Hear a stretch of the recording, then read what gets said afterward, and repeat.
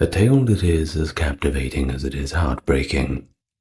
The life of Mary, Queen of Scots, born in 1542 and becoming the heir apparent of the Scottish throne, having to negotiate the dangerous terrain of a country split between Catholics and Protestants in eternal religious strife.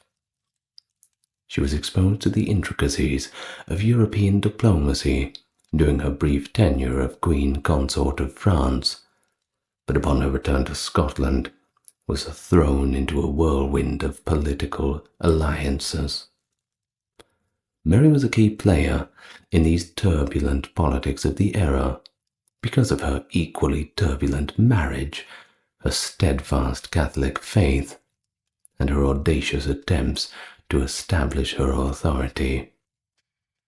Ultimately, she was imprisoned and executed in 1587 as a result of her long-running rivalry with Queen Elizabeth I, characterized by espionage and shadowy plots. Hello and welcome. Finally, we get around to doing Mary, Queen of Scots today. If you've been looking forward to it, well, I hope it lives up to all of your expectations. As usual, to support the channel, just enjoying the content is enough for that. Like, comment and subscribe also helps grease the wheels if you feel inclined to do so. But let's all get nice and relaxed, and we can look at the life of Mary, Queen of Scots. And so we begin our biography on the 8th of December 1542 in Scotland, Linlithgow Palace to be precise, where Mary is born to King James V and his second wife, Mary of Guise, who was actually of French origin. She was reportedly James's only surviving legitimate child, and was also born prematurely, which usually is a death sentence back in those days, but very luckily it was not. The death sentence comes much later. Now, through her paternal grandmother, Margaret Tudor, Mary was the great-granddaughter of King Henry VII of England. Now that makes her the great-niece of King Henry VIII, as Margaret was Henry VIII's oldest sister. Just 6 days after Mary's birth, on December the 14th, she became Queen of Scotland, following her father's death, which was attributed to a nervous breakdown after the Battle of Solway Moss. Obviously did not work out very well for him. Or it was perhaps speculated that he had drank contaminated water during the campaign. Contaminated with what? We do not know. But either way, it was well and truly not drinkable. Shortly after her birth, Mary was christened at the nearby church of St. Michael. In March of 1543, the English diplomat Ralph Sadler visited Linlithgow Palace, and, after her nurse, Jean Sinclair, unwrapped the infant, described her as goodly a child I have seen of her age, and as like to live. Of course, despite this, rumors persisted that she was frail and weak, mainly owing to her being born prematurely.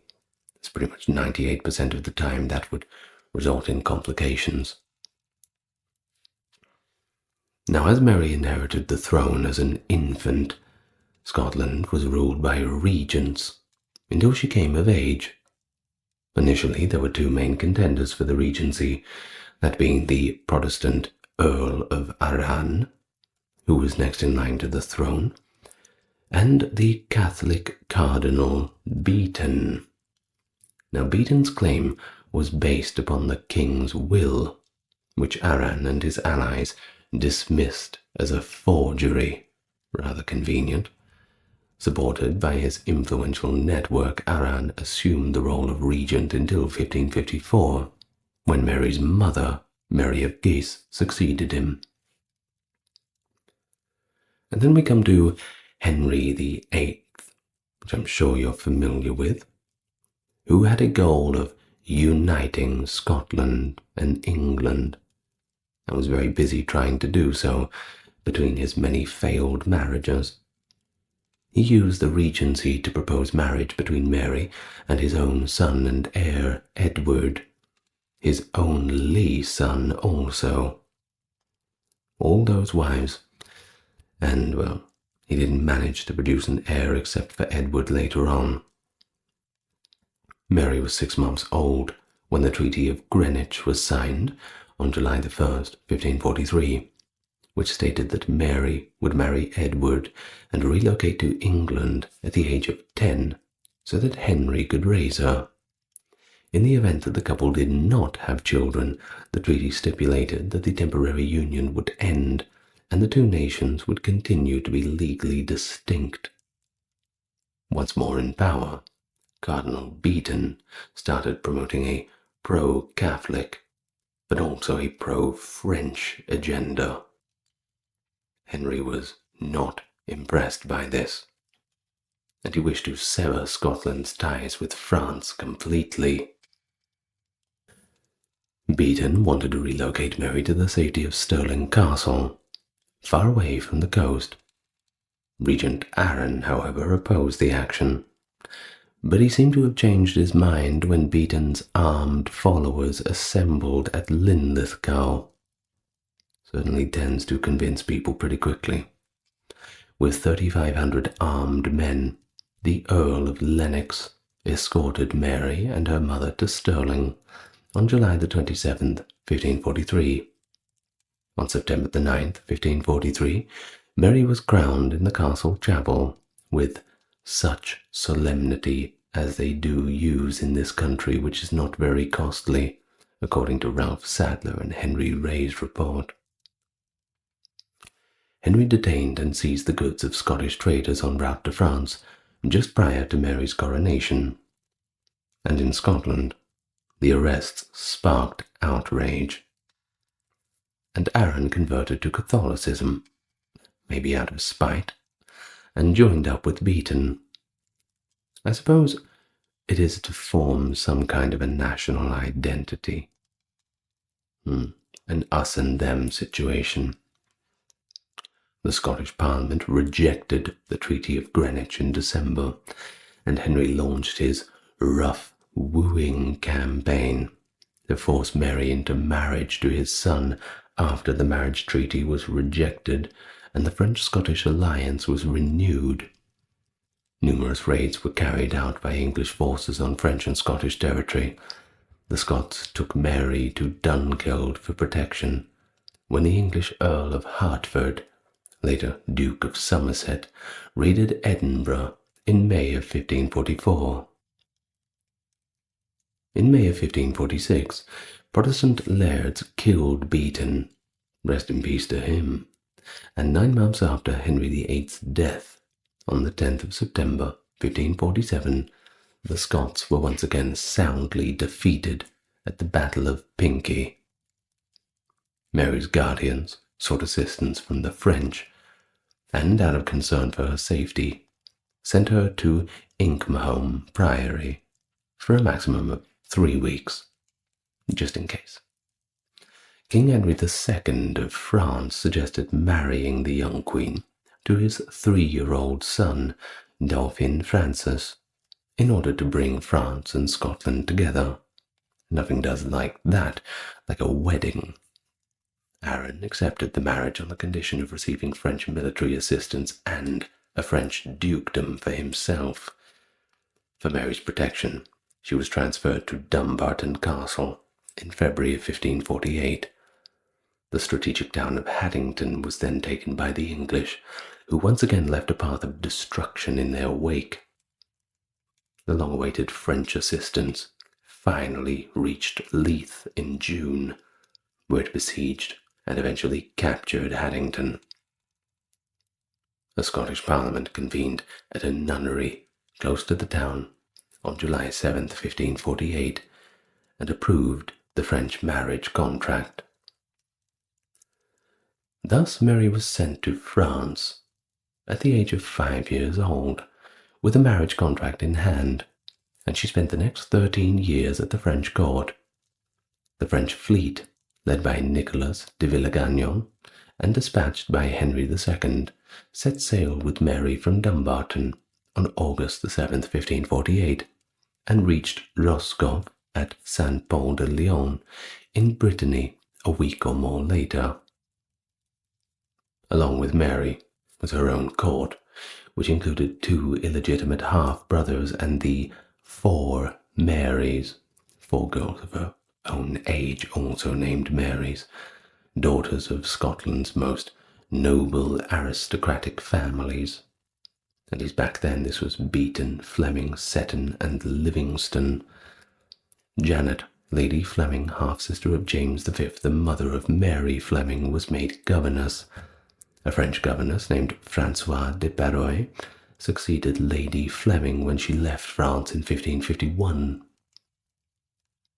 During her early years, Mary was described as lively, attractive, and intelligent, based on accounts from the time, with the exception of Catherine de' Medici, the wife of Henry II.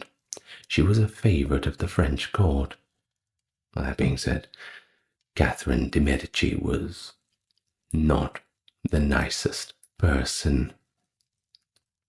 You might want to watch my video on the French Wars of Religion and the St. Bartholomew's Day massacre. You'll get what I mean. Well, of course, Mary was taught in French, Italian, Latin, Spanish, and Greek, in addition to her native language of Scots. That's right, back then they were speaking their native language. She was also proficient in prose, poetry, horsemanship, falconry, needlework, and, apparently, she was a beast on the lute. Always helps. If you've not listened to Bach's Lute Suite, I advise that you do. It's really fantastic. She was also taught to dance by Baladin Jan Paul. With Elizabeth of Valois, her future sister-in-law, Mary retained the nostalgic memories in later life, and they became close friends. One of Mary's main advisors, and another significant influence on her early years, was her maternal grandmother, Antoinette de Bourbon. Mary was described in portraits as having a small, oval head, and also very smooth and pale skin. Now, this could have been ruined by the fact that she contracted smallpox during her early years, but apparently it did not alter her appearance, and as an adult, she was described as remarkably beautiful. Well, by 16th century standards, she was actually pretty tall, 5'11", or 1.8 meters. In contrast, Henry II's son and heir, Francis, was unusually short, and it didn't help that he would also speak with quite a stutter. Henry said, from the first day they met, my son and she got on as well as they had known each other for a long time. So, on the 4th of April, 1558, Mary signed a confidential contract that, if she died without a will, she would give the French crown Scotland and her claim to England. The Dauphin became the king consort of Scotland after she married him at Notre Dame de Paris 20 years later. The only living sibling of Henry VIII's eldest daughter, that being Mary I of England, also known as Bloody Mary, succeeded her in November of 1558. The Stuarts were not allowed to inherit the English throne, as stipulated in Henry VIII's final will and testament, and Elizabeth was acknowledged as her sister's heir by the Third Succession Act, which was passed by English Parliament in 1543. However, Mary Stuart, the senior surviving legitimate descendant of Henry VII, through her grandmother, Margaret Tudor, was seen by many Catholics as the legitimate Queen of England, and Elizabeth as illegitimate. The oldest son and daughter-in-law of Henry II of France were then crowned King and Queen of England. England's royal arms were quartered with Francis and Mary's in France. Mary and Elizabeth were constantly at odds over Mary's claim to the English throne. July 10th, 1559, Henry II dies. Not peacefully in his bed either, due to injuries he had received in a joust. Francis, who was then 15, and Mary 16, were crowned King and Queen of France. Two of the Queen's uncles, the Duke of Guise and Cardinal of Lorraine, had gained political dominance in France and were referred to by some historians as la tyrannie Guisienne, the tyrannical. Mary's mother, who was only able to keep effective control of Scotland with the help of French troops, was losing ground to the Protestant lords of the congregation. The Protestant lords sought to secure Protestantism by inviting English troops to Scotland at the beginning of 1560. The tumult of Amboise, a Huguenot rebellion in France, prevented the French from providing additional assistance. They were far too busy massacring each other. Rather, the Guise brothers dispatched envoys to engage in settlement negotiations. The issue of future Franco-Scots relations became urgent after the death of their sister, Mary's mother, on the 11th of June 1560. Mary's representatives signed the Treaty of Edinburgh on June the 6th, 1560, which committed France and England to removing troops from Scotland. Still in France, and still mourning for her lost mother, the 17-year-old Mary refused to ratify the treaty, even though France acknowledged Elizabeth's right to govern England. Francis II, well, he passed away December 5th, 1560, from a brain abscess caused by an ear infection. Mary was distraught. It hit her pretty hard, especially at that age. They'd hardly been married a few years. Catherine de' Medici, her mother-in-law, became regent for Charles IX, the 10-year-old brother of the late king who inherited the French throne. 9 months later, Mary made her way back to Scotland, reaching Leith on August 19th, 1561. Mary, who had been in France since she was 5 years old, had very little first-hand knowledge of the perilous and intricate politics of Scotland at the time. She had no idea how bad things were, and less of an idea how bad they were about to get, especially for her. Well, she was viewed with suspicion by the Queen of England, of course, and many of the subjects because she was a devoted Catholic. Protestant and Catholic factions were at odds in Scotland, had been for a long time. One of the Protestant leaders was the Earl of Moray, Mary's illegitimate half-brother. Mary was criticized by the Protestant reformer John Knox for attending Mass, dancing, and apparently he wasn't happy with her wearing excessively ornate clothing. Okay, mind your own business. Despite her best efforts, she was unable to secure a meeting with him. He was later accused of treason by her, but he was found not guilty and set free. Probably a lot of Protestants in the jury, I suppose. Now, the Catholic party was shocked and appalled when Mary accepted the new Protestant dominance and retained her half-brother Moray as her main counsellor. Her 16-member Privy Council, which was established on the 6th of September 1561, kept the people who were already in positions of authority, the Earls of Argyll, Glencairn and Moray, the Protestant leaders from the 1559 to 60 Reformation crisis, were all those dominated the council. Not very popular people on the other side of the situation, that's for sure. The Earls of Athol, Errol, Montrose, Huntley, the Lord Chancellor, were the only 4 council members who were Catholic. This was remarkable, according to modern historians, who suggest that Mary's focus on the English throne rather than the internal issues in Scotland was demonstrated by her failure to appoint a council that was sympathetic to Catholic and French interests.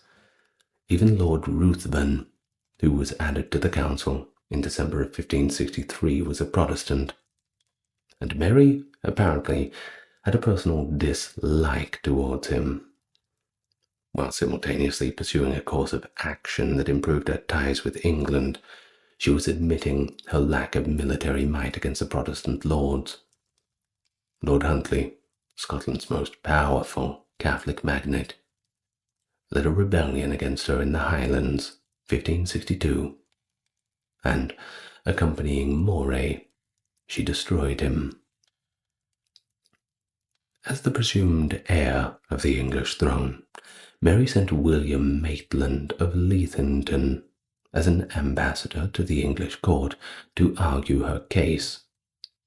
Elizabeth was afraid that naming a possible heir would lead to a plot to replace her with the one who was chosen. She assured Maitland, though, that Mary was the only person she knew with a stronger claim. The 2 queens were scheduled to meet in England in August or September of 1562 at either York or Nottingham, according to plans made in late 1561. The Civil War in France, however, caused Elizabeth to send Sir Henry Sidney to cancel Mary's visit in July. After that, Mary focused on recruiting a new husband from Europe's aristocracy, a pool of very rich and eligible bachelors. She fiercely protested, however, when her uncle, the Cardinal of Lorraine, started talks with the Archduke Charles of Austria without her permission, and the talks broke down. Don Carlos, the reportedly mentally ill heir apparent of King Philip II of Spain, rejected her own attempt to negotiate a marriage with him. In an attempt to neutralize Mary, Elizabeth proposed that she wed Robert Dudley, the first Earl of Leicester, an English Protestant. The Queen's own favourite and brother-in-law of Sir Henry Sidney, Dudley was someone Elizabeth believed she could control. To inform Mary that Elizabeth would proceed to the inquisition of her right and title to be our next cousin and heir if she married an English nobleman, she dispatched an ambassador, Thomas Randolph. Due in part to the intended bridegroom's refusal, the proposal was unsuccessful. No daylights nor heel taps, I'm afraid. But, on the other hand, Pierre de Boscalel de Chastelar, that's a long name, do apologize for my French, I'll do my best here, a French poet who lived at Mary's court, seemed to be quite enamored with Mary. And well, if you got a French poet chasing after you, well, bad luck for all of the other suitors. During a security search in early 1563, they actually found him hidden beneath her bed, seemingly with the intention of jumping out and surprising her when she was in her chamber all alone and declaring his love for her. Some stereotypes certainly seem to ring true. Well, Mary did not see the humor in this, and upon discovering this, she actually exiled him from Scotland Reportedly, she was absolutely appalled that he would do something like that. The worst she can say is no, right? Well, the decree went unheeded, unfortunately. Now, when she was about to undress 2 days later, he pushed his way into her room, uninvited, just barged in.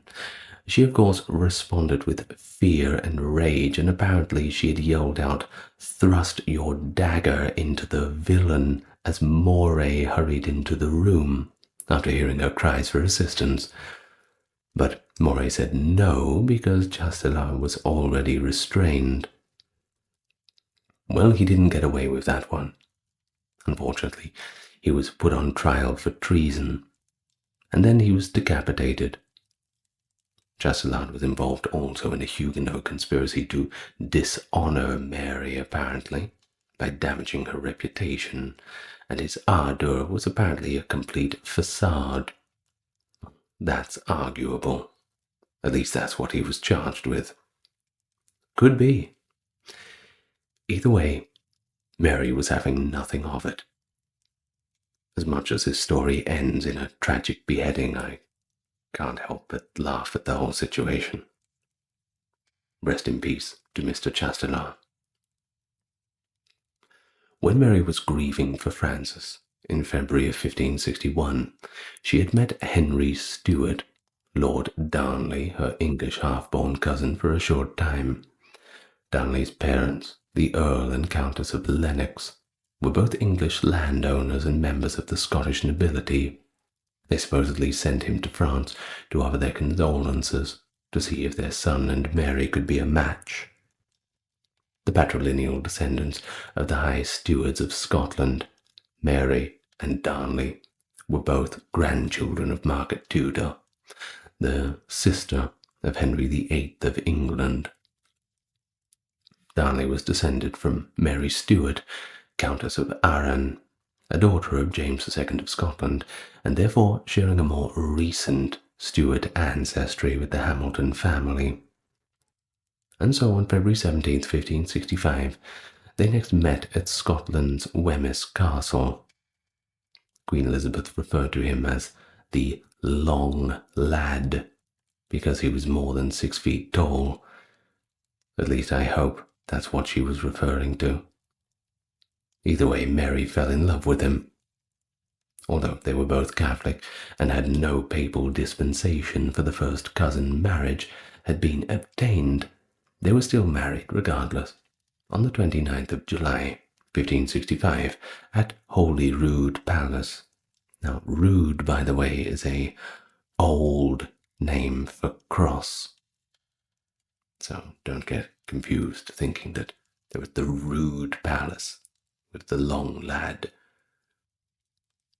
Well, the Earl of Leicester and William Cecil, two English statesmen, had fought to get Darnley a permit to leave England and travel to Scotland. Elizabeth felt threatened by the marriage, even though it was her own advisers that arranged it, since Mary and Darnley were both heirs to the English throne and were descended from her aunt. If they had children, they would have a stronger combined claim.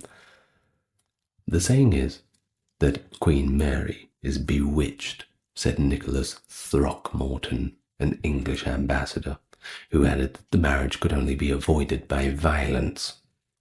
Mary's insistence on the marriage appears to have been motivated by more passions than logic. Darnley was both her cousin and an English subject, which infuriated Elizabeth, who believed the marriage should not have proceeded without her consent. Of course, following Mary's marriage, the Earl of Moray, Mary's half-brother, publicly rebelled alongside Protestant lords, such as Lords Argyll and Glencairn. They were not too impressed with her marrying a Catholic, especially such a prominent one. To face them, Mary left Edinburgh on the 26th of August 1565. After failing to capture the castle, Moray left Edinburgh shortly after entering on the 30th. in order to raise additional troops, Mary went back to Edinburgh the following month. Now, without ever fighting directly, Mary and her army, and Moray and the rebellious lords roamed around Scotland in what became known as the Chaseabout Raid. The restoration and release of Lord Huntley's son, as well as the return of James Hepburn, the fourth Earl of Bothwell, from exile in France, helped to bolster Mary's numbers. In October, Moray fled Scotland to England for asylum after failing to gather enough support. Mary expanded the composition of her Privy Council, including Protestants and Catholics. And before long, Darnley had become a little bit too overconfident. Unsatisfied with his role as king consort, he insisted on the crown matrimonial, which would have granted him co-sovereign status in Scotland and the right to retain the Scottish throne in the event that he outlived his spouse. Bit of a retirement plan, it seems. They conceived by October in 1565, but their marriage deteriorated after Mary turned down his request. He was reportedly envious of her friendship with one David Rizzio, a Catholic private secretary, who was allegedly the child's father. Yeah, that'll degenerate a marriage, that's for sure. Darnley had joined a covert plot with Protestant lords by March 1566, including the nobles who had fought Mary in the Chaseabout Raid. A group of conspirators, led by Darnley, fatally stabbed Rizzio on the 9th of March during a dinner party at Holyrood, Paris, right in front of Mary. You can imagine how damaging that would have been to the poor thing. Mary received Moray at Holyrood over the course of the following 2 days, and a disillusioned Darnley changed sides. Darnley and Mary fled the palace on the evening of March 11th. After temporarily relocating to Dunbar Castle, they left for Edinburgh on March 18th. The council once again included Lords Moray, Argyll, and Glencairn, the former rebels. On June the 19th, 1566, James, Mary's son by Darnley, was born in Edinburgh Castle. But her marriage had fell apart as a result of Rizzio's murder. While residing in Jedburgh in the Scottish borders of October 1566, Mary rode a horse for at least 4 hours each way to visit the Earl of Bothwell at Hermitage Castle, where he was recovering from injuries he had received in a battle with John Eliot of Park. Although no suspicions were raised at the time, and Mary was accompanied by her council members and guards, her enemies later used the ride as proof that the two were having it off. While she became seriously ill shortly after returning to Jedburgh, experiencing frequent vomiting, convulsions, loss of vision, speech, and periods of unconsciousness. Diagnosis? She's dying. Her French doctor's expertise was credited with helping her recover, however, starting on October 25th. The cause of all the illness is pretty much unknown. Possibilities: probably porphyria, gastric ulcer, hemorrhage, and perhaps just mental and physical exhaustion. I mean, she'd been through quite a lot. Mary and prominent nobles met at Cragmillar Castle, close to Edinburgh, at the end of November 1566, to talk about the problem of Darnley. A bond was likely sworn by the lords present to remove Darnley in another way, even though divorce was discussed. It was thought that expedient and the most profitable for the Commonwealth, that such a young fool and proud tyrant should not bear rule over him, that he should be put out of the picture one way or another, and whomsoever should take the deed in hand or do it, they will defend. Of course, Darnley knew the writing was on the wall, so he fled to Glasgow to stay on one of his father's estates after his son was baptized at Stirling, just a few days before Christmas. And at the beginning of his trip, he had a fever, which could have been caused by poisoning, smallpox, or some even say syphilis. For a few weeks, he stayed bedridden. Mary encouraged her husband to return to Edinburgh at the end of January 1567, in a home owned by Sir James Balfour's brother at the old Abbey of Kirkfield, just inside the city wall. He recovered from his illness. It seemed that a reconciliation was well and truly underway, because Mary was actually paying him daily visits. She spent the early evening of February 9th to 10th, 1567, visiting her husband before going to Bastien Paget's wedding celebrations, which were attended by a member of her household. But early in the morning, Kirkfield was devastated by some kind of explosion. Evidently suffocated, Darnley was discovered dead in the garden. There were no obvious signs of violence or strangulation on the body. Of course, fingers get pointed pretty quickly. Those who were suspected included Mary herself, the Earl of Morton, Moray, Secretary Maitland, and Bothwell. Elizabeth actually wrote a letter to Mary addressing the rumours, and it reads as follows: I should ill fulfill the office of a faithful cousin or affectionate friend if I did not tell you what all the world is thinking. Men say that, instead of seizing the murderers, you are looking through your fingers while they escape, that you will not seek revenge on those who have done you so much pleasure, as though the deed would have never taken place had not the doers of it been assured of impunity. For myself, I beg you to believe that I would not harbor such a thought. Yeah, that sounds like she's harboring that thought, though, don't you think? I'm sure she was. Well, it was widely accepted by the end of February that Bothwell was the responsible one for Darnley's murder. Mary agreed with Lennox, Darnley's father, when he insisted that Bothwell stand trial before the Estates of Parliament. However, Lennox's request for a postponement to collect evidence was turned down.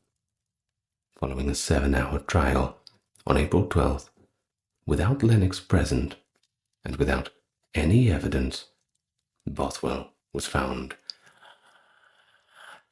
not guilty. Surprised? So am I, actually. A week later, Bothwell was able to persuade over 24 bishops and lords to sign the Ainsley Tavern Bond, pledging their support for his plan to wed the Queen. Mary paid her final visit to her son at Stirling from April 21st to 23rd, 1567. Now, at this time, Mary may have been physically assaulted by Lord Bothwell and his men when they kidnapped her on the way back to Edinburgh on April 24th and took her to Dunbar Castle.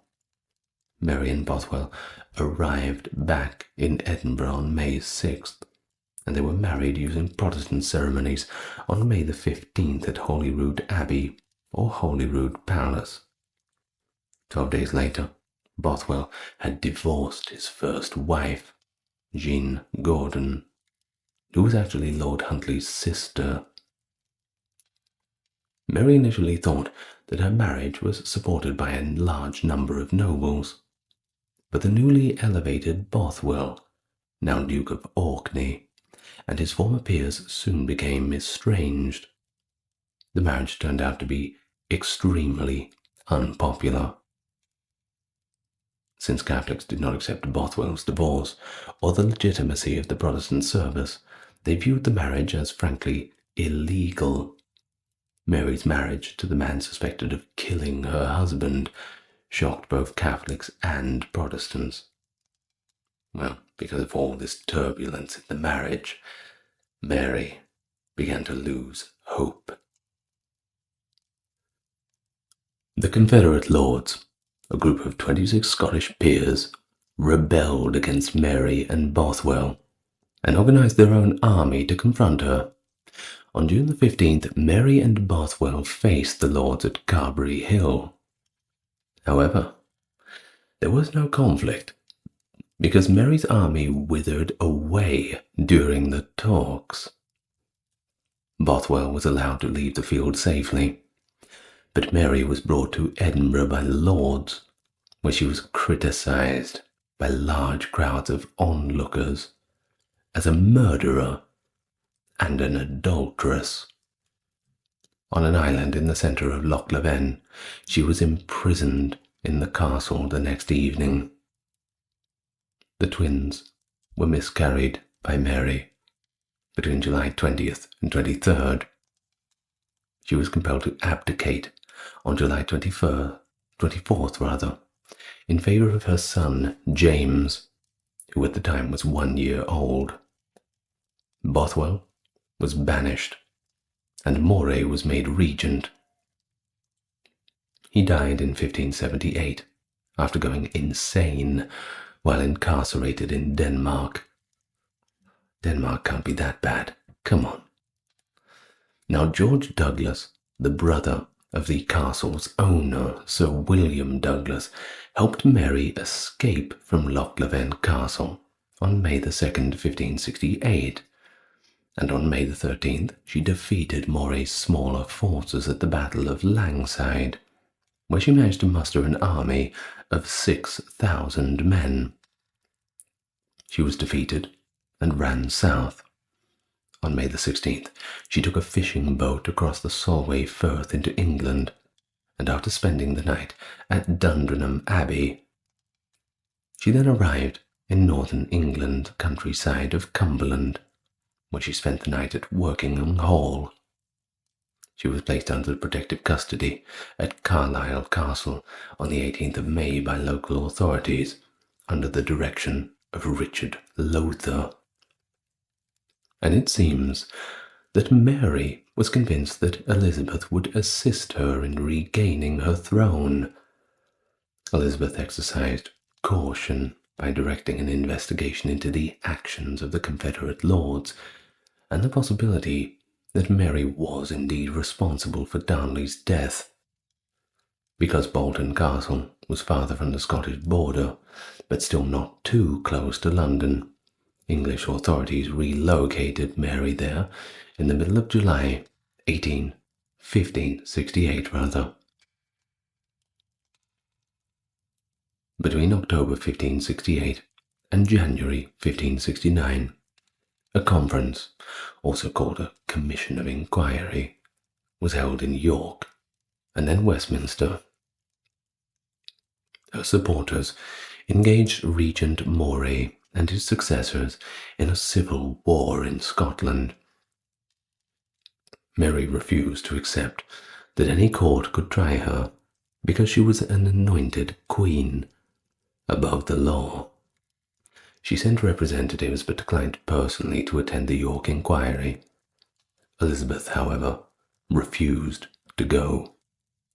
Moray used the so-called casket letters, 8 unsigned letters allegedly written by Mary to Bothwell, 2 marriage contracts, and a love sonnet as proof against Mary. According to reports, they were all discovered in a silver gilt coffin that was less than a foot long and adorned with King Francis II's monogram. Mary insisted that they were fakes and denied having ever written them, claiming it was very easy to copy her handwriting. It is, however, generally accepted that they are central to determining whether Mary was partially responsible for Darnley's death. The Duke of Norfolk, who led the commission of inquiry, called them different affectionate ballads and terrible letters. He sent copies to Elizabeth, claiming that they might establish Mary's guilt if they were indeed authentic. Of course, there's considerable debate about it. At this point, it's pretty much impossible to prove. It is possible that Mary's son destroyed the originals, which were written in French in 1584. Whether in French or translated into English, the remaining copies are not a full set. Incomplete printed transcriptions from the 1570s exist in Latin, English, Scots, and French. According to the conclusion of Mary's biographers, including Antonia Fraser, Alison Weir, and John Guy, the documents were either total forgeries or incriminating passages were added to incriminating letters, or Mary wrote the letters to Bothwell, or perhaps somebody else. Although Guy notes that the letters are fragmented and that the French language and grammar used in the sonnets are too inadequate for a writer with Mary's level of education, some of the letters' phrases, such as verses in the Ronsard style, are indeed stylistic elements that are consistent with the known works of Mary. Either way, although the Scottish Privy Council had seen all the casket letters by December 1567, they were not made public until the conference of the following year. The letters supporting Mary's forced abdication and imprisonment were never made public. She had been imprisoned and forced to abdicate for more than a year in Scotland.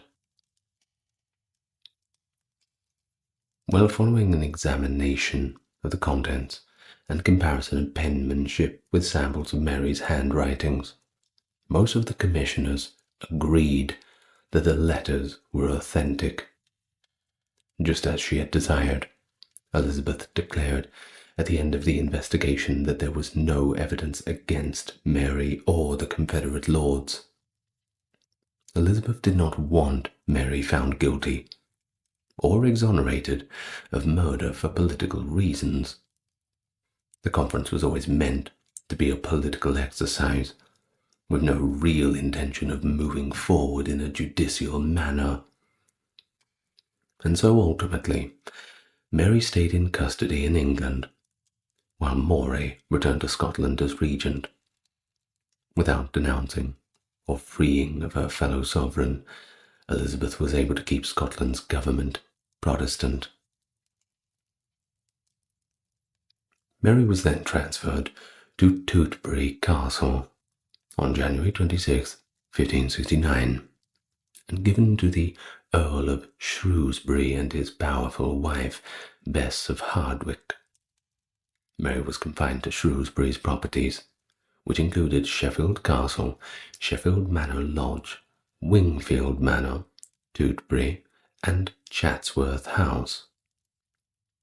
These properties were all in the interior of England, far away from the sea and halfway between Scotland and London.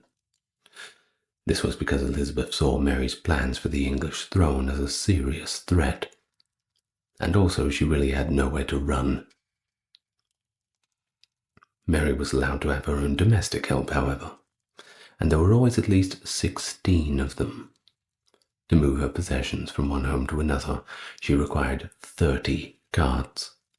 Fine carpets and tapestries adorned her chambers, and she had embroidered the French phrase, "In my end lies the beginning," on her state cloth. Her own chefs prepared meals with a selection of 32 dishes served on silver plates, and her bed linens were changed every single day. Maybe because she didn't exercise, or perhaps had porphyria again, her health had deteriorated, and by the 1580s she was lame due to severe rheumatism in her limbs.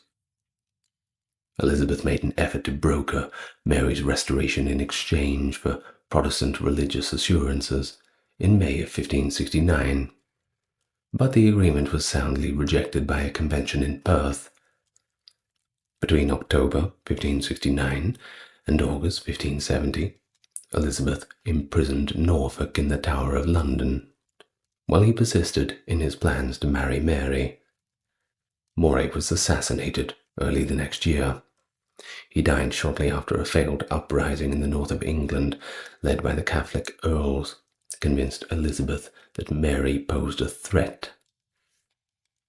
The anti-Mary forces' strength then increased when English troops entered the Scottish Civil War. With the help of spies stationed in Mary's home, Elizabeth's principal secretary, William Cecil, Lord Burghley, and Sir Francis Walsingham kept a very close eye on her.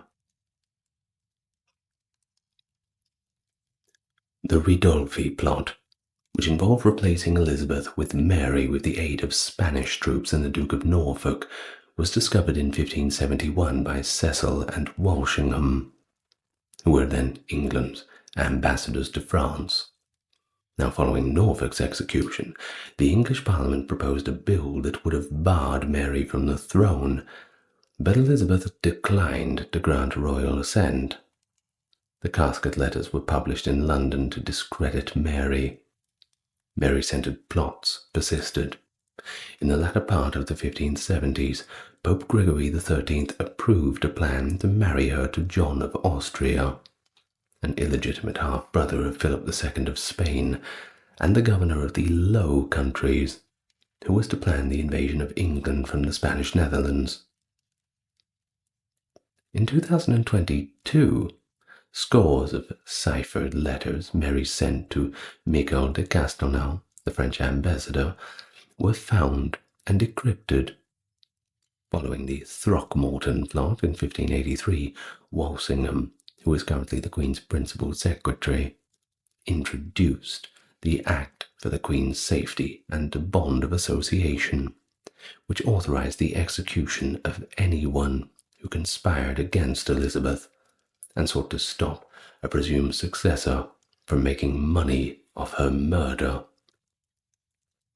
Mary suggested a association with her son James in 1584.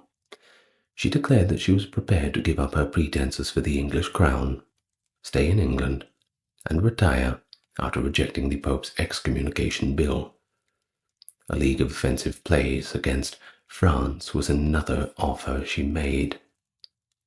She accepted that there should be no change in religion, agreed that James should marry with Elizabeth's knowledge, and suggested a general amnesty for Scotland. Her sole request was that the circumstances of her imprisonment be immediately improved. After initially supporting the plan, James turned against it and signed an alliance treaty with Elizabeth, leaving his mother behind. Because Elizabeth did not believe Mary would stop scheming against her during the negotiations, she also rejected the association. Thomas Morgan, Mary's agent, was implicated in William Parry's February 1585 conviction for conspiring to kill Elizabeth without Mary's knowledge. Mary was then transferred to Sir Amias Paulet for more strict custody in April. She was transferred to a moated manor house at Chartley for Christmas. August 11th, 1586, Mary was arrested while riding and taken to Tixall Hall in Staffordshire after being linked to the Babington Plot. Walsingham had personally caused Mary's letters to be smuggled out of Chartley in an effort to trap her. Mary was tricked into believing the letters were safe, but Walsingham actually decoded and read them. It is evident from these letters that Mary had approved of Elizabeth's attempted murder. And so, after a 4-day journey that ended on September 25th, Mary was transferred to Fotheringhay Castle, A court of 36 noblemen, including Cecil, Shrewsbury, and Walsingham, tried her for treason in October under the Act for the Queen's Safety. Of course, Mary vehemently refuted all the accusations. She advised the doctors, "Look to your consciences, and remember that the theatre of the whole world is wider than the kingdom of England." She protested that she had been denied access to legal counsel, that she had been denied the chance to examine the evidence, that her papers had been taken from her, and that she could not be found guilty of treason because she was a foreign anointed queen and had never been an English subject. Well, that's a loophole, isn't it? I suppose it's a good point. Well, it wasn't good enough. On October the 25th, she was found guilty and given the death penalty. Only one commissioner, Lord Zouch, voiced any opposition. Mary was informed that she would be put to death the following morning at Fotheringhay on the evening of February 7th, 1587.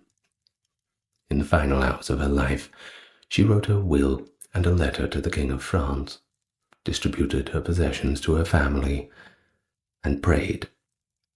Black cloth was used to cover the scaffold that was set up in the great hall.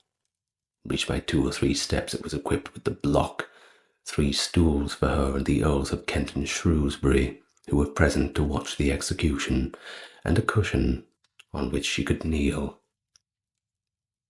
As was customary for the executioner to ask the pardon of the person being executed, Bull and his assistant knelt before her and begged her for forgiveness.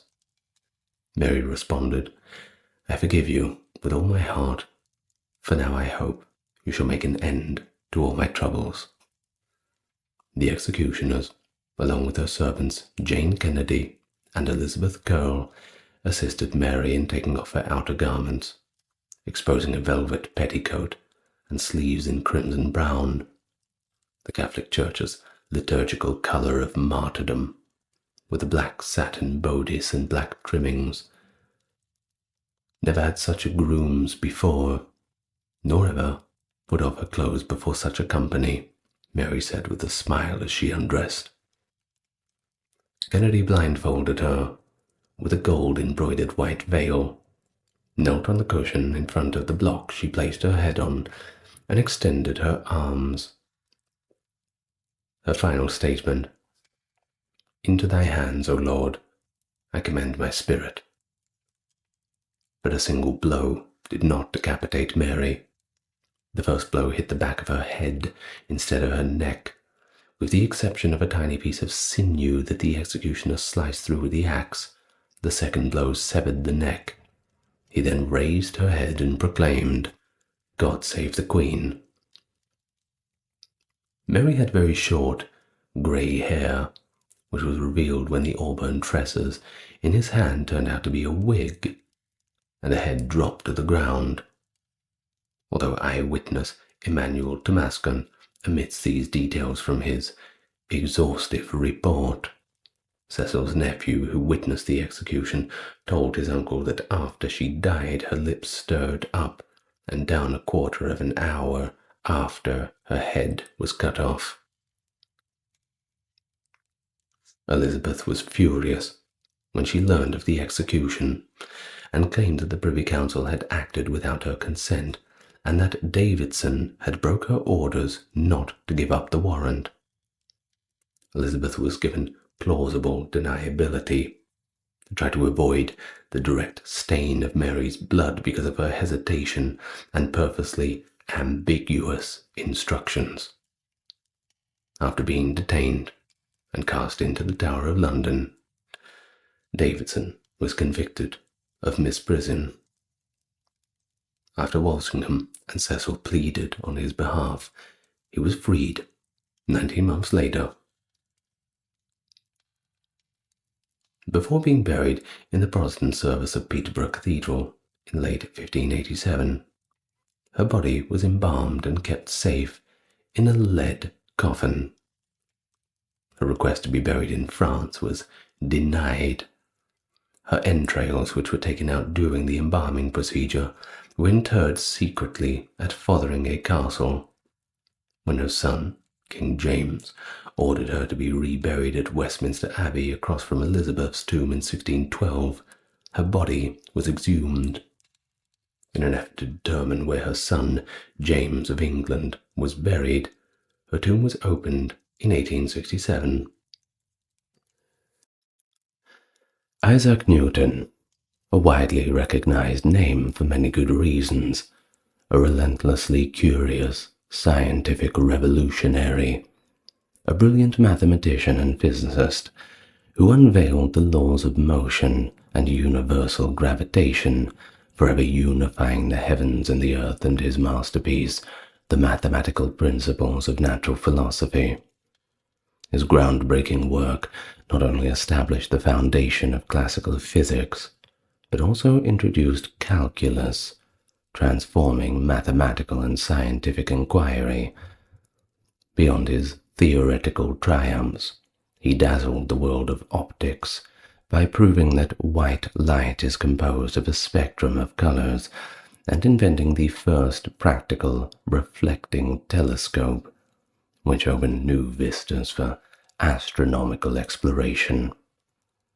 He was also the master of the royal mint, and so spearheaded crucial economic reforms, blending his scientific skill with practical public service. It is a dedication that epitomizes the essence of the scientific revolution, and so his legacy endures as a beacon of intellectual brilliance and an inspiration for generations striving to unlock the mysteries of our vast universe. Well, hopefully it's these kinds of mysteries that bring you here, a genuine curiosity. So welcome to the channel. And of course, we talk about Isaac Newton today. Hope you enjoy that. If you do, give it a like, subscribe, and leave your thoughts in the comments. You know how it is. Now, without further ado, let's begin. And so the story begins Christmas Day, December 25th, 1642, at Woolsthorpe Manor, in the village of Woolsthorpe by Colsterworth in Lincolnshire. Well, his father unfortunately passed away 3 months before his birth, and Newton was apparently born prematurely and quite small. His mother, named Hannah Ascough, is said to have remarked that she could have fit him inside a quart-sized mug.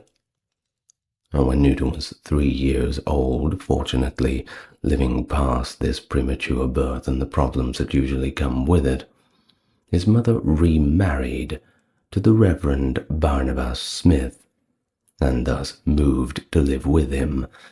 Young Isaac was left in the care of his maternal grandmother, Marjorie Ascough.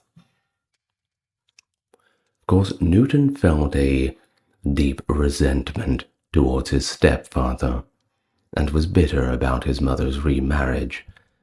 This is evident from a list of sins he compiled at the age of 19, which included threatening my father and mother Smith to burn them and the house over them.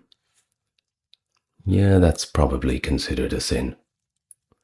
Respect thy mother and father, all that sort of thing. Well, it wasn't just him. He also had 3 siblings from his mother's second marriage, that being Mary, Benjamin, and Hannah. So, between the ages of 12 and 17, Newton attended the King's School in Grantham, pretty prestigious, I imagine, where he studied Latin and ancient Greek, and it was there that he likely built that strong foundation in mathematics that would serve him so well. His mother, however, had different ideas. She withdrew him from the school in October 1659 and brought him back to his hometown of Woolsthorpe by Colsterworth. Why did she do this? Well, she thought it would be better if he would become a farmer, a profession which he obviously had no interest in. Well, I suppose she wasn't a fortune teller. Either way, we're very happy that he did not become a farmer.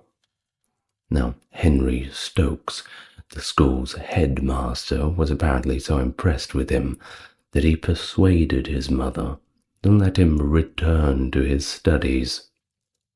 Now, partly motivated by a desire to surpass a school bully, Newton became the top student, notable for constructing sundials and windmill models. In June of 1661, Newton enrolled at Trinity College, University of Cambridge. His uncle, the Reverend William Ascot, was an alumnus of Cambridge and had recommended the university to him. Now, Newton began his studies as a subsizar, meaning he performed menial tasks to pay for his education until he received a proper scholarship in 1664. This scholarship covered his expenses for another 4 years until he earned his Master of Arts degree. So, at that time, Cambridge University was, of course, still running on a more classical model. Based on this Aristotelian philosophy, but Newton also studied modern thinkers like René Descartes, who was pretty contemporary, and astronomers such as Galileo Galilei and Thomas Street. Now, he also kept a notebook entitled Questions, where he wrote down questions about mechanical philosophy as he explored the subject. In 1665, he developed the generalized binomial theorem and started to work on what would become calculus. So you have him to thank for those very difficult days in the classroom at high school. I was always terrible at mathematics. Not my subject at all. Well, shortly after receiving his Bachelor of Arts degree in August 1665, Cambridge had closed. Only temporarily, though. They were dealing with a great plague at the time, which was particularly hitting London very badly. Not a good time to be there at all. Well, as for Newton, although he was not an exceptional student at Cambridge, at least in terms of marks, well, his independent studies during the 2 years he spent back at home in Woolsthorpe led him to develop his theories on not only calculus, but on optics and the law of gravitation. So he returned to Cambridge, April of 1667, and by October of that same year, he was elected a Fellow of Trinity College. At the time, fellows were generally expected to take holy orders and become ordained Anglican priests. However, during the Restoration period, this requirement was not strictly enforced. There was still a bit of an expectation, but you weren't shoehorned into these ecclesiastical positions like you would have been in earlier times. And really all that was considered to be sufficient was a declaration of conformity to the Church of England. Well, Newton committed himself by stating, "I will set theology as the object of my studies, and take holy orders at the end of the 7 years, or else I will resign from the college." Well, up until then, he had not deeply engaged with religious studies, although he had twice affirmed the Trinity, the 39 articles rather, which formed the doctrinal foundation of the Church of England. Well, by 1675, the issue of taking holy orders could, unfortunately, no longer be postponed. However, Newton had developed some unorthodox religious beliefs, and this was creating an obstacle for him, not only on a personal level, but for the people who were trying to shoehorn him into these positions, that they had that expectation of him joining these holy orders, becoming a priest, whatnot. I mean, how could one really become a priest with these orthodox, or unorthodox views, rather? Well, Newton's academic accomplishments were something else, and they deeply impressed one Isaac Barrow, the Lucasian professor at the time, who aimed to enhance Newton's theological and administrative skills. Barrow himself would actually become the master of Trinity College only 2 years later. Now, in 1669, just a year after receiving his master's degree, Newton succeeded Barrow as the Lucasian professor of mathematics. The terms of this prestigious position required the holder to abstain from ecclesiastical duties, likely to allow more focus on the scientific research. Now, in terms of mathematics, that was actually a very popular subject, and one of the reasons why is because it's not something that would get you in trouble with ecclesiastical authorities.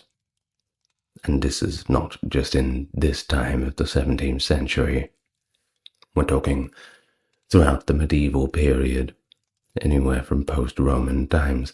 Studying mathematics is generally such a dull topic that, well, you can't really run afoul of any authorities. Everyone tends to just leave these people alone.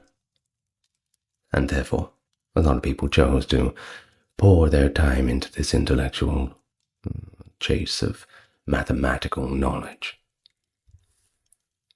Now back to Newton.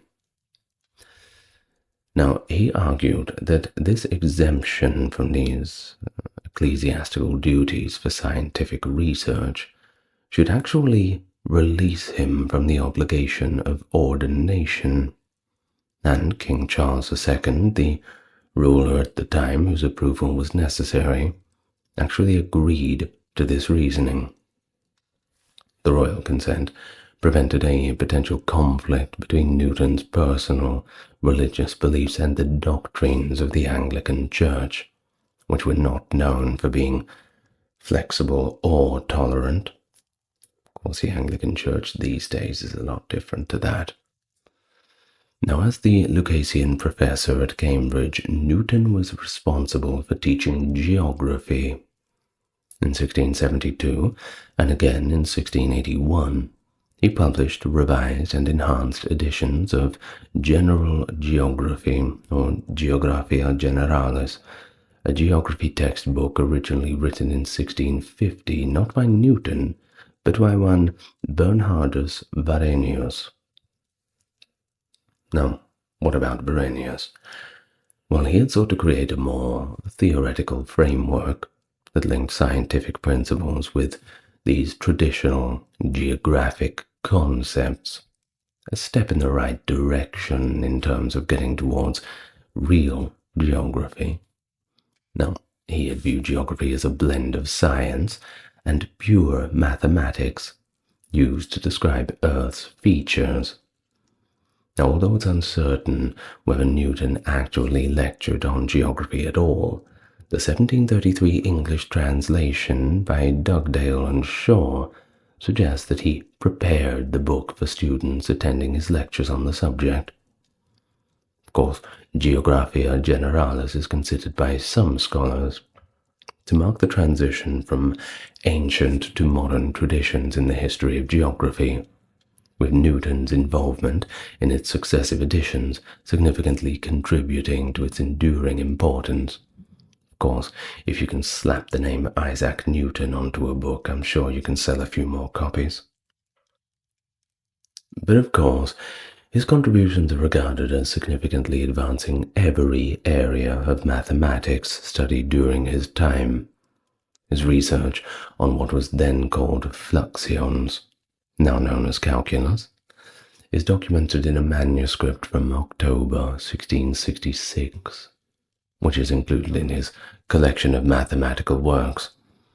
Now, there is a letter that he wrote to John Collins in the August of 1669, who Isaac Barrow praised Newton's work, Analysis by Equations of an Infinite Number of Terms, catchy title, I know, which had been sent to Collins in June as the product of an extraordinary genius and proficiency in these matters.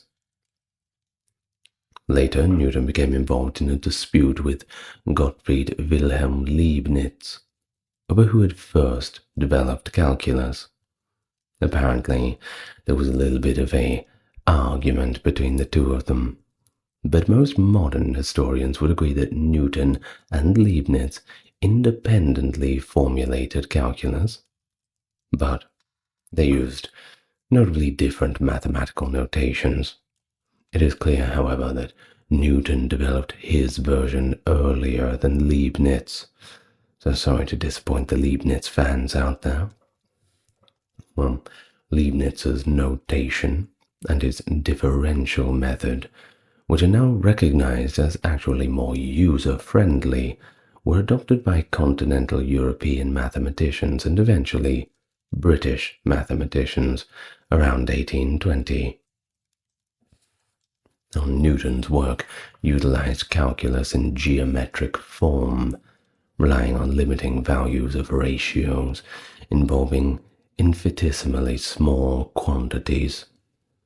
Now, in his seminal work, Principia Mathematica, he demonstrated this approach, referring to it as the method of first and last ratios, and explained his reasoning by noting that the same result is obtained by the method of indivisibles. Now, if you're like me, you need scientific principles explained to you like you're 5 years old. That's not to insult anyone. It's only to insult myself. So I will do that. It's all scientific jargon, and I'll try to explain it in layman's terms. Now, this method of first and last ratios can be understood through, let's say, everyday examples. Let's say you're sitting on the side of the street and you're watching a car drive by. Now, the first ratios are similar to calculating the car's average speed over a certain distance, which gives you a general idea of how fast it's moving overall. For example, if the car travels half a mile in 10 minutes, you determine its average speed by dividing the distance by the time, miles per hour, this sort of thing. But in contrast, last ratios focus on the car's exact speed at a specific moment, much like using a super fast camera to capture the car's speed at every second. Now, this allows you to see precisely how fast the car is going at any given instant, rather than just on average. Think of it kind of like a speed camera that the police use. Now, by distinguishing between these two types of measurements, Newton was able to develop the foundational concepts of calculus, enabling more accurate predictions and analysis in fields like physics, and which will become very important in the preceding centuries, engineering. Basically, the method helps us understand both the overall movement and precise changes happening at each moment, providing a comprehensive way to analyze how things change over time. I hope that all makes sense. Now, the Principia, one of his other works, has been described in modern times as a book rich with theory and application of infinitesimal calculus. And even in Newton's own era, it was observed as nearly all of it is just pure calculus. Kind of a dry book, not too fun to read. Well, his use of techniques involving one or more orders of the infinitesimally small is evident in the 1684 work on the motion of bodies in orbit. You'll often see that with its Latin title De Motu Corporum in Gyrum, and also his earlier writings on motion from the 2 decades preceding 1684. Now, due to his concerns about potential controversy and criticism, Newton was reluctant to publish his work on calculus. Living memory of what happened to people like Galileo, no one really wanted to go down that road. You think of contemporaries like Voltaire to Galileo who, well, after reading the newspapers and seeing the fate of other philosophers, scientists, and all the rest, opted to have some of their works published posthumously. Well, in 1691, Fatio began preparing a revised edition of Newton's Principia and entered into correspondence with Leibniz. However, by 1693 their relationship had deteriorated, leading to the project's abandonment. Starting in 1669, some members of the Royal Society accused Leibniz of all-out plagiarism. The dispute intensified in 1711 when the Royal Society published a report declaring Newton as the true discoverer of calculus and labeling Leibniz as a dirty liar. Well, they didn't say dirty, but I imagine they were thinking it. Of course, it later emerged that Newton himself had written the report's concluding remarks against Leibniz. Of course, all of this ignited that bitter conflict that overshadowed both men's lives, until Leibniz finally passed away in 1716. Well, of course, Newton is well known for formulating the generalized binomial theorem applicable by any exponent. He clarified what are now known as Newton's identities, developed Newtonian methods for finding roots, classified cubic plane curves, and made significant advancements in the theory of finite differences. He was also a pioneer in using fractional exponents and coordinate geometry to solve the Diophantine equations. Now, Newton experienced the partial sums of the harmonic series using logarithms, a technique that preceded Euler's summation method of earlier times. But of course, 1666 was his big year. He observed that when light passes through a prism at one point of minimum deviation, the resulting spectrum of colors is elongated, even though the incoming light ray is circular. Now, this indicated that the prism refracts different colors at different angles, leading him to conclude that color is an inherent property of light. Of course, at the time, this was all pretty controversial. And I know it doesn't sound very interesting, but believe me, at the time, these scientific discoveries were a pretty big deal, especially when you're looking at things like telescopes and stuff like that. It's certainly a big deal. Now, between 1670 and 1672, when lecturing on optics, Newton investigated the refraction of light. He demonstrated that the multicolored image produced by a prism, which he called a spectrum, could be recombined into white light using a lens and a second prism. Of course, modern scholarship suggests that his experiments in splitting and reconstructing white light were influenced by corpuscular theories from alchemy, alchemy being something that certainly needs a video of its own. Now, by isolating a beam of colored light and projecting it into various objects, he showed that the light's color remained consistent whether it was reflected, scattered, or transmitted.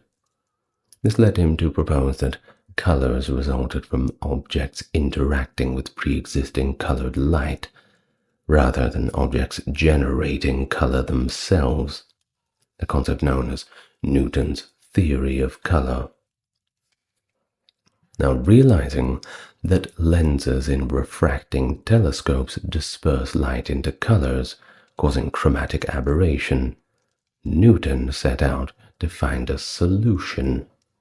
He constructed a telescope using a reflecting mirror instead of a lens to eliminate this problem, building the first known working reflector telescope, which is now called a Newtonian telescope, requiring overcoming challenges, of course, in selecting suitable mirror materials and shaping techniques.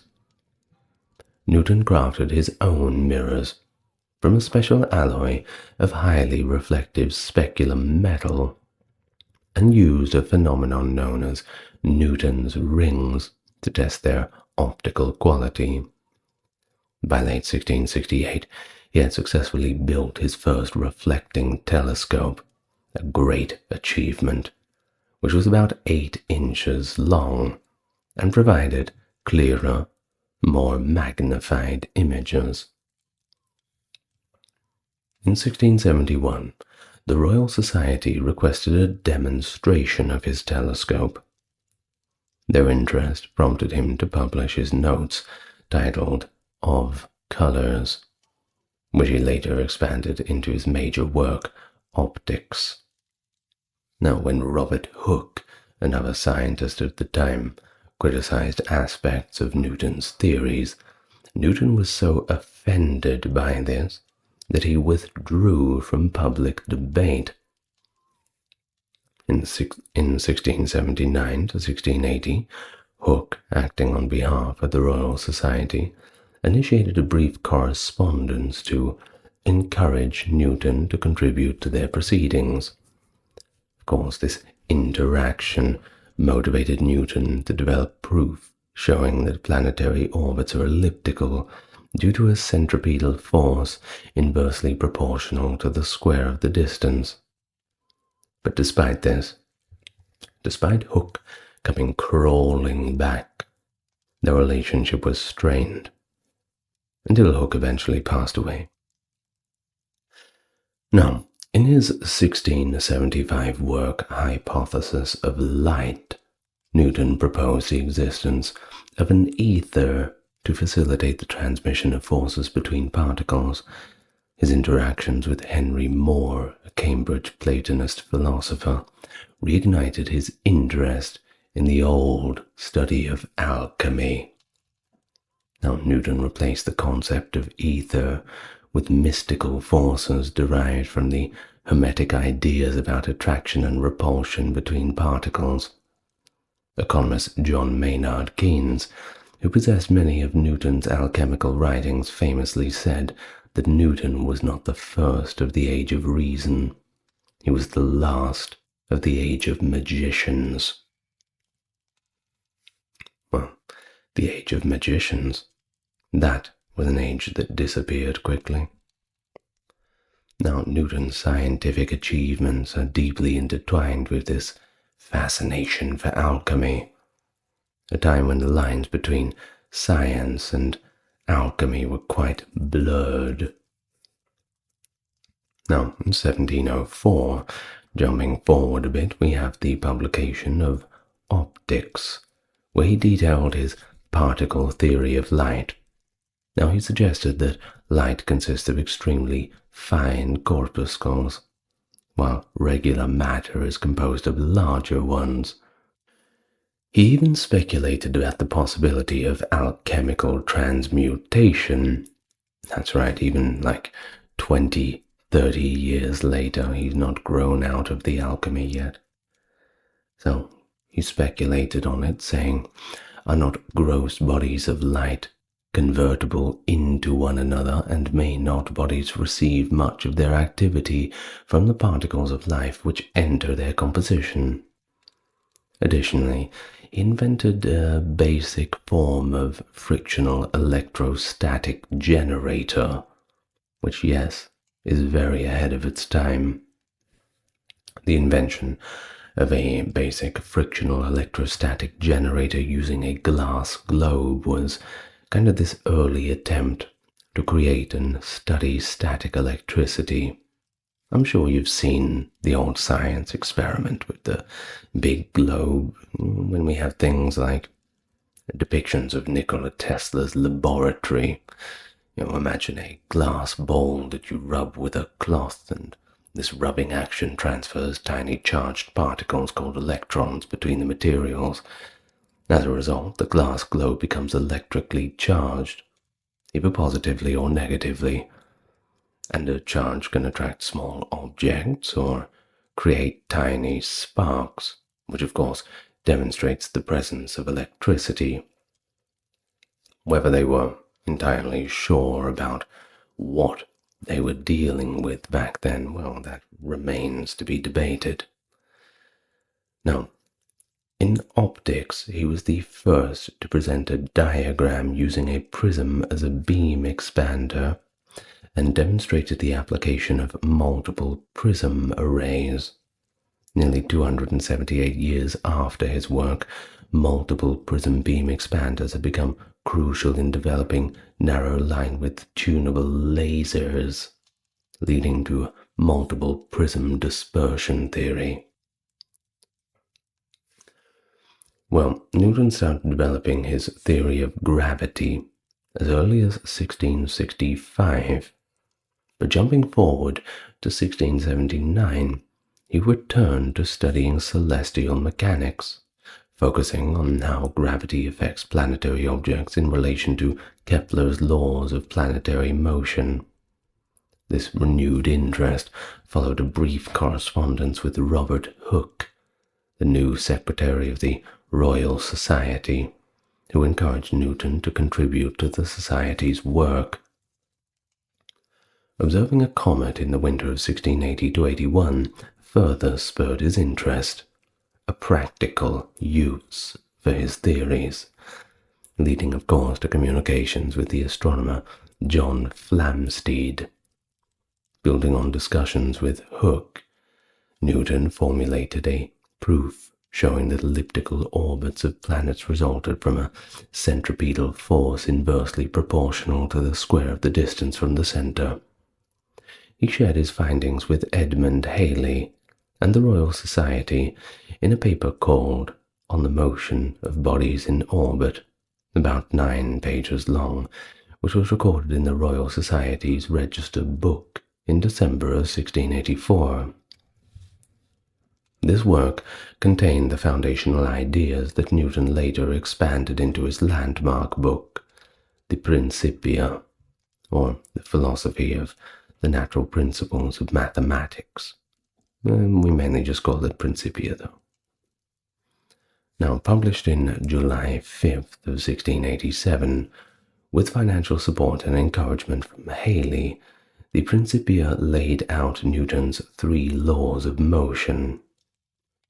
These laws describe the relationship between an object, the forces acting upon it, and its resulting motion, forming the basis of what we know as classical mechanics.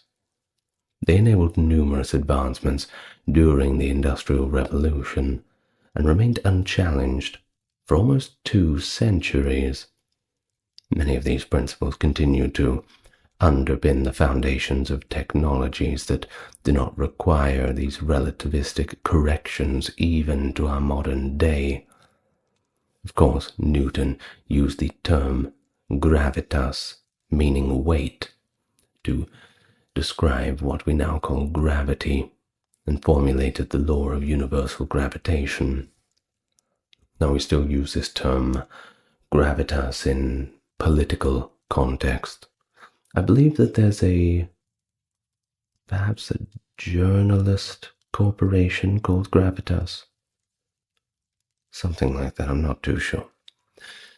Now, in the same work, Newton introduced a calculus-like approach to geometrical analysis, utilizing that first and last ratios that we've discussed, providing an inaugural analytical calculation of the velocity of sound in air, deduced to the oblateness of Earth's spherical shape, explained the precision of equinoxes due to the moon's gravitational influence on Earth, and commenced the gravitational examination of the moon's motion irregularities, also offering a theory for calculating cometary orbits, among other contributions. Now, Newton's biographer, David Brewster, documented that the intricacy of applying his gravitational theory to lunar motion significantly impacted Newton's health, stating that he was deprived of his appetite and sleep. Brewster states that Edmund Halley informed John Conduit that when urged to finalize his study, Newton consistently remarked that about his headaches and frequently disrupted sleep schedule, and eventually he just abandoned the matter entirely. Can't blame him. One must prioritize their health, of course. Now, Newton faced criticism for incorporating occult agencies into science due to his hypothesis of an invisible force capable of exerting influence over extensive distances. In the second edition of the Principia in 1713, he decisively dismissed these criticisms in a concluding general scholium, asserting that it sufficed that the phenomena suggested gravitational attraction, which they did. However, they did not elucidate its cause, and it was both unnecessary and inappropriate to formulate hypotheses regarding matters not indicated by the phenomena. Now, through the Principia, Newton attained international recognition. He garnered a following of fans in the scientific community, among whom was the Swiss-born mathematician Nicolas Fatio de Dulier. In 1710, Newton identified 72 of the 78 species, as he called them, of cubic curves, and classified them into 4 categories. 7 years later, in 1717, likely with Newton's assistance, James Stirling demonstrated that every cubic belonged to one of these 4 categories. Newton asserted that 4 types could be derived through plane projection from a singular type, a proposition substantiated in 1731, 4 years after he had passed away. Oh, sorry, spoiler alert, he dies at the end. But before that, in 1696, during the reign of King William III, Newton relocated to London to assume the role of Warden of the Royal Mint, a position secured by the patronage of Charles Montague, 1st Earl of Halifax, who was at that time the Chancellor of the Exchequer. He assumed responsibilities for England's significant recoining, encroached upon the authority of Lord Lucas, Governor of the Tower, and obtained the position of Deputy Controller for the temporary Chester branch on behalf of Edmund Halley. Newton ascended to the prominent position of Master of the Mint following Thomas Neale's death in 1699, a role he maintained for the subsequent 30 years of his life. Pretty stable career. One wouldn't turn it down. Just wonder if he had had a little bit more time for scientific endeavors, what else he would have come up with. Who knows? Well, these postings were designated as sinecures, however. Newton did approach them with the earnestness that they deserved. He concluded his responsibilities at Cambridge in 1701 and utilized his power to amend the money and penalize clippers and counterfeiters. Now, what are clippers? Well, the edges of the coins you used to be able to clip the sides off them and take a little bit of gold or silver for yourself. Certain groups of people have been kicked out of these countries for being accused of doing such things in the past. It was pretty much everybody who was getting in on the clipping action. And this is why a lot of our coins these days have the lines on the side going down, those little indentations, because people kept clipping them off. Now, as warden, and then as master of the Royal Mint, Newton assessed that 20% of the coins received during the Great Recoinage of 1696 were actually fraudulent. And of course, counterfeiting, well, that constituted high treason. And if they caught you, you would be hanged, disemboweled, and quartered. Seems a little excessive. Notwithstanding this, securing convictions against even the most egregious offenders could be very challenging. Yet Newton showed his capability in this endeavor. You see, concealed as a regular patron of bars and taverns, he collected a significant portion of that material alone. Despite the obstacles to prosecution and the separation of governmental branches, English law retained ancient and formidable practices of authority. Newton was appointed a justice of the peace in all the home counties. A draft letter concerning the issue is contained among Newton's personal first edition of the Principia, which was likely being revisited at the time, or revised rather. Subsequently, he executed over 100 cross-examinations of witnesses, informants, and suspects from June of 1698 until Christmas of 1699, and he effectively prosecuted 28 counterfeiters. Now in 1703, he was appointed president of the Royal Society and became an associate of the French Academy of Science. In his role at the Royal Society, Newton antagonized John Flamsteed, the Astronomer Royal, by hastily releasing Flamsteed's Historia Coelestis Britannica, which Newton had utilized in his research. Of course, Flamsteed was not too impressed with this. In April of 1705, Queen Anne conferred knighthood upon Newton during a royal visit to Trinity College in Cambridge.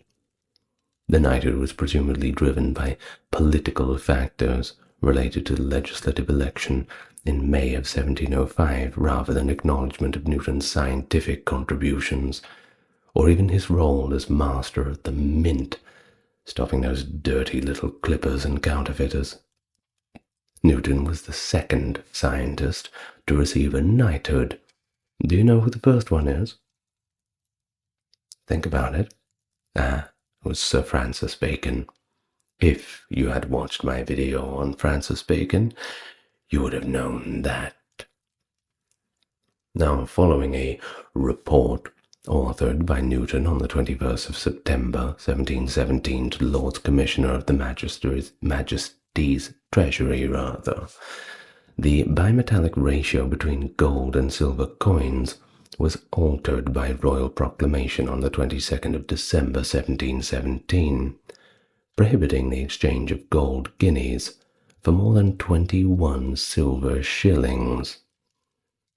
Now, this unintentionally caused a scarcity of silver, as coins were utilized for import payments, while exports were settled in gold, so transitioning Britain from the silver standard to its inaugural gold standard. The intention behind his actions remains a little bit of a subject of discussion, not one for this video.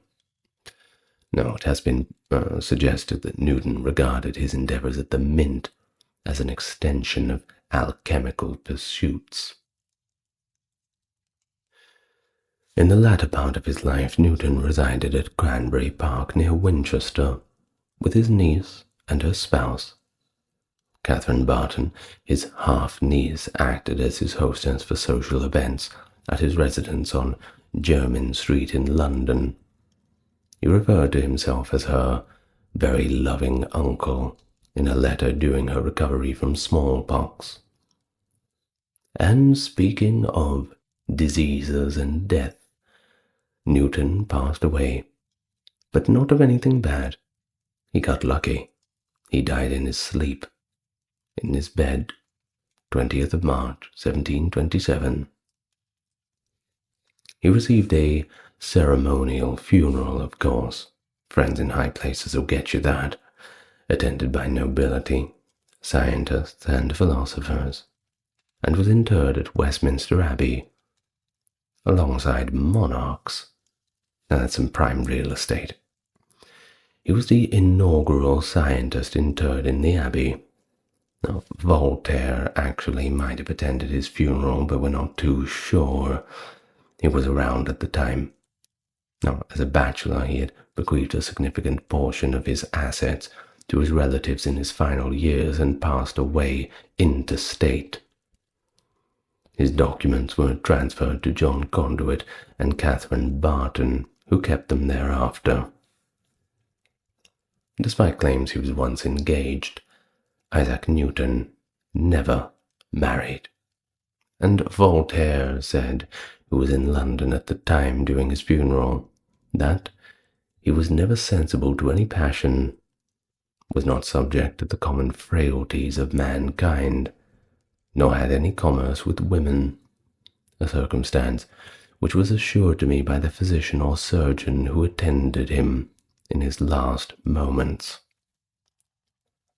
In a later memoir, Newton reflected, I do not know what I may appear to the world, but to myself I seem to have been only like a boy playing on the seashore, and diverting myself in now and then finding a smoother pebble or on a prettier shell than the ordinary, whilst the great ocean of truth lay all undiscovered before me. Okay, thank you very much for listening. Did you have fun learning about your boy Isaac Newton? It's good fun, isn't it? Interesting. He certainly knew how to have a lot of rivalries with people, although it's always a race to discover things before other people in the scientific world. Now, I'm going to thank my top-tier patrons, supporters, Dark, Kerry, Kimberly, Ember, Ben, Britt, Charles, Aaron, James, Jeffrey, Melissa, Scott, Stark Factory, Wendy, Jaden, Sherry, Jessica, Christine, Sally, Katiana, Christine, Fizabo, Legitmus, Maverick, Susan, Dr. Neuro Nerd, Cameron, Alexander, Nicholas, Daniel, and JR. Perhaps the most harrowing and disturbing episodes of British colonial history. Today we talk about the Black Hole of Calcutta. In the summer of 1756, after the Nawab of Bengal, Siraj Audwala, stormed and captured Fort William, 146 British prisoners were thrown into a suffocatingly small dungeon, measuring a mere 18 by 14 feet. Over the course of a torturous night, cramped in unbearable heat and gasping for breath in a pitch-black cell, the prisoners were driven to the brink of madness. By dawn, the ordeal had claimed 123 lives. Only 23 emerged alive, with their spirits shattered by a night of horror. The tragedy quickly became a byword for the brutalities of colonial rule, igniting a wave of indignation across Britain and bolstering the East India Company's resolve for more stringent military campaigns. Thus the Black Hole of Calcutta, while mired in a great deal of historical controversy over its exact details, which we will get to, it remains a darkly iconic symbol of a uniquely dark time, and a warning of what can happen when the tables are turned. Hello and welcome, everyone. A bit of a grim one today. I've always wanted to talk about it. I've not talked about it yet, so here we are. Now, as always, best way to support the channel, like and subscribe, tell your friends, you know what it's all about. I don't need to remind you. So let's all get nice and comfortable, and we can go back to the mid-18th century, when we find ourselves in those golden days of colonialism, where the sun never set on the British Empire. So, at this time, the mid-18th century, India was complicated, to say the least, multifaceted and fragmented. Now, despite the Mughal Empire retaining nominal authority, it had been in this state of progressive decline, with numerous regions governed by independent or semi-independent princely states. These European powers, who had just shown up to stake their own claims, especially the British and the French, were fervently extending their influence, competing for dominance over the subcontinent's trade routes and resources. Now, onto the British East India Company, along with the French East India Company, where they had established significant trading posts along the coasts of India. Of course, it's a pretty good halfway point when you're trading with other places. Now, Bengal emerged as a particularly vital region. Why is this? Well, it was mainly due to its abundant resources and prosperous textile industry. Which brings us to Calcutta, which is now not rendered in the spelling which is presented in the thumbnail and title, but now rendered rather with a K instead of C, and pronounced Kolkata, I believe. Well, that was the capital of the Bengal Presidency, and, of course, a pivotal settlement of the British East India Company, functioning as both a commercial centre and a strategic defensive outpost. Now, a quick little word on the East India Company.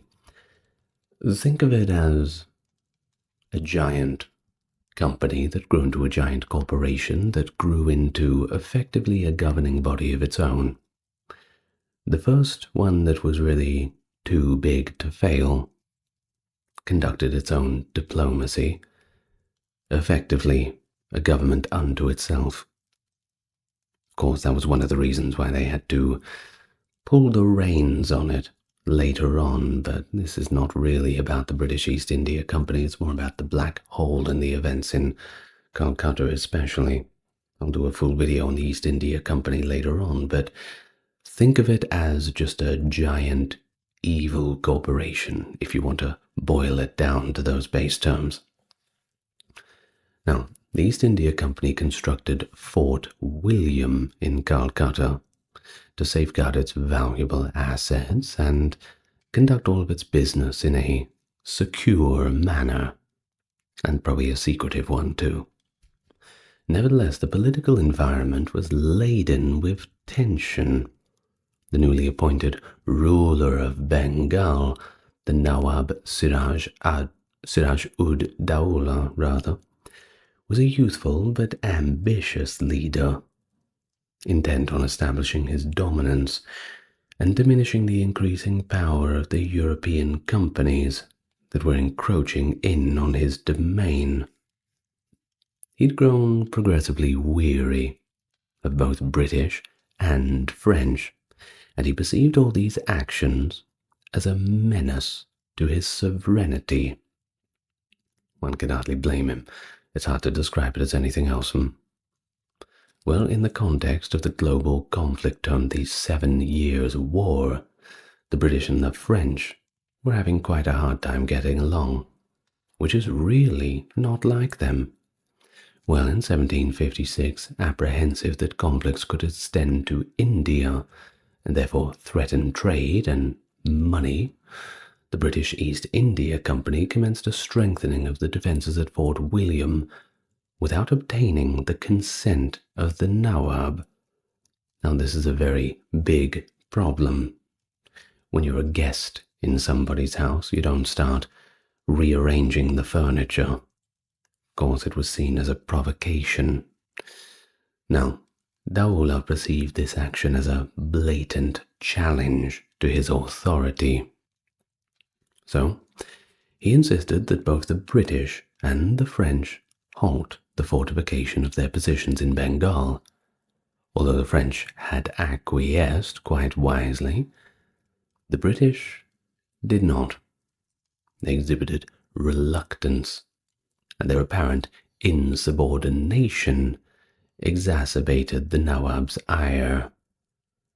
Well exacerbated by the British apathy towards his demands, Siraj assembled his forces and advanced towards Calcutta, resolute in his intent to subjugate the company.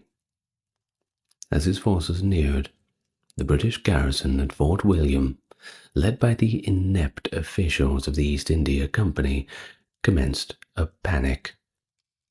Governor Drake, the British commander, absconded with numerous other officers, rendering the fort inadequately staffed and susceptible. In a final effort to maintain control, the remaining soldiers were placed under the command of John Zephaniah Holwell. We'll get to him in a moment. A senior official of the East India Company and former military surgeon, who had led a small contingent of defenders, including several Anglo-Indian soldiers and civilians seeking refuge within the fort. Well, notwithstanding their endeavours, the British defence completely disintegrated. The defection of multiple Indian sepoys further undermined their already tenuous position. On June the 20th, 1756, the forces of Siraj Daula captured Fort William. The detained British officers, soldiers, and civilians were subsequently confined into the poorly ventilated dungeon that would gain notoriety as the video's namesake. Well, Holwell actually left us with a great account of this, which we'll get to in a moment. Before we do, we'll just go on about the general feel before the fort's collapse and after. Now, of course, the British were not really used to losing battles in colonial territories. When you're on a winning streak, there's quite a bit of confidence that goes into it. And of course, the more you win, the more confident you are with the trend. Well, following the fort's capture, Holwell sought an audience with the Nawab, who initially reassured him of the prisoner's safety, stating that on the word of a soldier, no harm will befall them. Well, that's not a bad deal, isn't it? However, harm befell them. Despite all the reassurances, as night fell on June the 20th, 1756, the situation deteriorated. The Bengali jailers, unable to find a suitable location to detain the prisoners, decided to confine them in that small little dungeon, already known as the Black Hole. The space measuring by 14 by 18 feet is about 4 meters by 5.5 meters. Holwell and the other prisoners were disrobed and shoved into the cramped little cell, along with dozens of soldiers and even civilians. On the following morning, when the dungeon was finally opened around 6 a.m., only about 23 of them remained alive, having endured extreme heat and suffocation throughout the night, and no doubt quite a bit of panic. The exact number of prisoners who entered the Black Hole and the casualties from the incident remain debated, and we'll get to the debate from the Indian side later on in the video. Now, Stanley Walpert estimated that 64 of them were actually imprisoned, and 21 of them survived, whereas D.L. Pryor suggests that around 43 from the garrison were missing or had died to causes unrelated to suffocation. There is also the added presence of many non-combatants at the time of the fort's capture that made it difficult to establish an accurate casualty count. Well, Holwell, in his account, the one who was there and saw the whole thing, attributed the maltreatment and deadly conditions of the Black Hole to the lower-ranking Jemadars, who harbored resentment and sought vengeance for the losses they had suffered during the siege.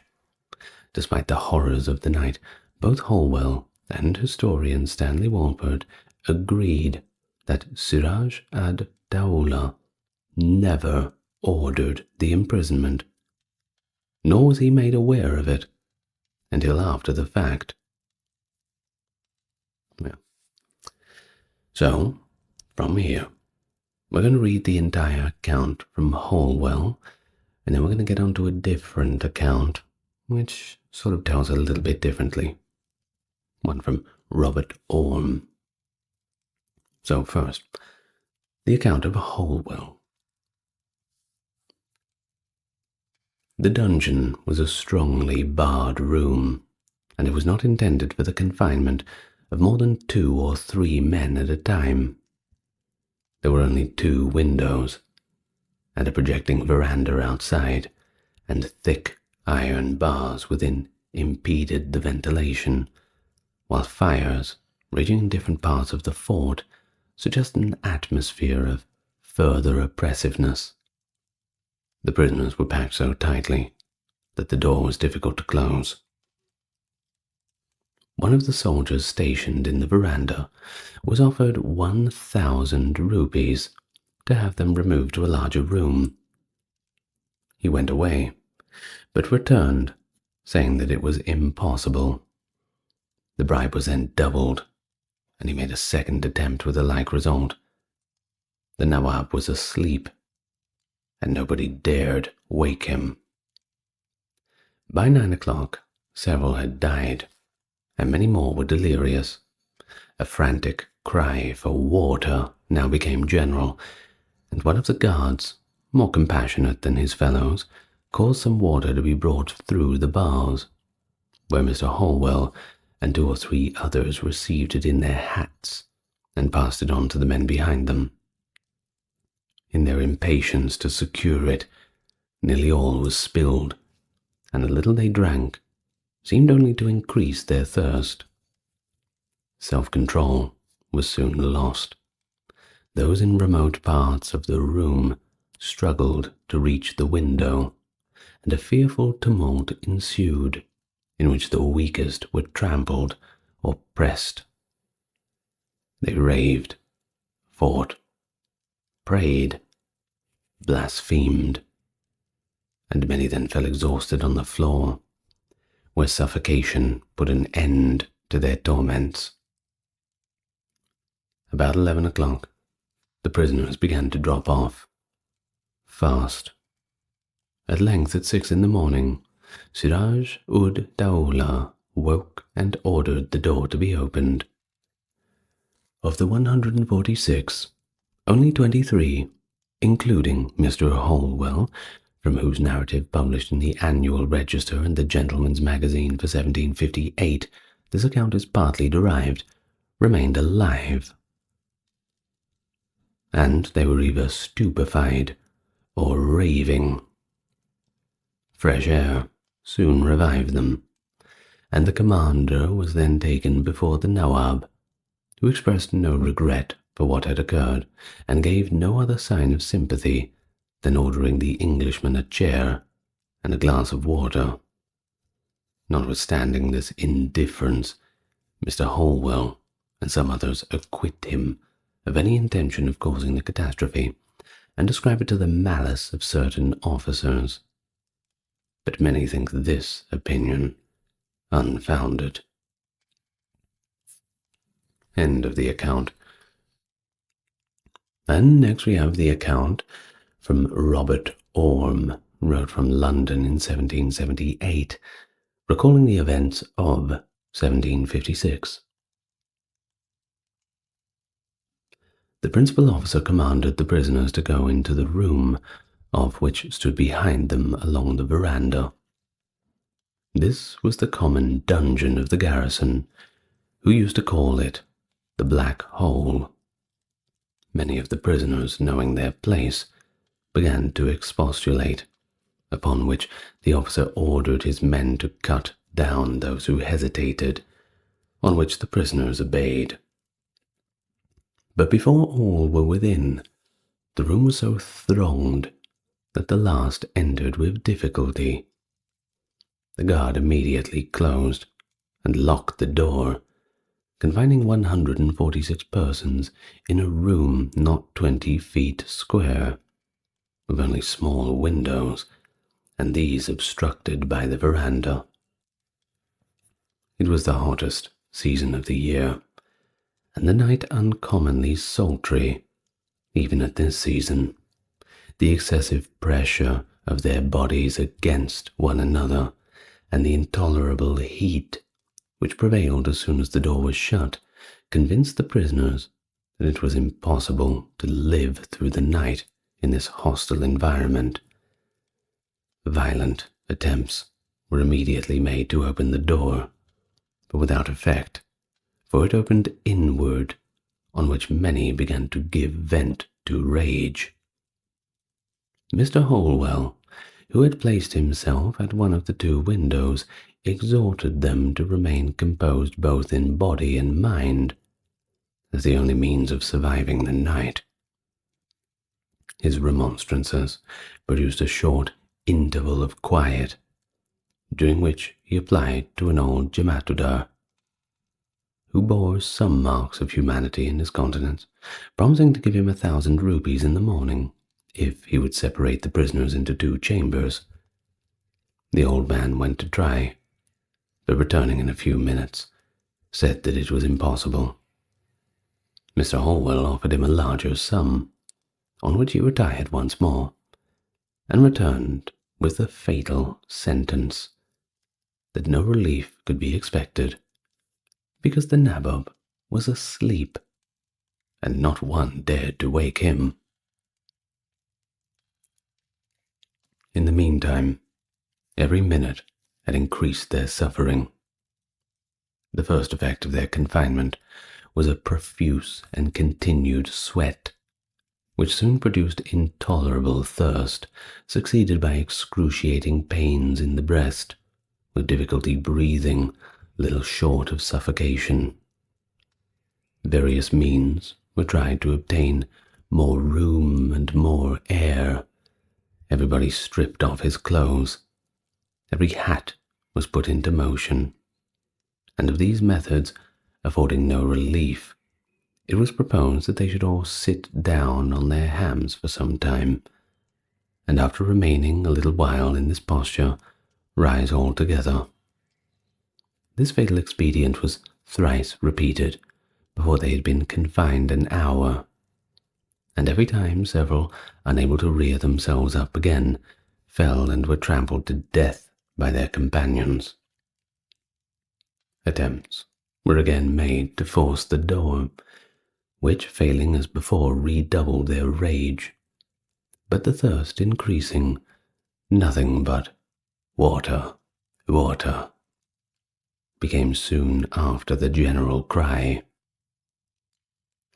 The good Jemadar immediately ordered some skins of waters to be brought to the windows, but instead of relief, his benevolence became a more dreadful cause of destruction, for the fight for the water threw everyone into such excessive agitation and ravings that, unable to resist this violent impulse of nature, none would wait to be regularly served, but each with the utmost ferocity battled against those who were likely to get it before him. In these conflicts, many were either pressed to death by the efforts of others or suffocated by their own. This scene, instead of producing compassion in the guard without, only excited their mirth.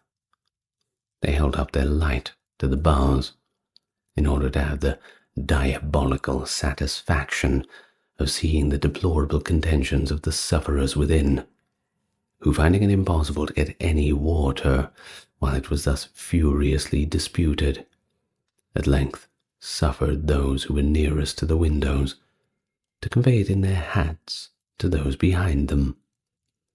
It proved no relief either to their thirst or their other sufferings, for the fever increased every moment with the increasing depravity of the air in the dungeon, which had been so often respired, and was saturated with the hot and deleterious effluvia of putrefying bodies, of which the stench was little less than mortal. Before midnight fell, all who were alive had not partaken of the air at the windows, were either lethargic in stupefaction or raving with delirium. Every kind of invective and abuse was uttered in hope of provoking the guard to put an end to their miseries by firing into the dungeon. And whilst some were blaspheming the Creator with frantic execrations of torment and despair, heaven was implored by others with wild and incoherent prayers, until the weaker, exhausted by these agitations, at length lay down quietly and expired on the bodies of their dead or agonizing friends. Those who still survived in the inward part of the dungeon, finding that the water had afforded them no relief, made a last effort to obtain air by endeavoring to scramble over the heads of those who stood between them and the windows. With the utmost strength of every one was employed for 2 hours, either in maintaining his own ground or in endeavoring to get that of which others were in possession. All regards of compassion and affection were lost, and no one would recede or give way for the relief of another. Faintness sometimes gave short pauses of quiet, but the first motion of anyone renewed the struggle through all, under whichever, and anon someone sunk to rise no more. At 2 o'clock, not more than 50 remained alive, but even this number were too many to partake of the saving of air. The contest for which and for life continued until the morning, long implored, began to break, and with the hope of relief gave the few survivors a view of the dead. The survivors then at the window, finding the entreaties could not prevail on the guard to open the door, it occurred to Mr. Cook, the secretary of the council, that Mr. Holwell, if alive, might have more influence to obtain their relief, and 2 of the company, undertaking to search, discovered him, having still some signs of life. But when they brought him towards the window, everyone refused to quit his place, excepting Captain Mills, who with rare generosity offered to resign his, on which the rest likewise agreed to make room. He had scarcely begun to recover his senses before an officer, sent by the nabob himself, came and inquired if the English chief still survived, and soon after the same man returned with an order to open the prison. The dead were so thronged, and the survivors had so little strength remaining, that they were employed near half an hour in removing the bodies which lay against the door before they could clear a passage to go out one at a time. When one of 146 who went in no more than 23 came out alive, the ghastliest forms that were ever seen.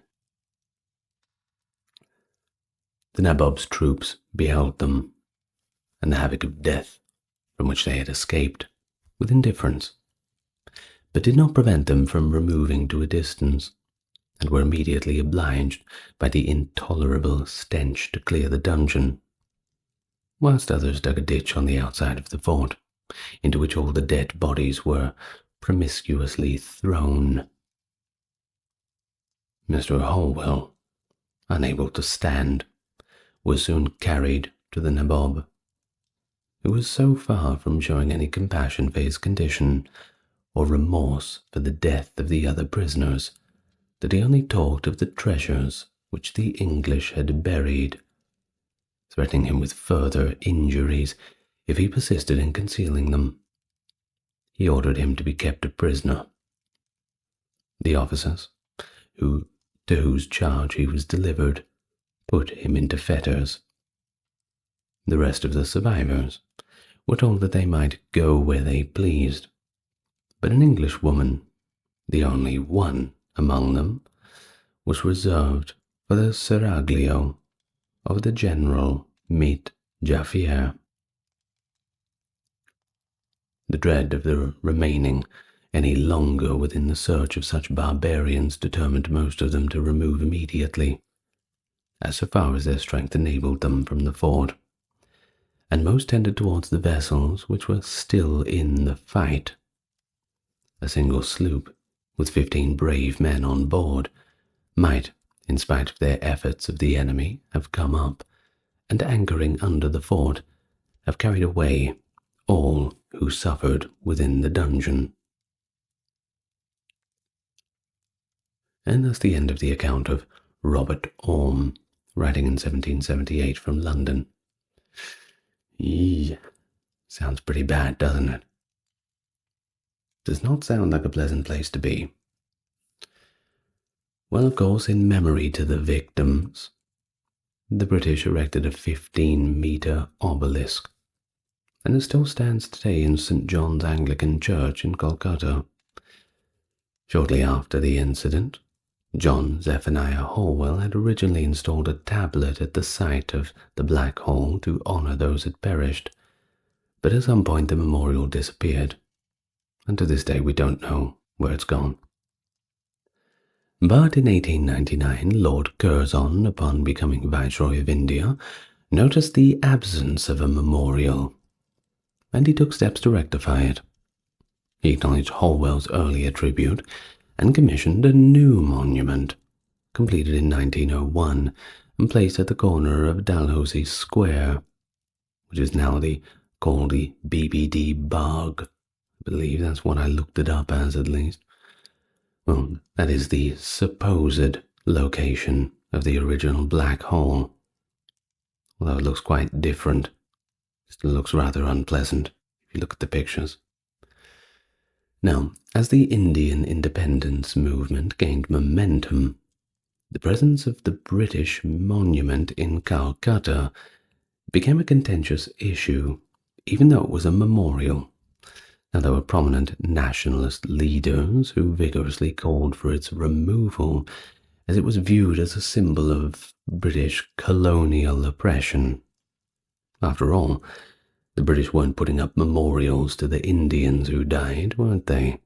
I suppose you can look at it that way. Either way, it's a memorial, though. We shouldn't be taking memorials down. Well, leaders from both the Congress Party and the Muslim League actually united in their opposition to the monument. So, in July 1940, led by student activist Abdul Wasek Mia, the monument was finally removed from Dalhousie Square and then relocated to the current location of St. John's Anglican Church. Now, as for the original Black Hole itself, which was once the guard room of the old Fort William, well, that vanished when the fort was dismantled to make way for the construction of the new Fort William, located in the Maidan to the south of BBD Bog. The former site of the guardroom is now actually an alley between the General Post Office and a nearby building in the northwest corner of Bog. There is a commemorative tablet that once marked the location of the black hole, but that's been moved since to the Postal Museum, so I'm afraid there's not much to see. But of course, there are two sides to every story, and there's equally an argument that exists to the extent of the tragedy, particularly in form of criticism towards Holwell's account. Now, Holwell depicted that harrowing scene in which the asphyxiated prisoners frantically sought for air through the dungeon's two minuscule windows, which by the morning only 23 of them were alive. Now, this has been questioned a little bit. Of course, this account certainly incited intense outrage in Britain, which we'll get to in a moment, and also exacerbated anti-Indian sentiments. And when sentiments are that exacerbated, well, you can sort of use it to get away with anything, can't you? Nonetheless, the authenticity of Holwell's account has been increasingly scrutinized over time. Numerous historians have contested the specifics, proposing that the account was amplified to strengthen British determination and rationalize the very harsh measures on India.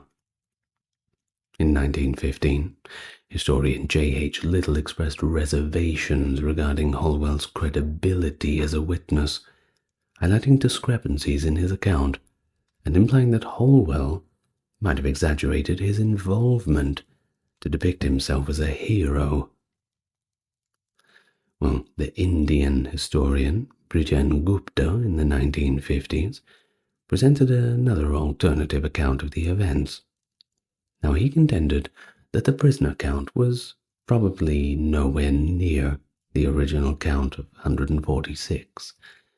He thought it was rather about 64, with 21 of them enduring the night. Now, Gupta presented evidence including that the Nawab of Bengal neither authorized the imprisonment nor was even cognizant of the fatalities until subsequent to their occurrence. The ambiguity regarding the specific details of the black hole does not significantly reduce its symbolic significance, however. Although the figures are contested, with estimates ranging from 64 to 146, it's still pretty terrible, no matter which way you look at it. And narrowing it down to 64 does not make the situation any less horrifying. Well, we already know how terrible it all is, but what happened next? Well, it's not like everybody just went home and forgot about it, right? Regardless of the exact number, this was not just some lost battle. This was an injury of British pride. This was barbaric. When news of the tragedy reached Britain in early 1757, it ignited this firestorm of shock, anger, and of course demands for retribution. The primary catalyst for this reaction was John Zephaniah Holwell's account, which he published promptly upon his return to England. Well, the British public, who were already harboring anxieties about their nation's global standing and the security of its overseas interests, were deeply moved by Holwell's story, which also gave this account of the Nawab of Bengal as this cruel and tyrannical figure, a kind of nightmare-like creature coming to punish the Brits. We can't have that scary monster. Well, newspapers, pamphlets, and broadsheets disseminating his account widely often embellished the details to heighten the sense of outrage. This incident was framed not just as a tragic loss of life, but a moral atrocity, a crime against God himself, the worst thing ever. You gotta sell the newspapers, don't you? Especially when it's committed against innocent Britons by a barbaric foreign ruler. Well, it tapped into and reinforced these existing stereotypes of Eastern despotism and cruelty, and public support was more or less galvanized for decisive action. Parliamentarians and influential figures within the British East India Company seized upon public sentiment to advocate for stronger military and political presence in India. The company's trading operations had already been suffering at this time due to competition with the French and the unstable political climate in Bengal. The Black Hole incident provided both the impetus and the moral justification for the company to take more aggressive measures to secure its interests. In response, the East India Company organized a military expedition to Bengal, appointing Robert Clive, a seasoned officer, known for his previous successes in southern India, to lead the campaign. Clive arrived in Madras, which is now modern-day Chennai, around mid-1756, and upon learning of the fall of Calcutta and the Black Hole tragedy, swiftly prepared a force to retake the city. By December of the same year, 1756, Clive had assembled a contingent of around 2,500 soldiers, including both British regulars and Indian sepoys who were employed by the company. Remember, they were getting their own mercenaries to the East India Company. Now, Clive's forces landed near Calcutta in January 1757 and quickly recaptured the city with minimal resistance, as Siraj-ud-Dawla had not anticipated a British response, or at least not one so rapidly. However, Clive's ambitions extended beyond merely retaking Calcutta. You see, he recognized an opportunity to significantly expand British influence in Bengal. Strike while the iron is hot. You know how it is. Well, to achieve this, he engaged in a series of clandestine negotiations with the discontented Bengali nobles and commanders, who were reportedly quite unsatisfied with the Nawab Siraj-ud-Dawla's rule. Now, central to these machinations was Mir Jafar, the commander-in-chief of the Nawab's army. Clive and his agents promised him the throne of Bengal in exchange for his support in overthrowing the Nawab. This conspiracy laid the groundwork for the decisive confrontation at the Battle of Plassey on June the 23rd, 1757. At Plassey, Clive's forces faced the Nawab's army, which was significantly larger, numbering around 50,000 troops compared to Clive's 3,000. However, due to prior arrangements, Mir Jafar and a substantial portion of the Nawab's army actually refrained from engaging in the battle. When the time came, weapons went down and shoulders were shrugged. Nobody was going to take up arms against the Brits. Well, this act of betrayal left the Nawab's forces demoralized and disorganized. Clive capitalized on the chaos, and his well-trained troops routed the remaining forces.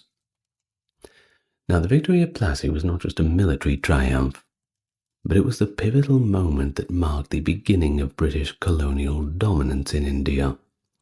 Following the battle, Mir Jafar was installed as the new Nawab of Bengal, and he was largely a puppet ruler. Of course he was. Under the thumb of the East India Company, you do as you're told. The company gained control over Bengal's vast revenues and resources, which significantly enhanced its financial and political power. Now, back in Britain, news of Clive's success and the avenging of the Black Hole tragedy was met with widespread acclaim. Clive? Well, he was hailed as a national hero, and the East India Company, their stock price soared. The investors were happy with that, I'm sure. The narrative of British bravery and moral righteousness overcoming the Eastern treachery reinforced the public's support for even more imperial expansion.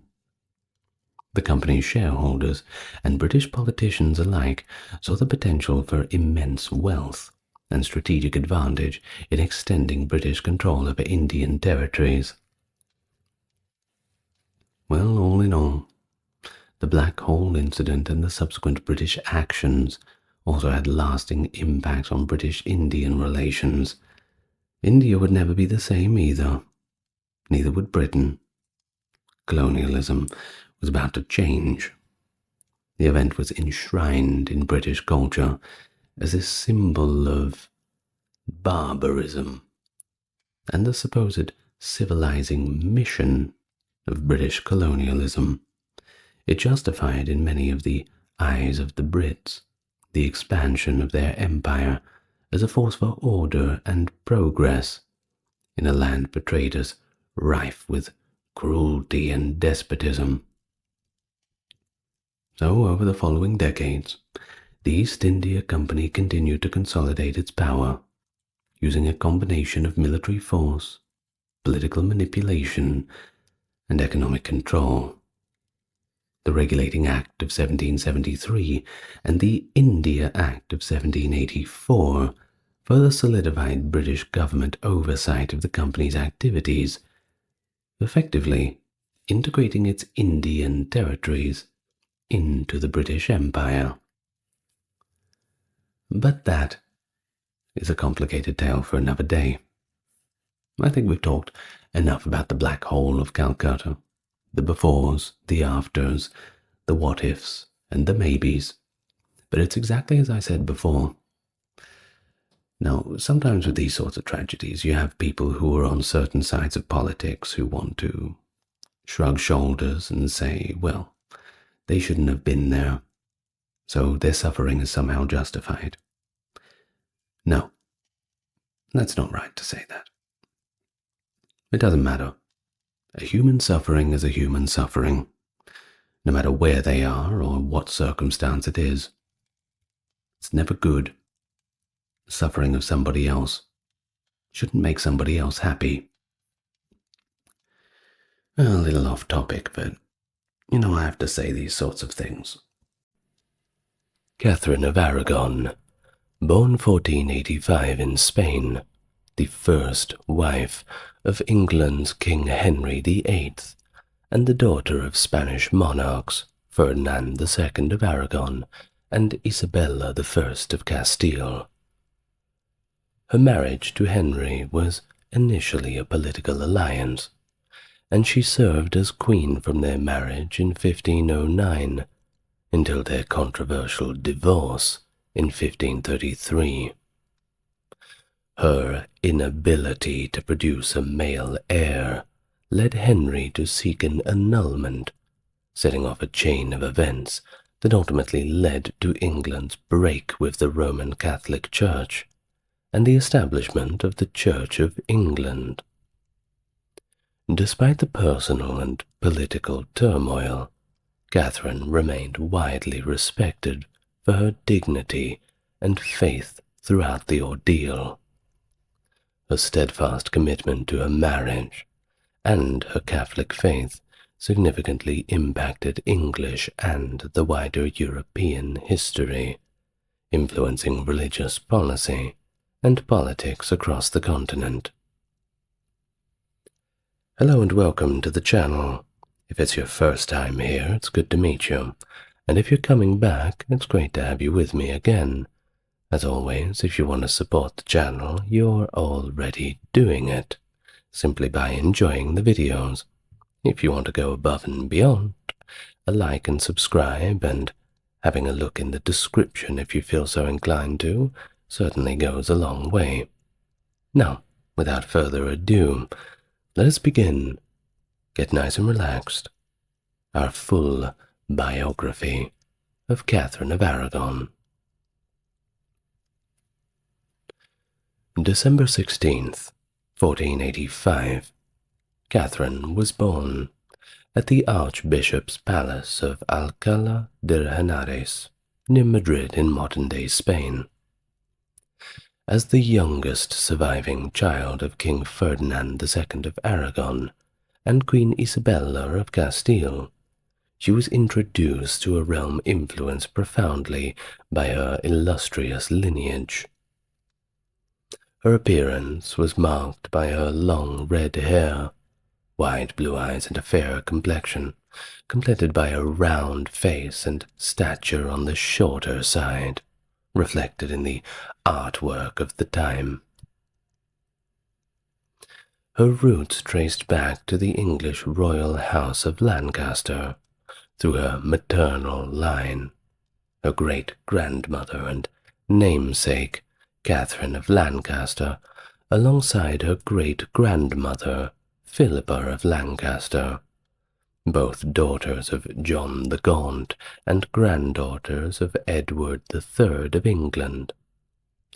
This connection rendered her not only the third cousin of Henry VII of England, but also the fourth cousin of Elizabeth of York, linking her fatefully to the English crown. Her education in her formative years was, of course, robust and diverse, overseen by one Alessandro Gheraldini, a learned clerk of the Holy Order. Her studies spanned the normal: arithmetic, both canon and civil law, classical literature, genealogy, heraldry, history, philosophy, religion, of course, fostering a profound Roman Catholic faith that would significantly shape her later endeavors. And it wasn't just those subjects. She was also fluent in Castilian, Spanish, and Latin, also with competencies in French and Greek. Her intellectual pursuits were heavily praised by Erasmus, who noted her lifelong dedication to good literature. Beyond the scholarly, Catherine's training extended to the domestic and artistic realms. She reportedly mastered cooking, embroidery, lace-making, sewing, spinning, and weaving, and she was also proficient in music, dancing, and drawing from an early age. This comprehensive education not only prepared her for the rigors of court life, but also imbued her with the etiquette that was necessary to navigate these complexities of her future roles in the English monarchy. So, from this very young age, she was earmarked as an ideal consort for Arthur, the Prince of Wales, and also the prospective English king. Her eligibility was significantly enhanced by her maternal English ancestry. Catherine's claim to the English throne was theoretically stronger than that of Henry VII, derived as it was from John of Gaunt, the first Duke of Lancaster's marriages to Blanche of Lancaster and Constance of Castile. Henry VIII, on the other hand, descended from Gaunt's third union with Catherine Swynford, whose offspring were initially illegitimate and only later legitimized, yet still barred from succession. This tenuous claim of Henry's casts shadows on the Tudor legitimacy, with some European realms remaining skeptical of the new dynasty. In stark contrast stood the prestigious House of Trastamara, led by Catherine's parents, the Catholic monarchs whose renown made them Europe's foremost royal family. The union between Catherine and Arthur was thus seen not merely as a matrimonial alliance, but as a vital endorsement of the Tudor claim to the English throne, offering any potential male offspring a robust claim of his own. The marital arrangements thus advanced swiftly, with the couple being married by proxy on the 19th of May 1499, and engaging in correspondence in Latin until deemed mature enough for cohabitation. When the time came for Catherine to journey to England, Her entourage was a testament to her status. She was accompanied by illustrious figures such as Diego Fernandez de Cordoba, the third Count of Cabra, Alonso de Fonseca, the Archbishop of Santiago de Compostela, and Antonio de Royas Manrique, the Bishop of Mallorca. Notably, her retinue included the first Africans recorded in London, among them the trumpeter John Blank, a symbol of exotic luxury that highlighted the power and reach of her family. Initially expected at Gravesend, Catherine's arrival was met with a retinue of English gentlewomen in October of 1501, ready to escort her via a flotilla of barges up the Thames to the Tower of London, a majestic procession that showed the significance of her arrival, and also the hopes that were pinned upon this union. August 17th, 1501, the youthful Catherine of just 15 years old embarked on her journey from A Coruña, destined to meet her future husband, Arthur, the Prince of Wales. Their first encounter occurred on the 4th of November at Dogmersfield in Hampshire. Despite their prior exchanges, through letters written in Latin, their initial face-to-face meeting revealed a surprising barrier. Differing pronunciations of Latin rendered their spoken conversations almost unintelligible to one another. Nevertheless, Arthur expressed his joy and commitment in letters to his parents and in-laws, affirming his intent to be a, and I quote, true and loving husband, and of course his delight at finally seeing his lovely bride.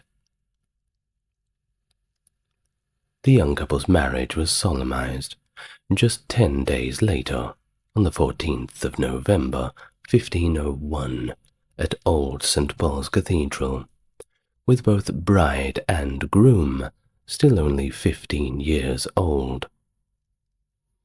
A substantial dowry of 200,000 ducats underscored the union, half of which was promptly paid following the ceremony. On this notable occasion, Catherine and her Spanish ladies-in-waiting made a distinct impression, arrayed in the traditional styles of their homeland, adding a little bit of color to that bleak countryside up north. Well, post-marriage, Arthur had his own responsibilities. He was dispatched to preside over the Council of Wales and the marches from Ludlow Castle, a responsibility befitting his status as Prince of Wales. Catherine accompanied him, embracing her own new role. However, their life together was abruptly challenged when both were struck by illness, possibly the dreaded sweating sickness prevalent at the time. Tragically, poor old Arthur had succumbed to the disease on the 2nd of April 1502, leaving Catherine, now just 16 years old, a widow, far from her native Spain, navigating her uncertain future all alone. Following the premature demise of Arthur, Henry VII was confronted with a significant fiscal and diplomatic dilemma regarding that 200,000 ducat dowry of his daughter-in-law Catherine. As stipulated in her marriage contract, should Catherine return to her native Spain, the substantial dowry, of which we have mentioned only half had been paid, would need to be completely refunded to her father. This predicament was further complicated by the death of Queen Elizabeth in February of 1503, which prompted King Henry VII to contemplate marrying Catherine himself. However, opposition, understandably from Catherine's father, and concerns about the legitimacy of any offspring from such a union quickly quashed this prospect. In an attempt to resolve the situation and retain the dowry within England, they came up with a new arrangement. Catherine would marry Henry VII's second son, the younger Henry, the Duke of York. However, the death of Catherine's mother, which shifted the inheritance of the larger kingdom of Castile to her elder sister Joanna, diminished Catherine's allure in the dynastic marriage market.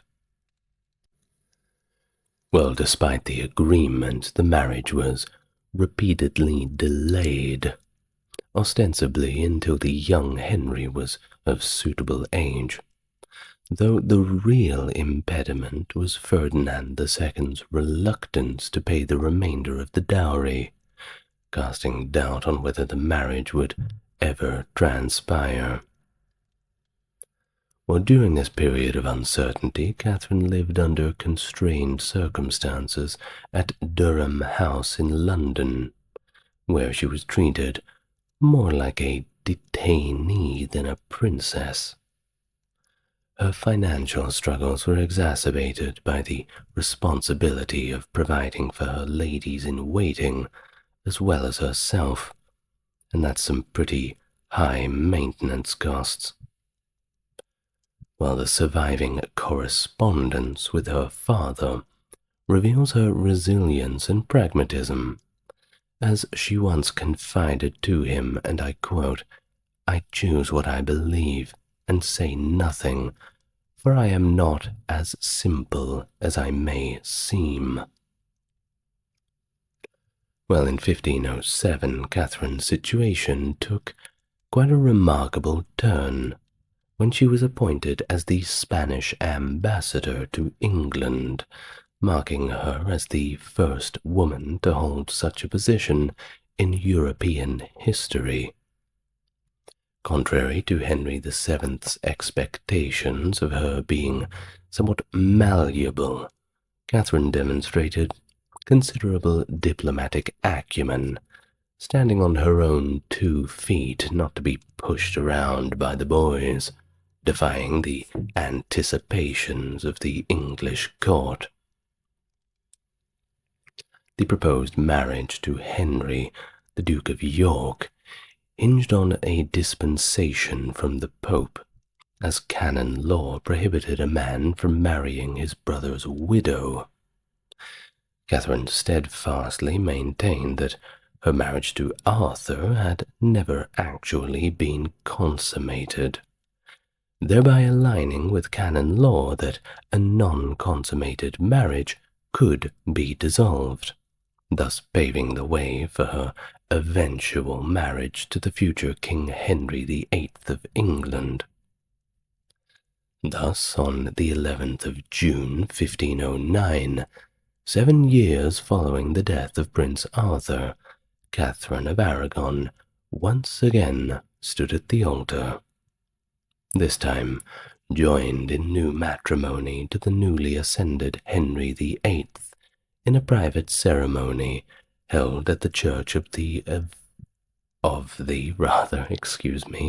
observant friars just outside Greenwich Palace. At 23 years old now, Catherine embarked on this second significant chapter of her royal journey, marrying a king who had only recently claimed the throne. Thus, the coronation of Henry VIII and Catherine of Aragon, a splendid and pivotal event, took place shortly thereafter. On the eve of their coronation, Saturday the 23rd of June, they participated in the traditional procession to Westminster Abbey, which drew a large and enthusiastic crowd. Following custom, the couple spent the night at the Tower of London, the most romantic spot in the city, preparing for the grandeur to follow. The next day, Midsummer's Day, they were anointed and crowned together in a majestic ceremony at Westminster Abbey, led by the Archbishop of Canterbury. The coronation was of course a grand affair, complete with a celebratory banquet held in Westminster Hall, and the creation of many new Knights of the Bath in honour of the event. In the weeks that followed, a series of social occasions introduced the new queen to her subjects. Catherine, with her dignified presence and grace, made a strong and favourable impression on the English populace, who received her warmly. Her ascension to Queen Consort marked the beginning of a new era and set the stage for her influential role in the Tudor court. June the 11th, 1513, as Henry VIII embarked on a military campaign to France, Catherine of Aragon was appointed as Regent of England, bearing the formidable title Governor of the Realm and Captain General. Her regency was immediately tested by the capture of Louis d'Orléans, Duke of Longueville and Thorouanne, although Henry sent Duke to Catherine's household. She, concerned about security due to the active Scottish threat to the north, expressed to her Cardinal Wolsey a preference for the Duke's confinement in the Tower of London. In her correspondence, she fervently prayed for divine favour, similar to that which the English king had enjoyed in France. The ongoing war with Scotland, of course, demanded her full attention. Catherine was industrious at Richmond Palace, personally overseeing the production of standards, banners, and badges essential for the war effort. She rallied support by writing to towns such as Gloucester for muster lists, urging the assembly of troops capable of defending the realm. The Scots invasion propelled her to order Thomas Lovell to muster forces from the Midland counties on the 3rd of September, 1513. By the 8th of September, some 5 days later, Catherine, despite her advanced pregnancy, donned full armour and rode north to inspire her troops with a stirring address. Her eloquence and resolve were so impactful that reports of her speech reached Peter Martyr de Anguera in Valladolid within weeks.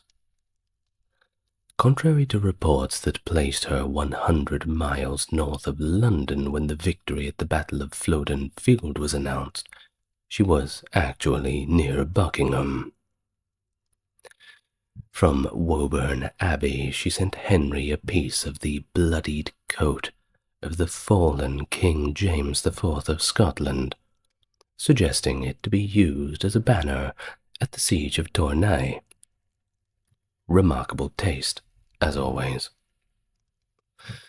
Well, as she aged, Catherine's commitment to her Catholic faith deepened, paralleled by a growing interest in academia. She actively educated her daughter when she came along, Mary, and influenced the broader trend of female education, donating generously to several colleges. Meanwhile, Henry had some concerns, and they were concerns about securing a male heir. Well, reminded of course by the historical precedents of long civil wars that were triggered by female succession. So it wasn't just Henry, who was crossing his fingers for this. It was everybody else, because they could see what was going to happen a mile away if there was a struggle for power in the wake of Henry's death. It never ends peacefully. Well, in 1520, politics shifted once more with a visit from Catherine's nephew, the Holy Roman Emperor, Charles V. Catherine had advocated for an English alliance with Charles over France. Following his departure, she joined Henry in a magnificent visit to France for the Field of the Cloth of Gold. Yet, within 2 years, England had declared war on France, and Charles V was welcomed back, this time with plans to betroth him to Mary. By 1525, Henry's affections had shifted dramatically towards one Anne Boleyn, a young lady-in-waiting to Queen Catherine, who was, by the way, significantly younger than the king, between 10 and 17 years his junior. As Catherine was no longer able to conceive, Henry's frustrations and desires for a male heir intensified. He began to question the legitimacy of his marriage to Catherine, driven mainly by a biblical interpretation suggesting a union with a brother's widow would be childless. Well, although Catherine maintained until her death that her marriage to Arthur had never been consummated, making her a virgin at the time she married Henry, Henry still saw their marriage as divinely cursed. Well, that's one way of getting out of it. The question of whether the Pope had the authority to override what Henry had viewed as a scriptural impediment became central in his fervent campaign to obtain this annulment. And it's highly likely that the push for an annulment was influenced early on by Henry's desperation for a son, considering the historical context of civil wars fought over the English crown before his father's reign. Bad memories. They don't want to go through that again. Well, his resolve to secure an annulment became his overriding mission. Catherine, however, dug her heels in and remained resolute, famously refusing the suggestion to retire to a nunnery with the assertion, I quote, "God never called me to a nunnery. I am the king's true and legitimate wife." Hard to argue with that, isn't it? Well, in pursuit of his goal, Henry circumvented Cardinal Thomas Wolsey, initially keeping him in the dark, and dispatched his secretary William Knight to Pope Clement VII to argue that the dispensation by Pope Julius II was actually obtained under false pretenses. However, the task proved daunting, as Pope Clement VII was then a captive of Catherine's nephew, Charles V, following a rather unfortunate sacking of Rome in the May of 1527. Now, Knight's mission was stymied, by the way, leading Henry to reluctantly involve Wolsey, who strove to secure a favorable decision the best way he could. And amidst all of these ecclesiastical negotiations, both Pope Clement VII and the reformer Martin Luther, who was universally loved and popular at the time, suggested an unconventional solution: that Henry might take 2 wives to maintain the royal dignities of both Catherine and their daughter Mary. This proposal was not aimed at reintroducing polygamy broadly, but rather as a specific measure to resolve the royal dilemma. Cardinal Thomas Wolsey took significant steps to resolve Henry's dilemma by setting up an ecclesiastical court in England with a papal representative presiding, on both Henry and Catherine in attendance. Despite this effort, the Pope, possibly swayed by the influence of Charles V, Catherine's nephew, recalled his legatee, thereby halting any proceedings taking place in England. Henry perceived the Pope's actions as a clear signal that an annulment of his marriage to the Emperor's aunt was not going to happen. Consequently, the Pope explicitly forbade Henry from remarrying until a decision was reached, and he meant a decision in Rome. Wolsey's failure in this endeavor led to his dismissal from public office in 1529. Subsequently, he engaged in a covert attempt to have Anne Boleyn exiled and communicated with the Pope towards this end. Upon discovery, Henry was not impressed and ordered the immediate arrest of Wolsey. His death in 1530 from terminal illness likely spared him from execution for treason. Which leads us to 1531, the following year, after all of these tumultuous events, if we may say so. Catherine was removed from court, and her chambers were reassigned to Anne Boleyn. You can imagine how she felt. As a matter of fact, you don't need to imagine. We have a letter that she had wrote to Charles V expressing her despair at the time, and I'll quickly read a passage from said letter. My tribulations are so great, my life so disturbed by the plans daily invented to further the king's wicked intention, the surprises which the king gives me, with certain persons of his council, are so mortal, and my treatment is what God knows, that is enough to shorten 10 lives, much more my own.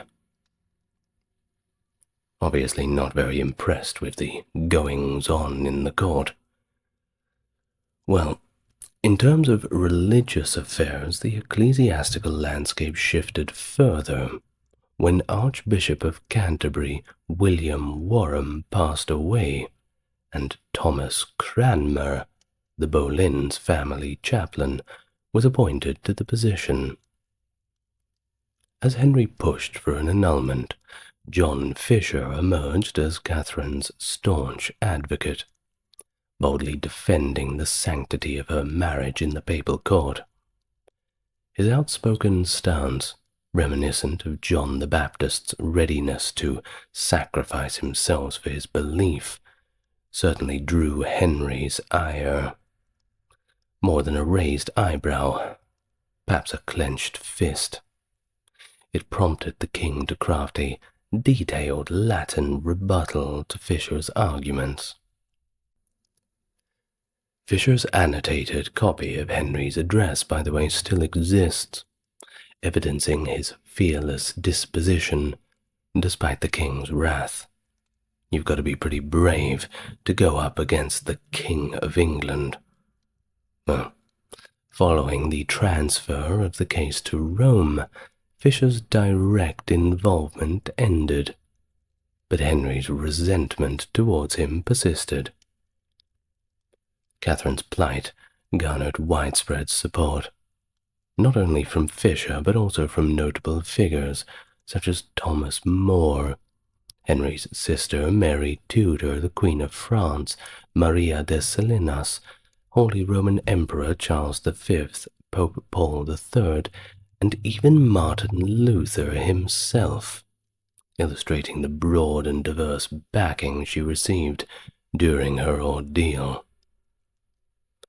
Well, after a covert meeting in Calais with King Francis I of France, Henry returned to Dover and, in secret, married Anne Boleyn.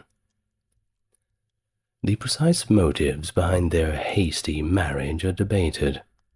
Some believe that Anne was already pregnant, and Henry wished to avoid the possibility of an illegitimate heir, while others argue that Anne, having witnessed her sister Mary Boleyn's brief affair with the king and subsequent disregard, insisted on a marriage before any intimate relations. Smart girl. Henry justified their union by arguing the invalidity of his marriage to Catherine, given her prior marriage to his brother Arthur, and he thus claimed that if Catherine's marriage to Arthur was consummated, he was free to marry under canon law. At least that's what he kept repeating to himself and the angry onlookers as he tied the knot with his new wife. Well, on May 23rd, 1533, Thomas Cranmer, presiding over a specially convened court at Dunstable Priory, officially declared Henry's marriage to Catherine unlawful, dismissing Catherine's steadfast assertion that her marriage to Arthur had never been consummated. And just 5 days later, Cranmer affirmed the legality of Henry's marriage to Anne Boleyn. So it was done. The paperwork had all been signed, and, well, it was all over for Catherine. Well, not quite. Despite these declarations, Catherine maintained her status as Henry's legitimate wife and England's rightful queen till her dying day, a title her servants continued to use in her presence. However, Henry only recognized her as the, quote, Dowager Princess of Wales. Still not a bad title, but not the one she wanted. He acknowledged her as the widow of his brother, rather than as a queen.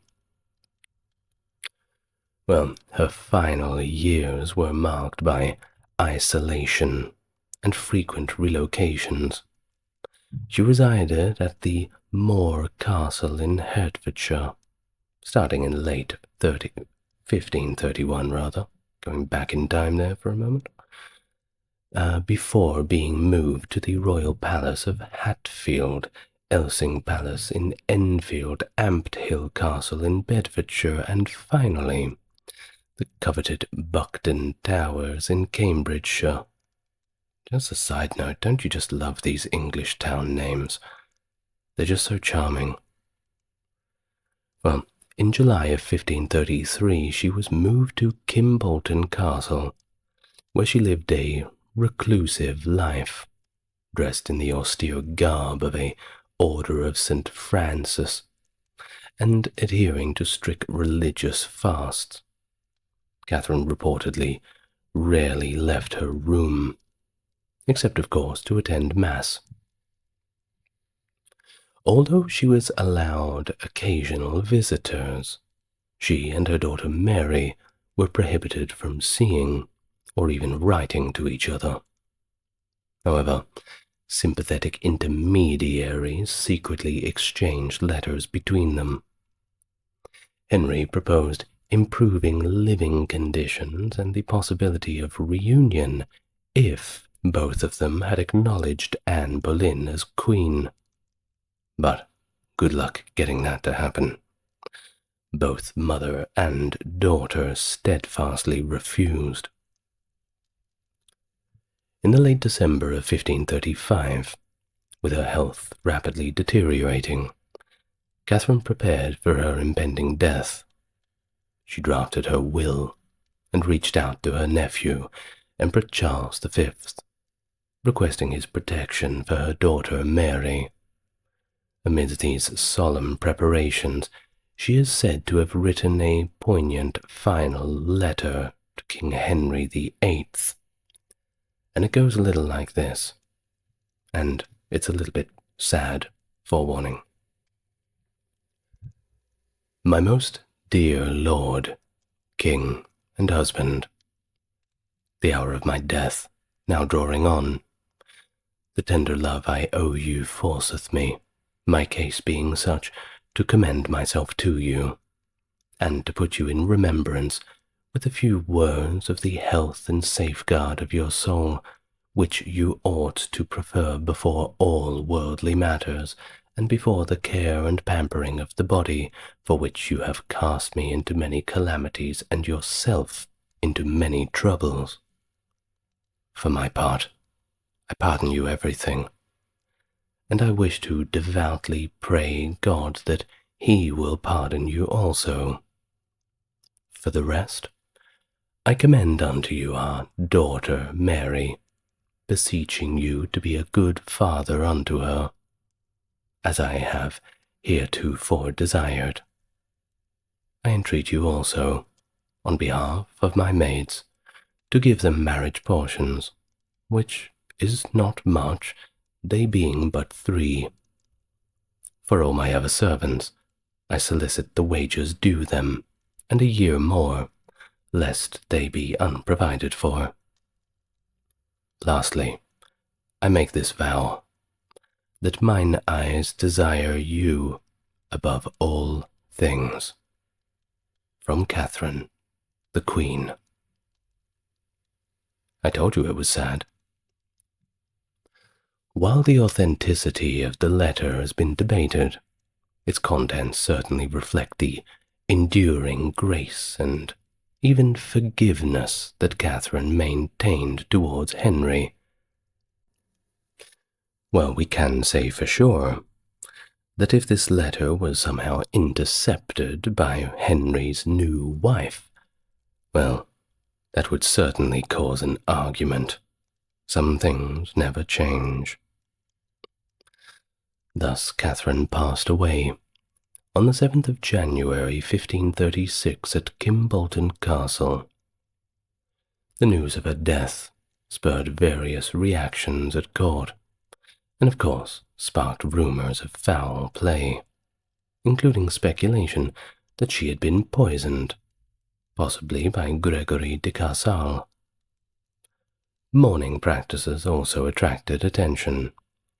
Anne Boleyn and possibly Henry himself were reported to have worn yellow, a color associated with mourning in Spain, though this was seen by some as inappropriate or perhaps even celebratory. Despite the public display, both Henry and Anne reportedly mourned privately later that day. On the day of her funeral, Anne miscarried a male child, leading to further grim rumors about Catherine's death, though modern experts believe that her symptoms, as reported, were more consistent with those of cancer. Either way, she was laid to rest in Peterborough Castle, honoured as a Dowager Princess of Wales, but of course not as the Queen. Henry abstained from the funeral, and also prohibited their daughter Mary from attending, highlighting the continued complexities of his relationships and the turbulent era of his reign. Regardless, not a very kind move to bar Mary from going to her own mother's funeral under any circumstance. Now let's talk just a little bit about Catherine's religious observance, because it is a rather important part of her life. So before we go, let's just say a few words on that. Of course, she was deeply committed to her faith, and a devout member of the Third Order of St. Francis.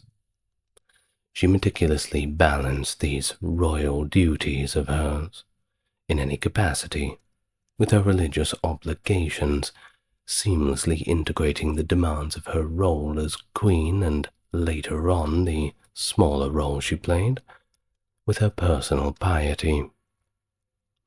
Now, after her marriage to Henry was annulled, she famously declared her spiritual priorities by stating, and these are her words, "I would rather be a poor beggar's wife and be sure of heaven, than queen of all the world and stand in doubt thereof by reason of my own consent." Thus, her religious practice was marked by a focus on the essential elements of Catholic devotion, the big four: Mass, prayer, confession, and penance, rather than the outward celebration of saints and holy relics, which she did not emphasize in her personal views on spirituality. But despite this, she remained acutely aware of the flaws she perceived within the Church's hierarchy, though she maintained a critical distance from the more radical criticisms like those proposed by Martin Luther of 1517, which ignited the Protestant Reformation, and, well, plenty of other events. You may want to watch the video on Martin Luther. It's quite interesting, especially his later writings. Now that is a rabbit hole. Well, back to Catherine. In her youth, she was lauded for her exceptional beauty, described as, and I quote, "the most beautiful creature in the world," and it was said that there was nothing lacking in her that the most beautiful girl should have. Esteemed figures like Thomas More and Lord Herbert later reflected on her appearance, noting, "There were few women who could compete with the Queen in her prime." These accolades highlight the remarkable impression Catherine made with her striking looks and royal demeanor throughout her life. But of course, it's not all about the outside appearance. It can't be. She was not only a queen, but also a pioneering advocate for women's education, and that is important. This is exemplified by the controversial book, at least at the time, The Education of a Christian Woman by Juan Louis Vives, which argued that women have the right to an education, and was both dedicated to and commissioned by Catherine. I know this all sounds pretty obvious, but you must send your brain back in time a little bit. While her influence extended even to her adversaries, as Thomas Cromwell, a known opponent, remarked, if not for her being a woman, she could have defied all the heroes of history. Catherine's compassion was evident when she successfully interceded on the behalf of the rebels of the evil May Day, advocating for their lives for the sake of their families, not often something you see in royals. Her commitment to social welfare in general was further demonstrated through her initiation of an extensive program for the relief of the poor. A patron of Renaissance humanism, Catherine was friends with notable scholars such as Erasmus and Thomas More, and some even viewed her as a kind of martyr.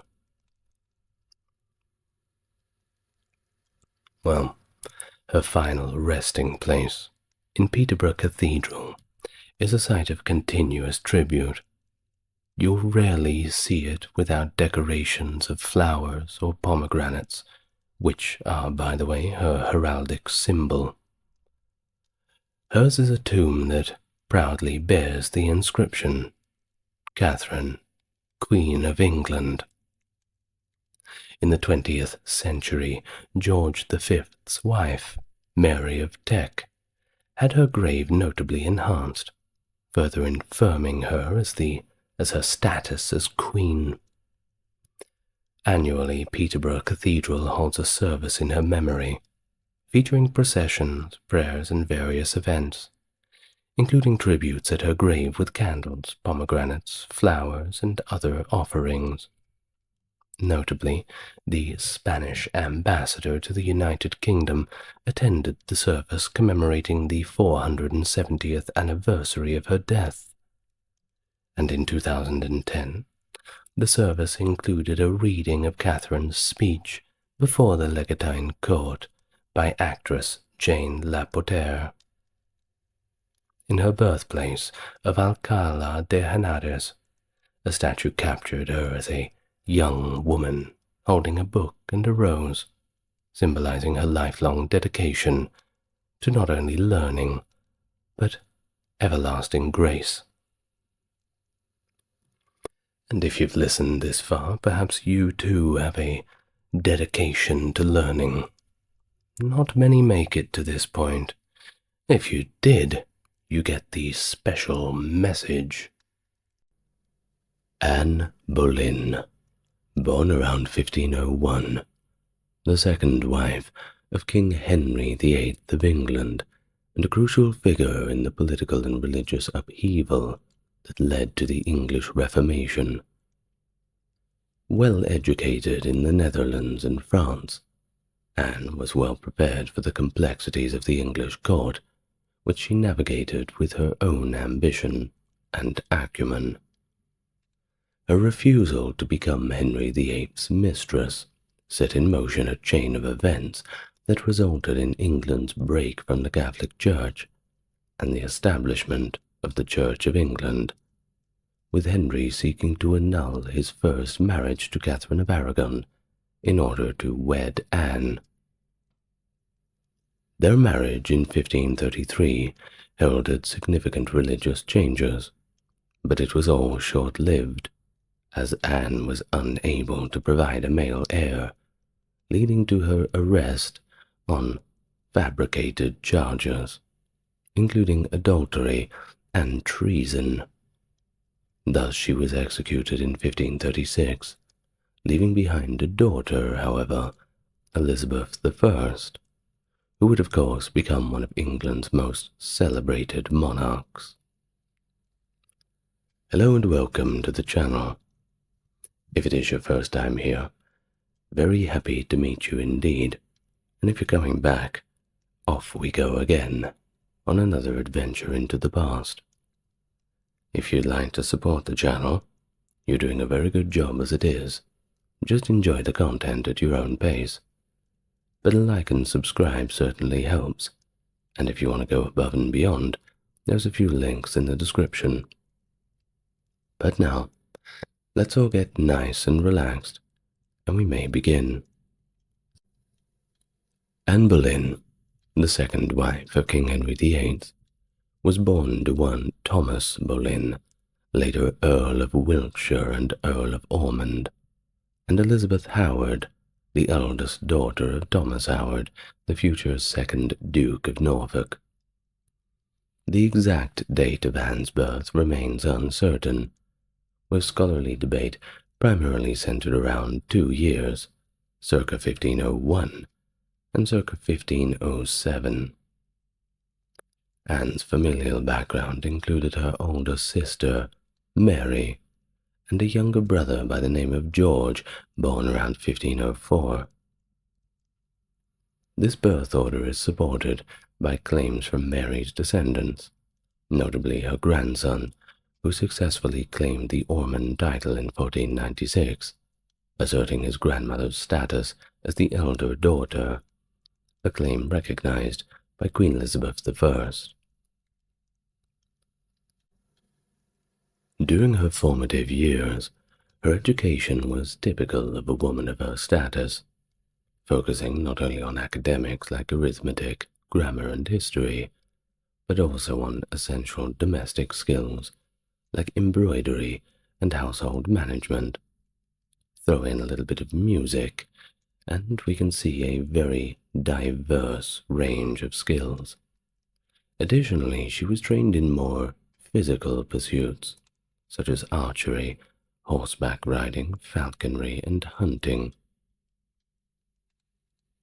Now, these formative years were significantly shaped by her time spent in influential European courts, due to her father, Thomas Boleyn's diplomatic career under Henry VIII.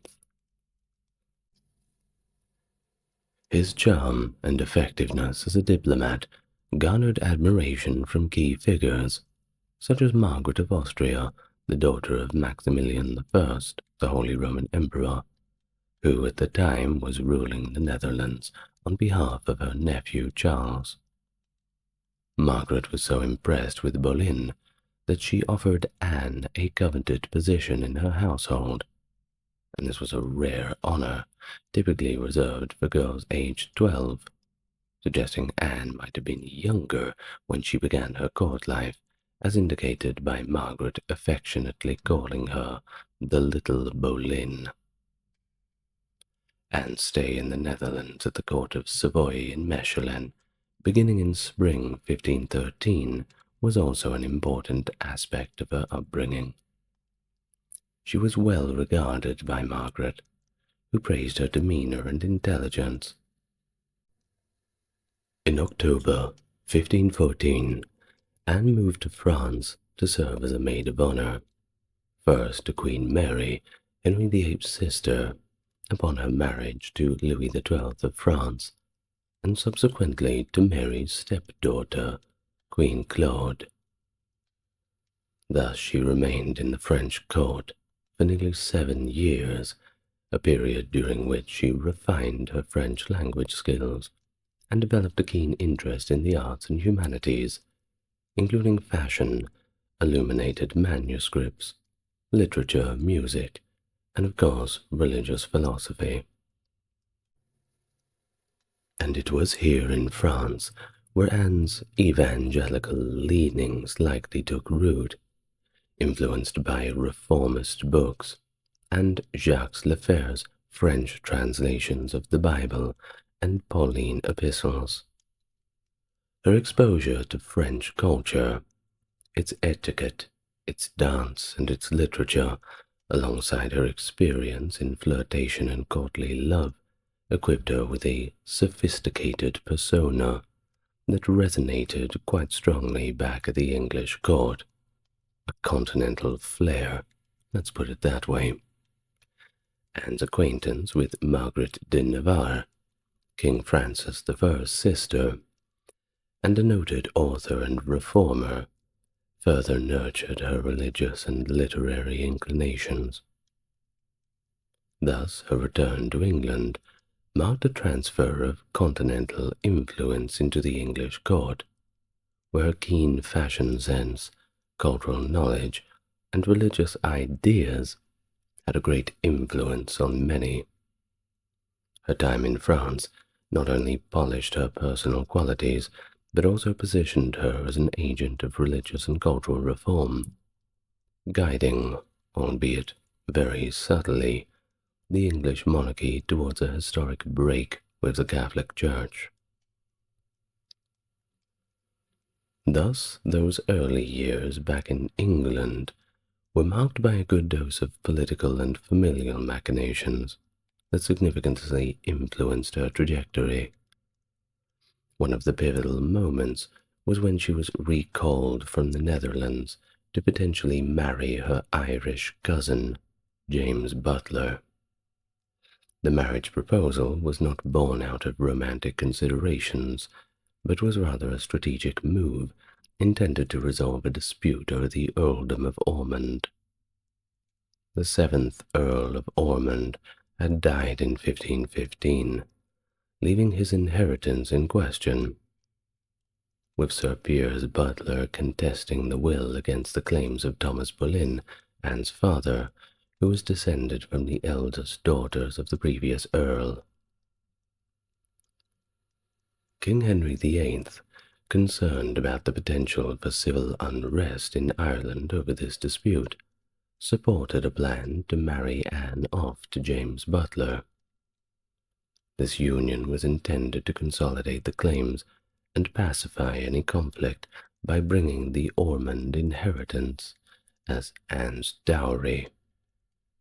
However, negotiations failed, and it was possibly due to Sir Thomas Boleyn's ambitions for a more advantageous match for Anne, or perhaps even so, his own aspirations to the titles. James Butler went on to marry Lady Joan Fitzgerald, who was another prominent heir. But Anne Boleyn would always be the one who got away from him.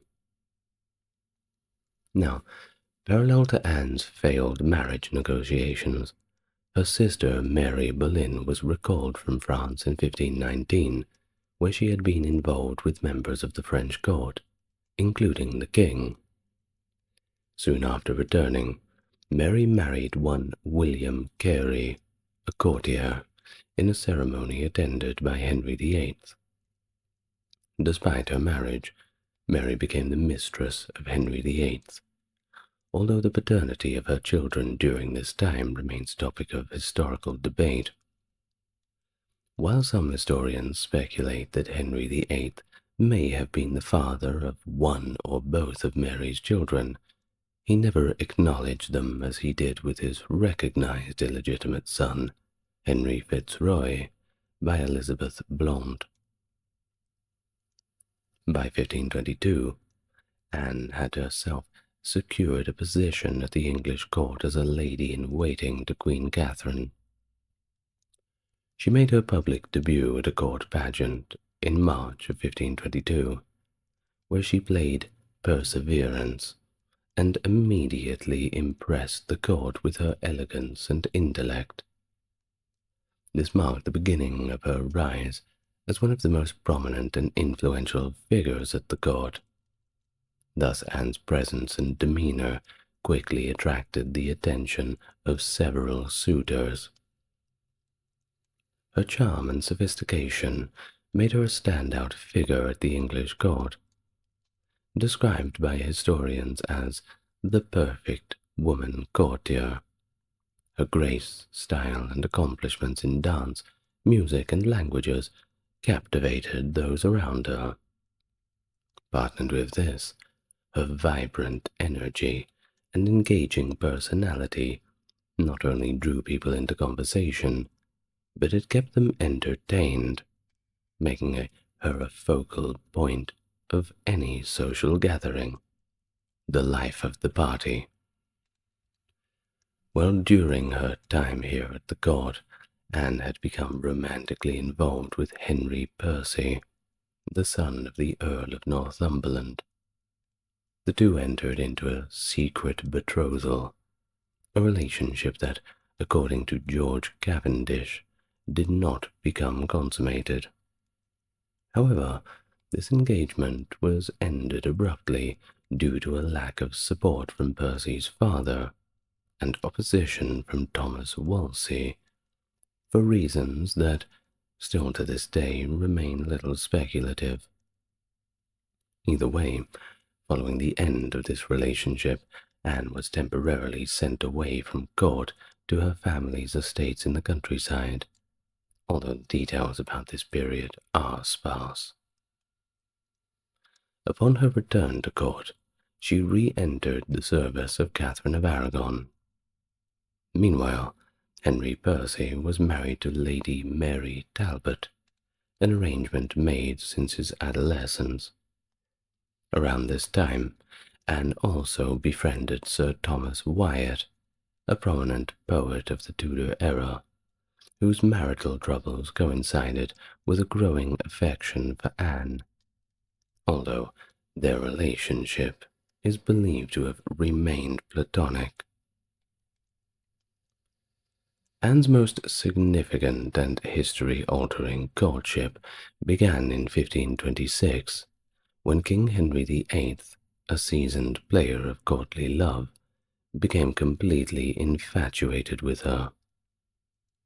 Anne skillfully navigated the king's advances, refusing to become just another mistress, and often retreating to Hever Castle for periods of seclusion.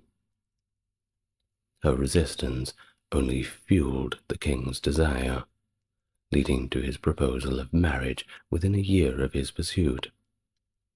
Both Henry and Anne believed that an annulment of his marriage to Catherine of Aragon would be swift, although it ultimately took several years, profoundly altering the religious landscape of England. Throughout their long courtship, which spanned approximately 7 years, there is no substantial evidence to suggest that Henry and Anne's relationship was consummated, until at least shortly before their marriage.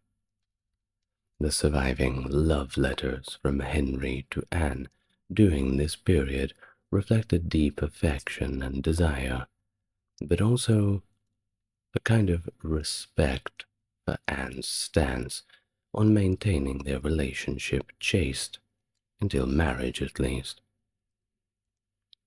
Henry VIII's desire for a male heir was a significant driving force behind his quest for an annulment from Catherine of Aragon. The Tudor period, you see, was marked by a deep concern for a secure succession, a legacy of the civil wars over royal succession that had plagued England before Henry VIII established relative stability was still looming over everyone. Now Henry VIII was acutely aware of this history, and he sought to prevent any uncertainty regarding the legitimacy of his heir. Thus, his marriage to Catherine had failed to produce a surviving male child, with only their daughter, Mary, surviving infancy. Catherine had initially come to England to marry Henry's older brother, Arthur, who died shortly after their marriage. When Spain and England sought to maintain their alliance, Pope Julius II granted a dispensation for Henry and Catherine's marriage, under the condition that Catherine claimed to still be a virgin after Arthur's death. Over time, Henry grew increasingly concerned about the validity of his marriage, particularly as Catherine could not produce a male heir, which he took as a sign of divine displeasure. But along comes Anne Boleyn, and complicates the whole situation even more. Her refusal to become his mistress, insisting instead on marriage, catalyzed Henry's challenge to the Catholic Church's authority over his marriage decisions.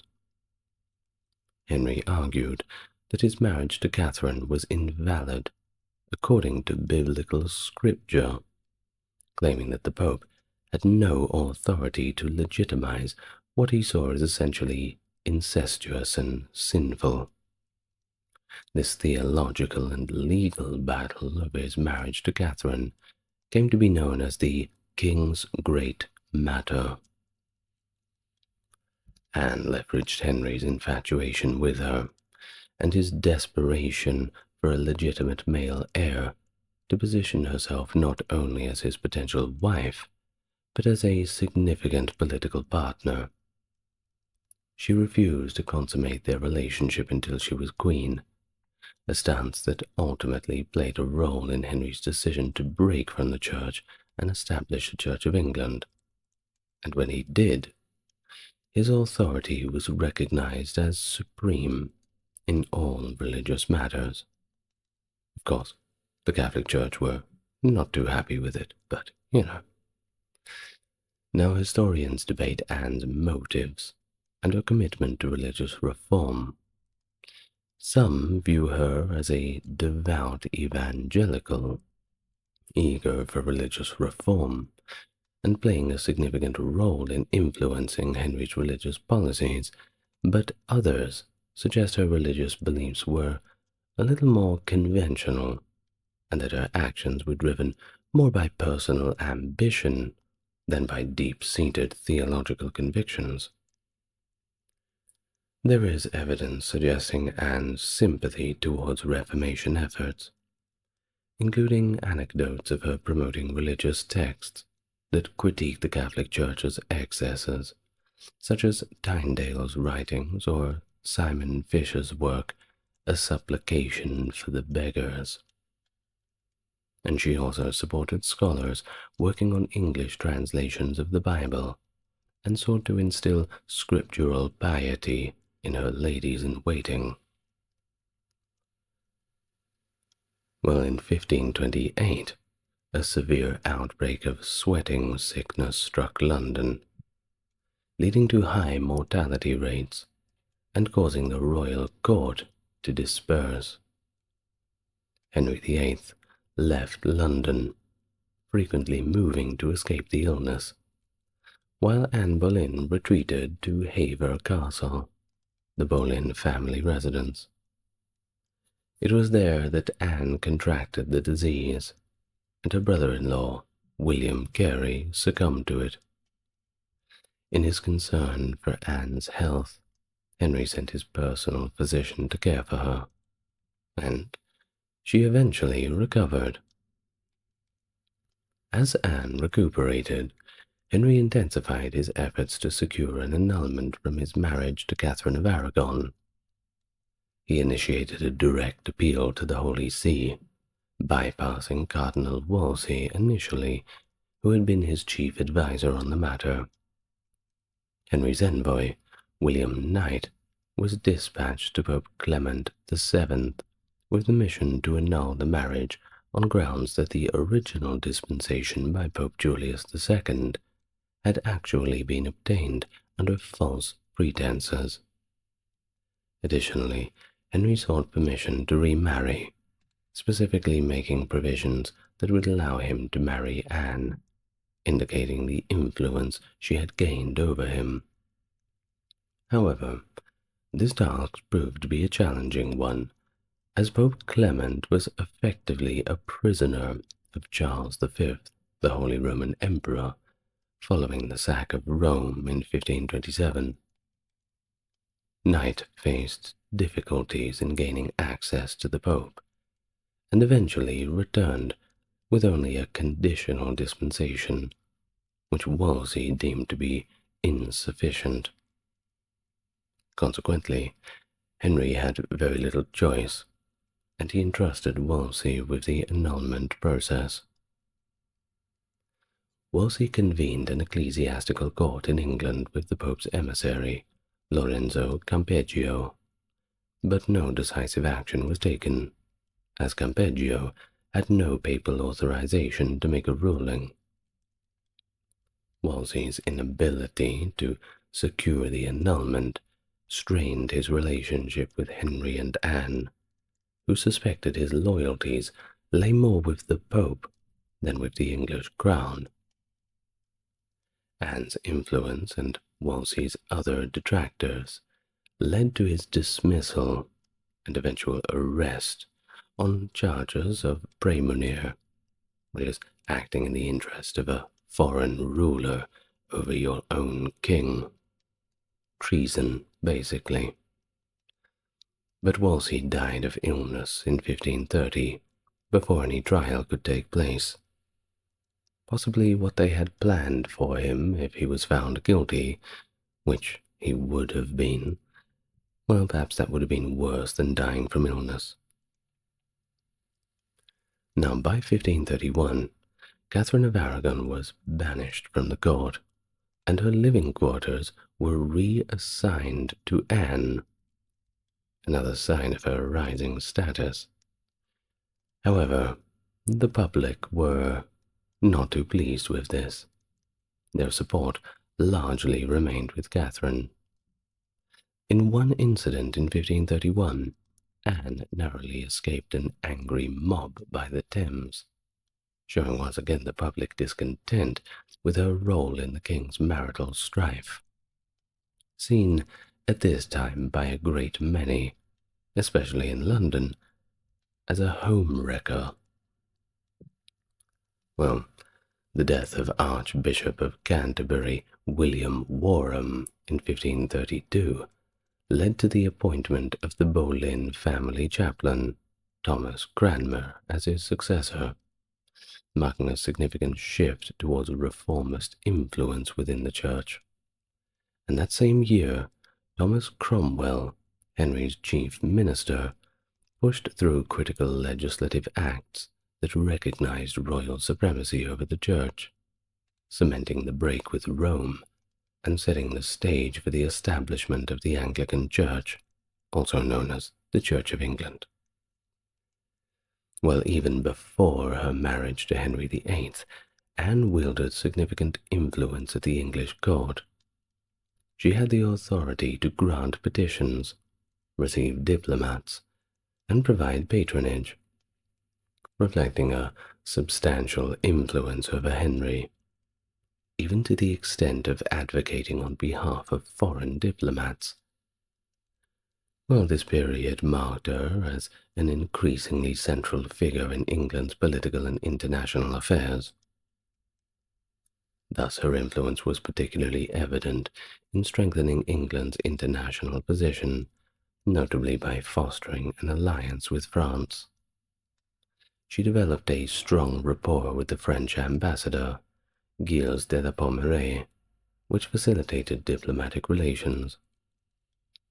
In a strategic move to solidify her status both within England and on the international stage, Henry VIII conferred upon Anne the Marquisate of Pembroke on the 1st of September 1532. This title was not only a mark of her impending queenship, but also as a necessary status symbol in preparation for their meeting with King Francis I of France in Calais later that year.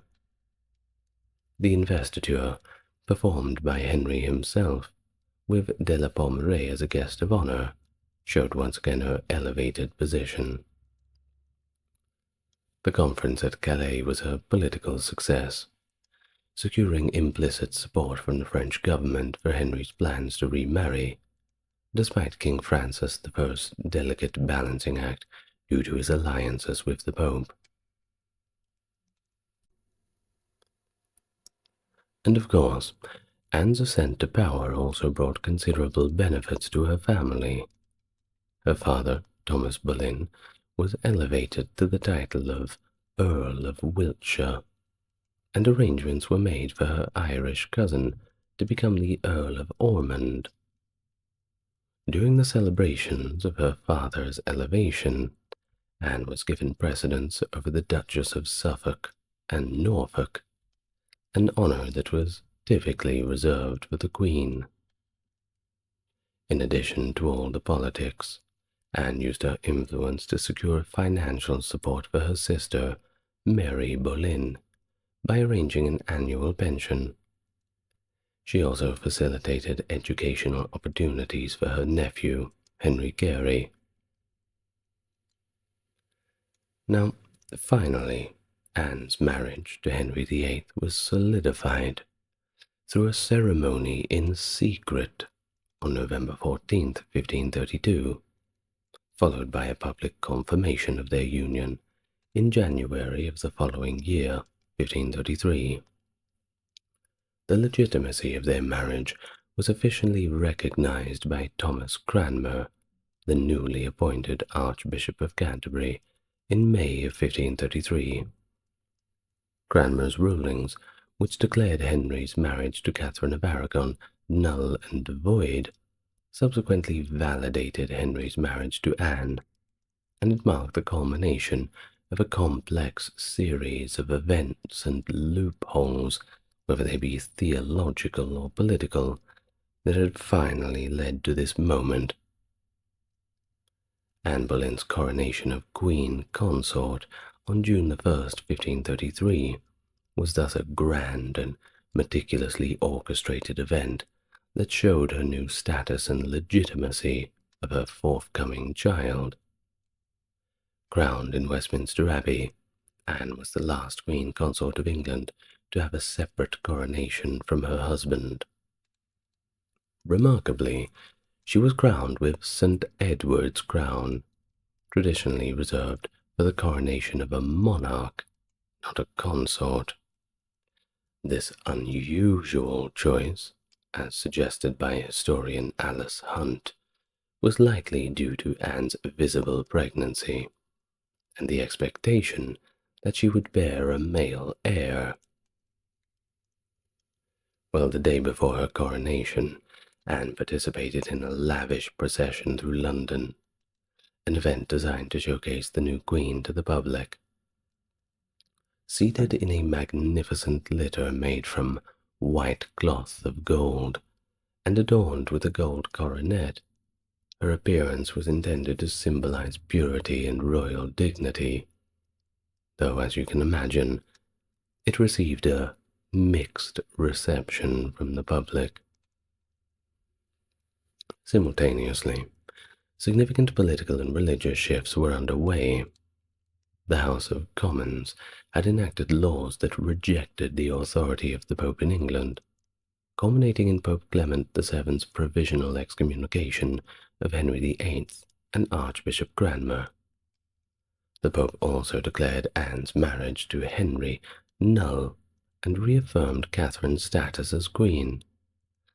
Despite this, Henry required his subjects to swear allegiance to the First Succession Act, which recognized Anne as the rightful queen, and with that, her offspring as legitimate heirs to the throne. The oath completely rejected papal authority, and notable figures who refused it, such as Sir Thomas More and Bishop John Fisher, were locked up, thrown in prison. It was non-negotiable. By late 1534, the English Parliament declared Henry the supreme head of the Church of England, and that effectively established a national church that was independent of Rome. Rome was, of course, not very happy about this. It was not merely a rejection of papal authority, but also a significant step towards the English Reformation, which is a very complicated topic that I will cover in another video. Wait for me, please. Now, throughout her tenure as queen, Anne Boleyn actively supported the Protestant Reformation. She was instrumental in promoting and protecting evangelicals and reformers, leveraging her influence to advance the translation and dissemination of the scriptures, notably those by William Tyndale.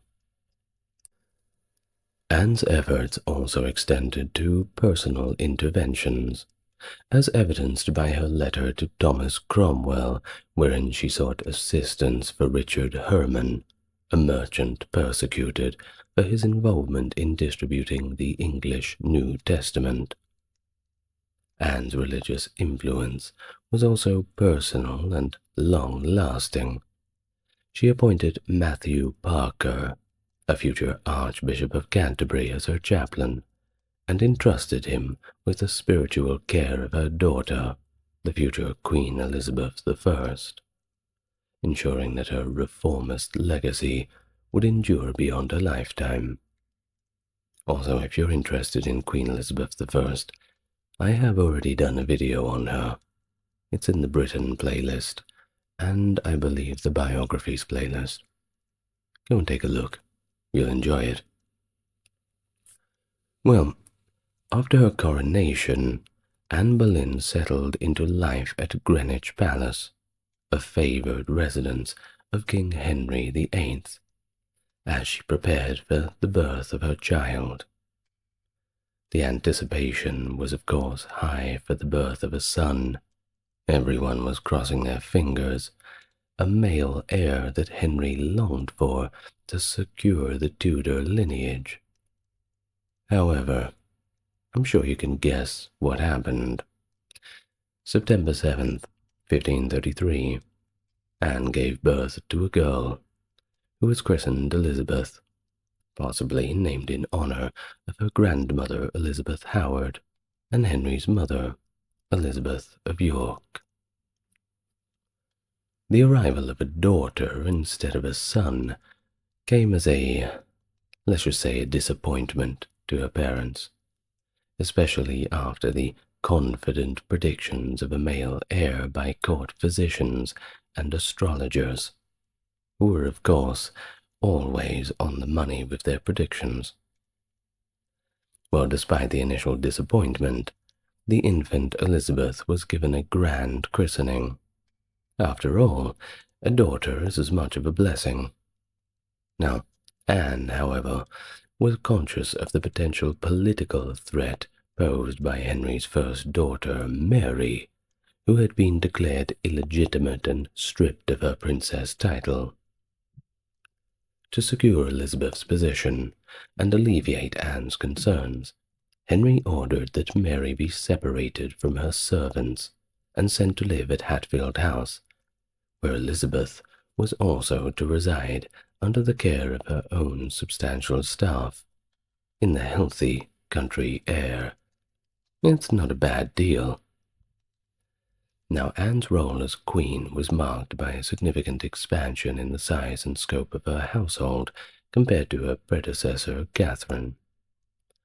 She maintained a large retinue of over 250 servants, and this ranged from priests to stable boys, and was attended by more than 60 maids of honor. Her court was a center of religious and political activity, and she engaged several priests as confessors and chaplains, including Matthew Parker, who later played a crucial role in establishing Anglican thought during Elizabeth's reign. But the early years of Anne's marriage to Henry were periods of relative happiness, interspersed with tension. Trouble was brewing in paradise, it seems. Let's have a look at some of the drama, shall we? Her intelligent and headstrong nature, which had been quite appealing when she was Henry's mistress, had now become a source of conflict now that she was queen and had actual power. In fact, there were reports of Anne speaking sharply even to her own family members, behavior that was deemed unseemly and, frankly, rude for the queen. By Christmas of 1534, after a miscarriage or stillbirth, Henry was already discussing the possibility of simply throwing this marriage out the window. Although this did not immediately lead to action, and the couple did reconcile, at least for a time. Anne continued to preside over a lavish court, spending extensively on clothing, jewels, and renovations of numerous palaces to match the royal couple's extravagant tastes. Her personal motto was "the most happy," symbolized by her emblem of a white falcon. It was all about spending big, living in luxury, wherever you could get it in the old times of the 16th century. As a matter of fact, do remember, she grew up around those French courts. Now, it's not to say that French courts were better than English courts, but she wanted the best of both worlds. I'm talking continental imports, that sort of thing. Well, happy wife, happy life, as they say. Henry was sort of forced to oblige on that one. But despite her efforts to secure her position and contribute to the kingdom's religious reforms, public opinion of Anne deteriorated over time, particularly as no male heir was forthcoming. And her unpopularity was further compounded by her association with the political and religious executions of her opponents. That's one way to lose popularity.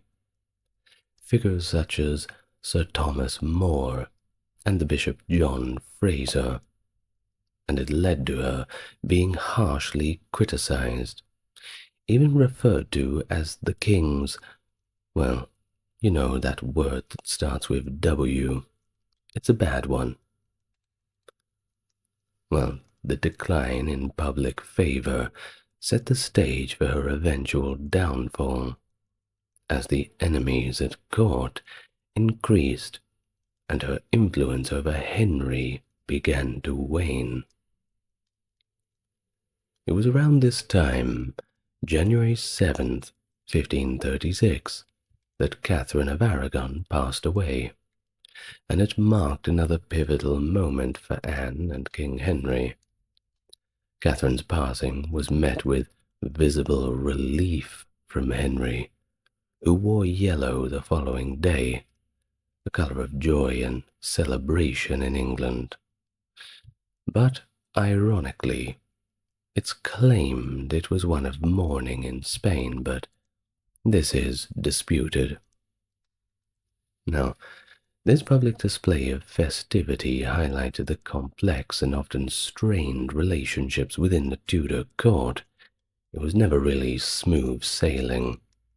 No matter how rich and powerful you are, money never fixes family and marital disputes. You can never buy your way out of that one.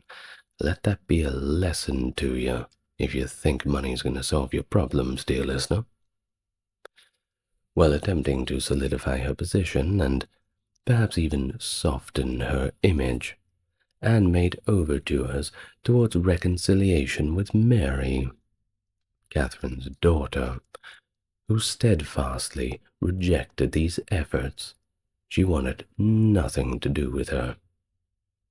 Rumors that Catherine had been poisoned, fueled by the discovery of a blackened heart during her embalming, only exacerbated tensions, despite medical consensus attributing the discoloration to cancer and not foul play.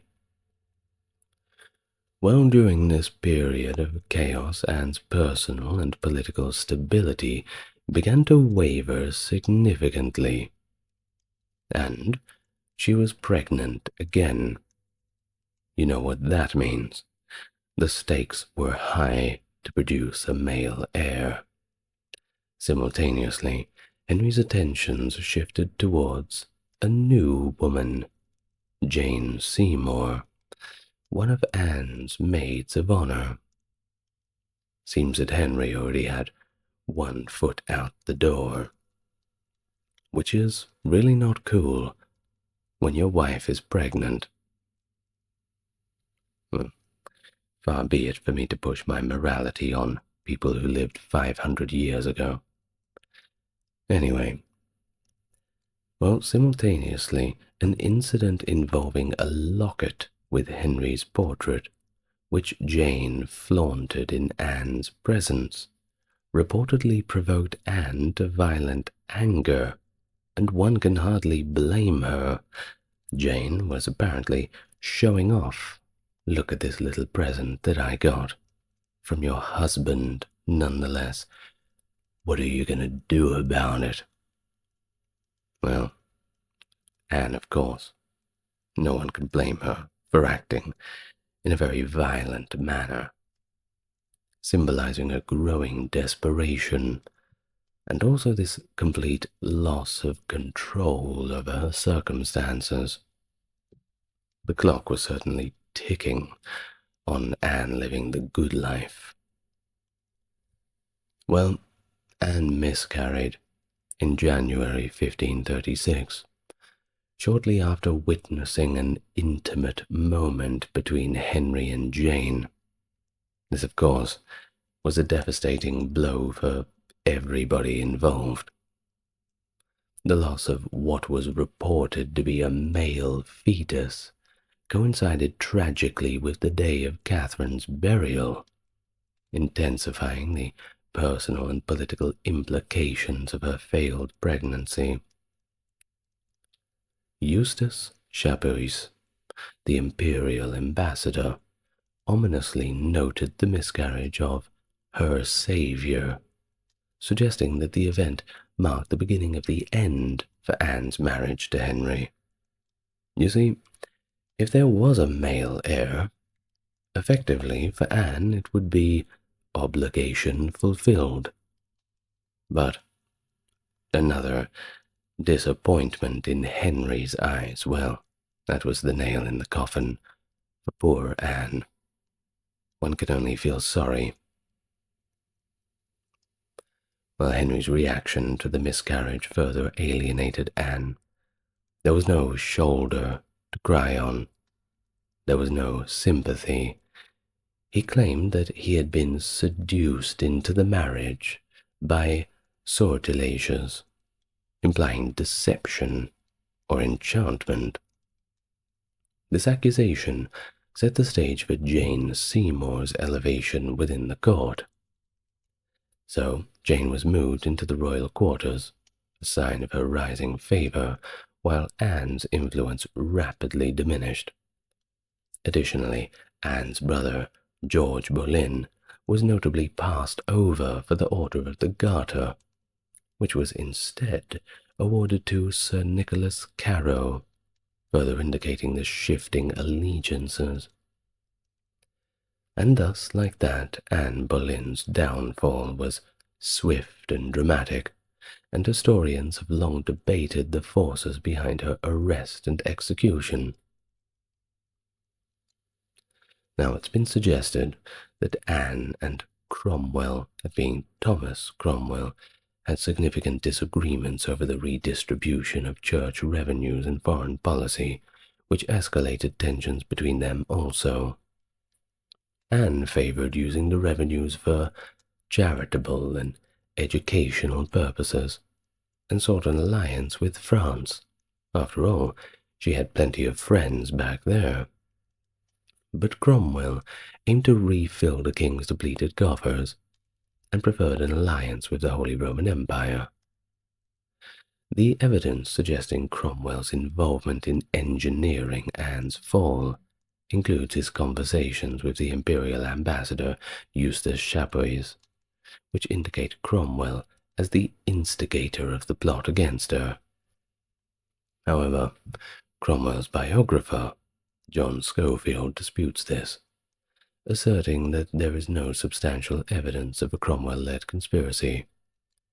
Schofield argues that Cromwell only became involved in Anne's case by direct order from Henry VIII, and that the supposed power struggle between Anne and Cromwell had been based on unreliable sources.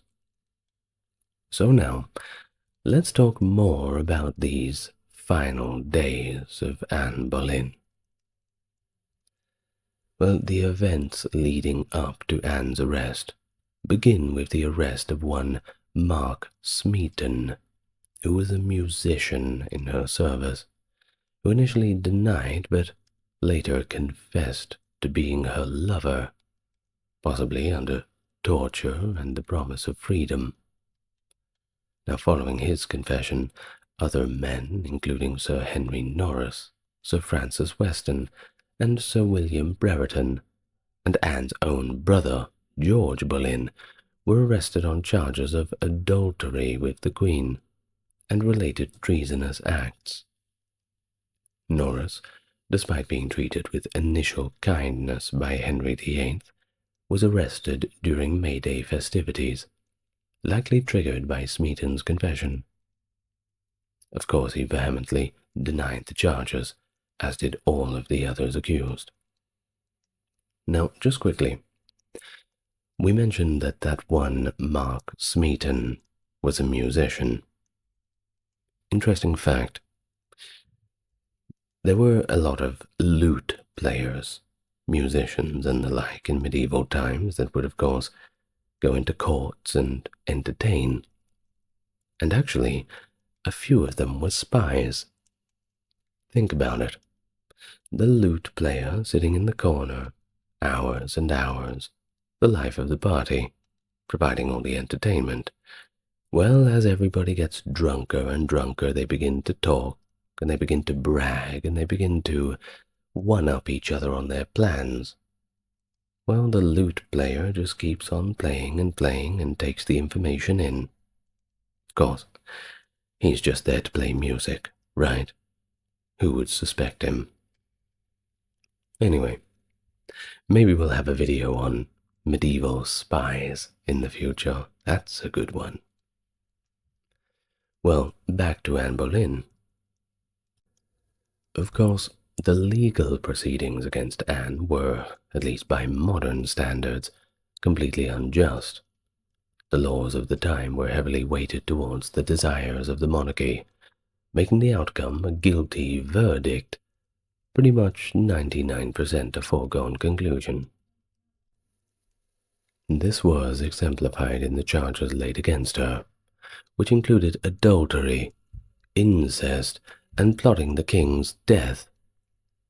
The extremity and salaciousness of the charges were likely intended to ensure that no sympathy remained for Anne. A propaganda campaign, effectively, a smear campaign even, and it facilitated a swift execution. And then we arrive at May the 2nd, 1536. Anne was arrested and taken to the Tower of London, where she was held in the royal apartments. In a state of distress, she inquired about the whereabouts of her father and brother, and the specifics of the charges against her. And it was around this time that she wrote a rather solemn message to Henry, a letter, and we're fortunate enough to have the entire thing. I'm going to read it right now, of course. Sir, your Grace's displeasure and my imprisonment are things so strange unto me, as what to write or what to excuse, I am altogether ignorant. Whereas you send unto me, willing me to confess a truth, and so obtain your favour by such an one, whom you know be my ancient professed enemy. I no sooner receive this message by him than I rightly conceive your meaning, and if you say confessing a truth indeed may procure my safety, I shall with all willingness and duty perform your demand. But let not your Grace ever imagine that your poor wife will ever be brought to acknowledge a fault, where not so much as a thought thereof proceeded. And to speak a truth, neither prince had wife more loyal in all duty and in all true affection that you have ever found in Anne Boleyn, with which name and place I could willingly have contented myself, if God and your Grace's pleasure had been so pleased. Neither did I at any time so far forget myself in exaltation or received queenship, but that I always looked for such an alteration as I now find, for the ground of my preferment being one so sure a foundation than your Grace's fancy. The least alteration I knew was fit and sufficient to draw that fancy to some other object. You have chosen me from a low estate to be your queen and your companion, far beyond my desert or desire. If then you found me worthy of such a honour, good your Grace let not any light fancy or bad counsel of mine enemies withdraw your princely favour of me, neither let that stain, that unworthy stain, of a disloyal heart toward your good Grace ever cast so foul a blot on your most dutiful wife and the infant princess, your daughter. Try me, good king, but let me have a lawful trial, and let not my sworn enemies sit as my accusers and judges. Yea, let me receive an open trial, for my truth shall fear no open flame. Then you shall see either my innocence is cleared, your suspicion and conscience satisfied, the ignominy and slander of the world stopped, or my guilt openly declared.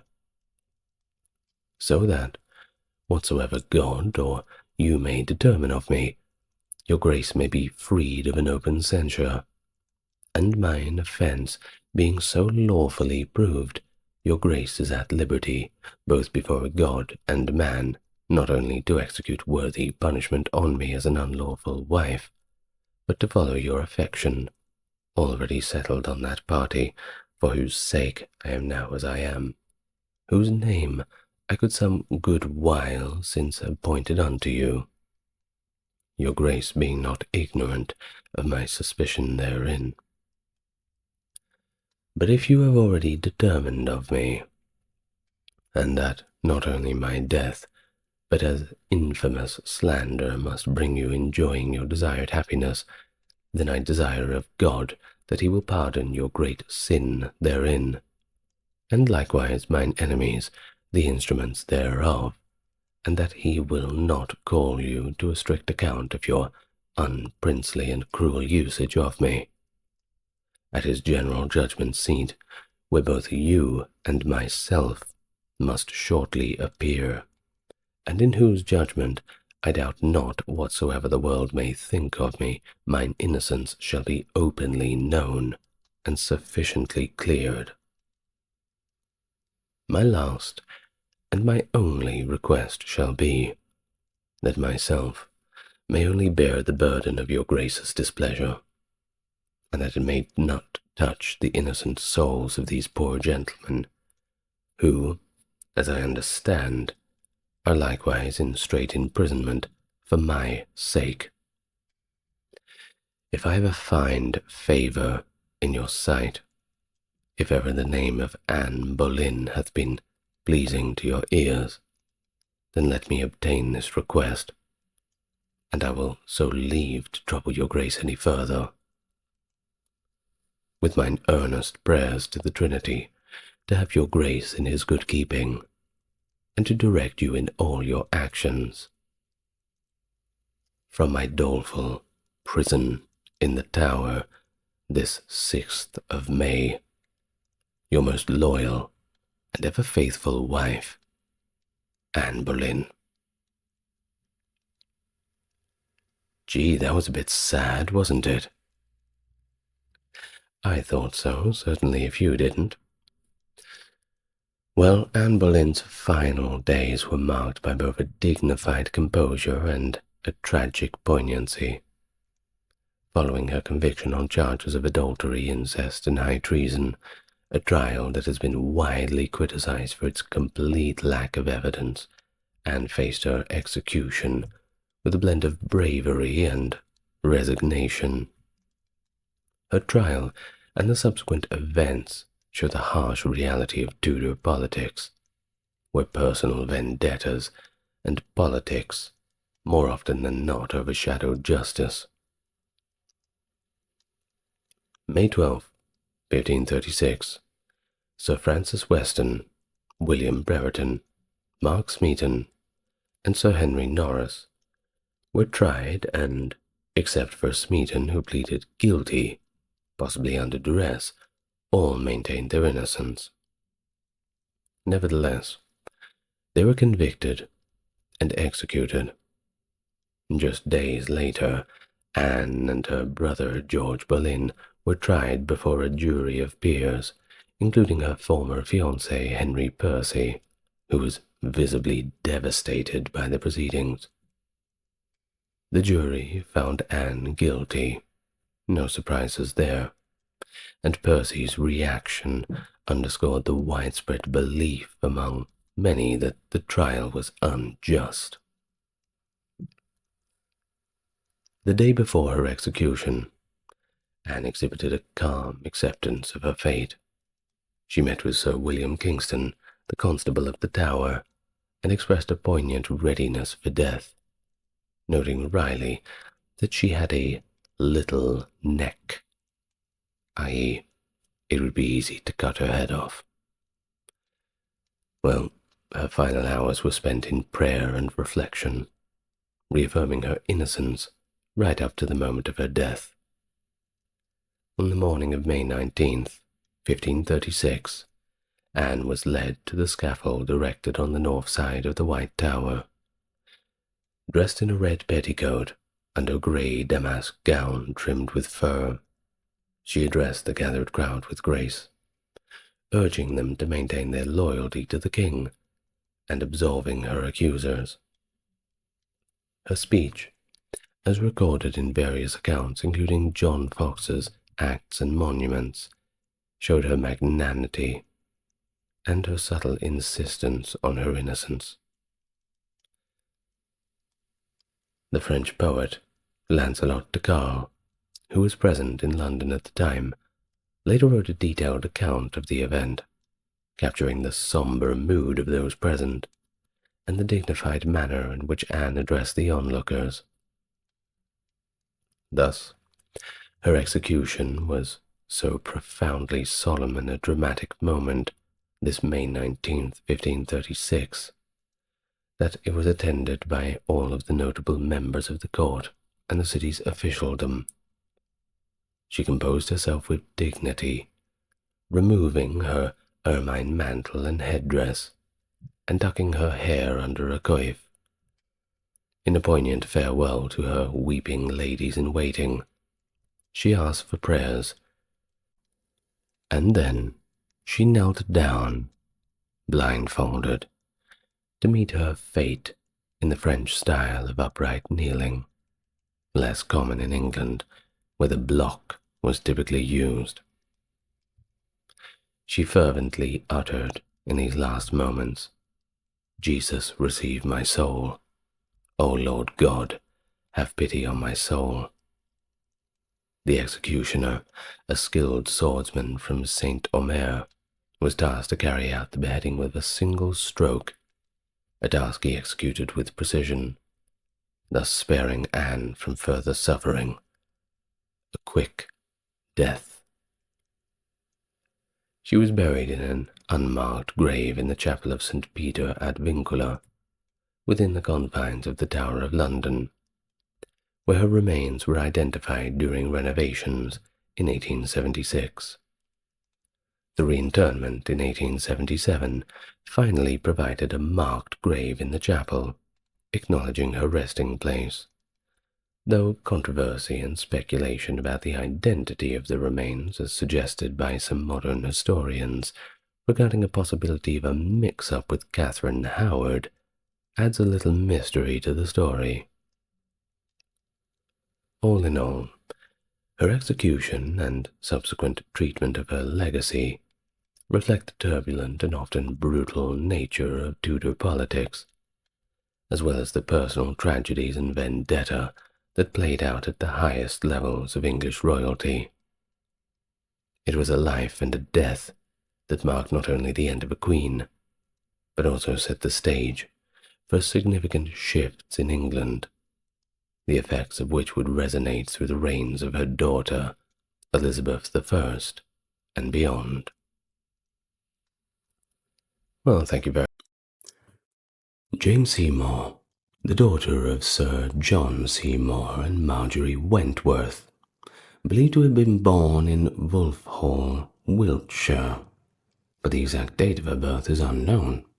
Different sources suggest a range from 1504 to perhaps 1509, but nowadays common scholarship generally assumes it to be around 1508. She was a direct descendant of Lionel of Antwerp, the first Duke of Clarence, through her maternal grandfather, who was related to King Edward III.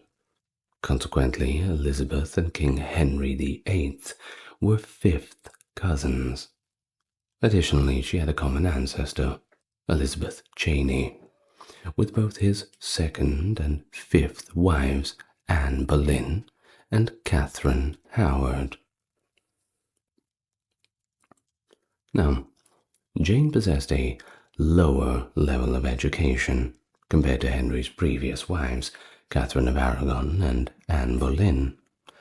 Although she possessed basic literacy skills, her true strengths were in her mastery of needlework and her adeptness in managing household affairs, which were seen quite a bit more essential for women.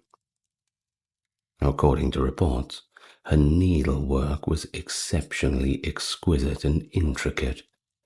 Some of it even remained in existence until 1652, when it was documented to have been presented to the Seymour family. Following her demise, it was observed that Henry possessed a fervent passion for embroidery. Jane assumed the role of maid of honor to Queen Catherine in 1532. But she may have started serving her as early as 1527. She then continued her service to Queen Anne alongside her sister Elizabeth. And Henry's initial attraction to Jane was documented in February of 1536, which was around 3 months before the execution of Anne Boleyn. Well, Jane received abundant acclaim for her serene and tranquil disposition, apparently the loveliest to be around.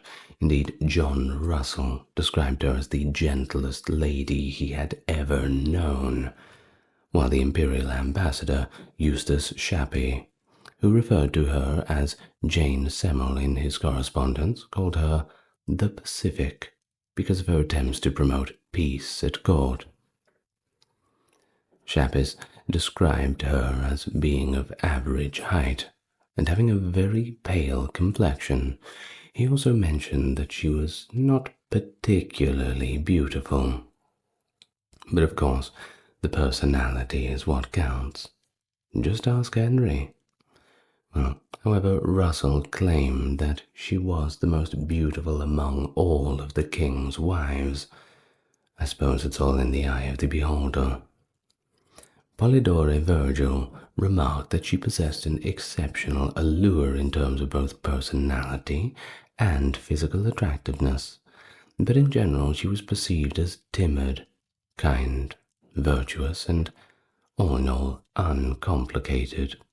And her extended family led others to believe that she would be capable of having numerous children, which, well, that was Henry's mission, of course, chasing that coveted male heir. So, Henry VIII became engaged to Jane on the 20th of May, 1536, which was the day following the execution of Anne Boleyn. Their marriage took place on the 30th of May, 1536, at the Palace of Whitehall in London, specifically in the Queen's Closet. And just remember at the time, all the way up to Anne Boleyn's execution, Anne was still writing him those very pitiful letters saying that she still loved him and all the rest. All very sad. So Jane knew exactly what she was getting into. She chose him. Well, the ceremony was officiated by Bishop Gardiner, and as a wedding gift he bestowed upon her 104 manors in 4 counties, together with several forests and hunting grounds, to provide her with an annual income to sustain her throughout the marriage. Well, on the 4th of June, 1536, she was officially declared queen in a public manner. Her widely known empathy for the deceased Queen Catherine and her daughter Mary demonstrated a more sensitive nature, which made her highly regarded among the general public and the majority of her courtiers. Due to the outbreak of plague in London at the time, the coronation ceremony, where she was supposed to be crowned, never actually took place, and Henry may have hesitated to crown her until she had completed her obligation as queen consort by giving birth to a male heir for him. Remember, by this point he was getting a little impatient, to say the least. Jane, as queen, was reputed to possess a severe and formal demeanor, which was a bit of a departure from her pre-royal days. The opulent festivities, merriment, and excessive spending of the Queen's household, which had reached its zenith during Anne Boleyn's era, were substituted with stringent propriety. She prohibited the French styles that Anne had introduced, and her political stance seems to have been, all in all, quite conservative. In 1536, she made a request for pardons for those involved in the Pilgrimage of Grace, which was her sole recorded engagement in national matters. According to reports, Henry refused this, warning her of the consequences that her predecessor faced when she had interfered in his matters. We all know what happened to her. As a queen, her motto was bound to obey and serve. So, couldn't really get along too well with the husband. The next best thing is the stepdaughter, Mary, and she cultivated quite a strong bond with her, actively working to ensure that Mary would be reinstated in court and included in the line of succession, even if Jane were to have children with Henry. Well, she raised the matter of Mary's restoration on multiple occasions, both prior to and following her ascension to the throne. Although she could not reinstate Mary in the line of succession, she successfully reconciled her with Henry. Shapis corresponded with Emperor Charles V, informing him of her empathy and diligent actions in support of Mary's reinstatement. Mary's letter expresses her thanks towards her. Although Mary and Elizabeth were first excluded from the succession, it was Catherine Parr, Mary's sixth and final wife, who ultimately persuaded him to reinstate them after being urged by Mary to do so. Well, according to one historical source, it is speculated that she might have been pregnant and experienced a miscarriage around Christmas in the year of 1536. But eventually, a child was born, and that was Edward, the sole male heir of Henry VIII who managed to survive infancy.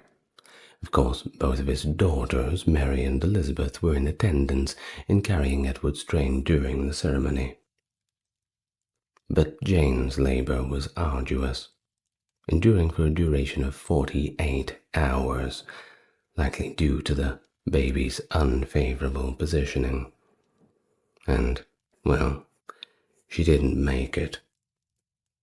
Jane was interred on the 12th of November 1537 at St. George's Chapel at Windsor, following the funeral, during which her stepdaughter Mary served as the principal mourner. Following her demise, Henry donned black attire for a duration of 3 months. During his time as a widower, he gained weight and became obese. I'm sure you've seen the pictures. He's a big boy, experiencing swelling and getting both diabetes and gout. Well, it didn't take him too long to find a new wife. And thus we arrive at wife number 4, which is quite an interesting one, Anne of Cleves. Anne was born in 1515, between the 22nd of September and the 28th of June. She was born in Dusseldorf, that's right, not in England, as the second daughter of John III of the House of Lamarck. Now, John III had various titles, including Duke of Juric-Juruxoris, the Duke of Cleves, and the Duke of Bers-Juruxoris, along with the Count of Mark and a few others. Anne's father was swayed by Erasmus and adhered to a moderate approach with the Reformation. He opted to align himself with the Schmalkaldic League and actively resisted Emperor Charles V, that is Charles V of the Holy Roman Empire, by the way. Now, following John's demise, Anne's sibling William ascended to the title of Duke of Jülich-Cleves-Berg, earning the notable nickname the Rich. I hope I can get that nickname one day. Well, in 1526, Sibyl, the older sister of the person in question, wedded John Frederick, the Elector of Saxony and leader of the Protestant Confederation of Germany, who was widely regarded as the foremost advocate of the Reformation movement. So there's the background, politics of the Holy Roman Empire. It's always good fun, and it's always quite complicated. Well, in terms of Anne, at the tender age of 11 years old in 1527, she was engaged to Francis, the 9-year-old son and future inheritor of Antoine, the Duke of Lorraine. However, due to Francis being below the legal age of consent, 10 years old, glad we raised that one when the agreement was made, the betrothal was deemed unofficial and thus terminated in 1535. While her brother William identified as a Lutheran, the rest of the family did not have a specific religious affiliation. However, her mother, the Duchess Maria, was known to be a staunch Catholic. Due to her father's continuous struggle over Gelderland with Charles V, her family became acceptable friends for England's King Henry VIII after the Truce of Nice. The king's senior minister, Thomas Cromwell, strongly encouraged the match with Anne. Now Hans Holbein the Younger was sent to Duren to create pictures of Anne and her younger sister Amalia, both of whom Henry VIII was contemplating as potential candidates as his fourth bride. Henry instructed the artist to prioritize accuracy over flattering the sisters. The portraits are currently housed in the Musée du Louvre in Paris and the Victoria and Albert Museum in London. You can still go and see them. Trinity College in Cambridge also houses a 1539 picture created by the school of Bathel Bruin the Elder. Well, the negotiations to arrange the marriage were actively underway by the March of 1539. Thomas Cromwell supervised the negotiations, and the marriage treaty was officially agreed upon on the 4th of October in that same year. Henry esteemed knowledge and cultural refinement in women, such as Anne Boleyn. However, Anne did not possess these qualities in the amount that he desired. You see, despite lacking formal schooling, she possessed expertise in needlework and enjoyed engaging in card games. She possessed the ability to comprehend and produce written language, specifically in German. However, Anne, on the other hand, was seen as mild, chaste. This is Anne of Cleves, rather, and also meek, making her a highly suggested choice for Henry. Now, according to the French envoy Charles de Marillac, Anne was characterized as being tall and slender, with a moderate level of attractiveness. I doubt there's many women who like to be described like that. But she was also described as having highly confident and determined facial expression. She had blonde hair and was reputed to possess a beautiful countenance.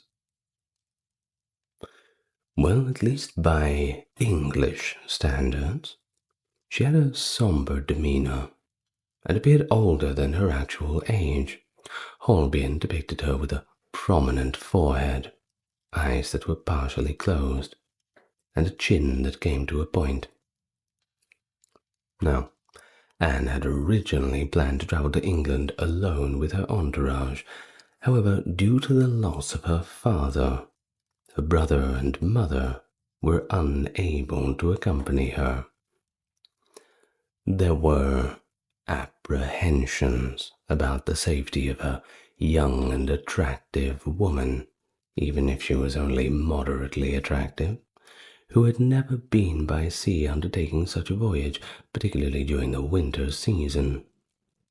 She journeyed from Dusseldorf to Cleves, and subsequently to Antwerp, where she was welcomed by a group of 50 English merchants.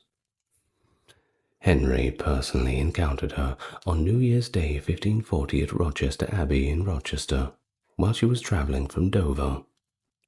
He and a group of his courtiers, in accordance with a courtly love custom, entered the room where Anne was residing while wearing disguises. Eustace Chappes provided a report. The king so went up to the chamber where the said Lady Anne was looking out of a window to see the bull baiting which was going on in the courtyard, and he suddenly embraced and kissed her, and showed her a token which the king had sent her for New Year's gift, and she, being abashed and not knowing who it was, thanked him, and so he spoke with her, but she regarded him little, but always looked out the window. And when the king saw that she took so little notice of his coming, he went into another chamber, took off his cloak, and came in again in a coat of purple velvet. And when the lords and knights saw his grace, they did him reverence. End of the account. Now, based on the accounts of Henry's associates, he had actually expressed a dissatisfaction with Anne, perceiving her to be different from what was previously stated. Did not look like the picture. As chronicler Charles Wriothesley noted, Anne showed very little regard for him, but it is uncertain whether she was aware that he was actually the king. Subsequently, Henry disclosed his actual persona to Anne, and despite her alleged reservations, the arrangements for their marriage continued. Henry and Anne had their official meeting on the 3rd of January at Blackheath. A lavish feast was arranged for the occasion. Now, the majority of historians think that Henry's reservations about marriage stemmed from Anne's unappealing physical appearance. I mean, think about it. If you are going to describe a woman as moderately beautiful, that's usually to spare some feelings. I mean, you feel bad for her a little bit. But to use the term, she's moderately good looking, well, we all know what that means. Either way, it failed to arouse his desire to consummate the union. He experienced a sense of deception when his counselors lauded Anne's beauty, stating, I quote, "She does not possess the level of attractiveness that was previously described." Well, he went on to inform others in the court that if it were not for the fact that she had travelled so far to his kingdom and the extensive preparations and ceremonial arrangement that the people had made for her, and fear for causing a disturbance in the world and pushing her brother into the arms of the emperor and the French king, he would not be marrying her at all. However, at this point, it was past the point of no return. Now, Cromwell was held partially responsible for the Holbein image, that picture that was presented originally that roused Henry's attentions, as Henry considered that it did not accurately depict Anne, and for some of the overblown accounts of her attractiveness, well, it was all seemingly a lie. Well, Henry implored Cromwell to discover the lawful method to circumvent the marriage.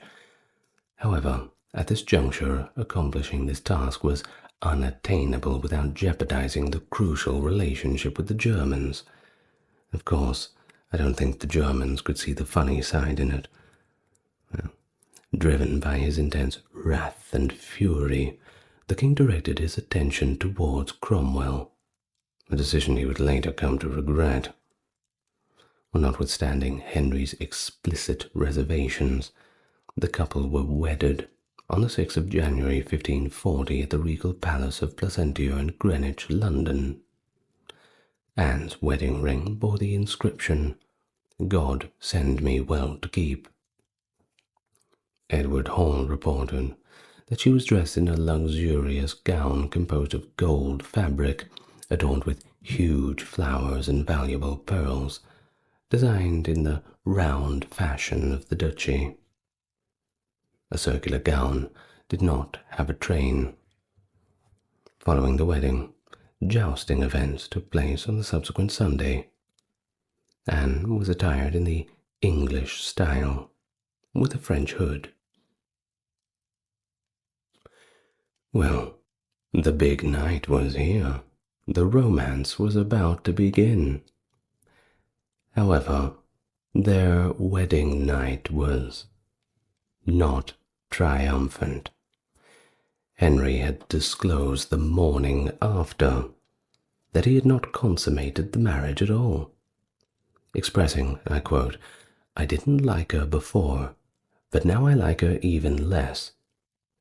Now, I don't want to besmirch the poor lady, but apparently Henry was turned off by, well, the smell of her.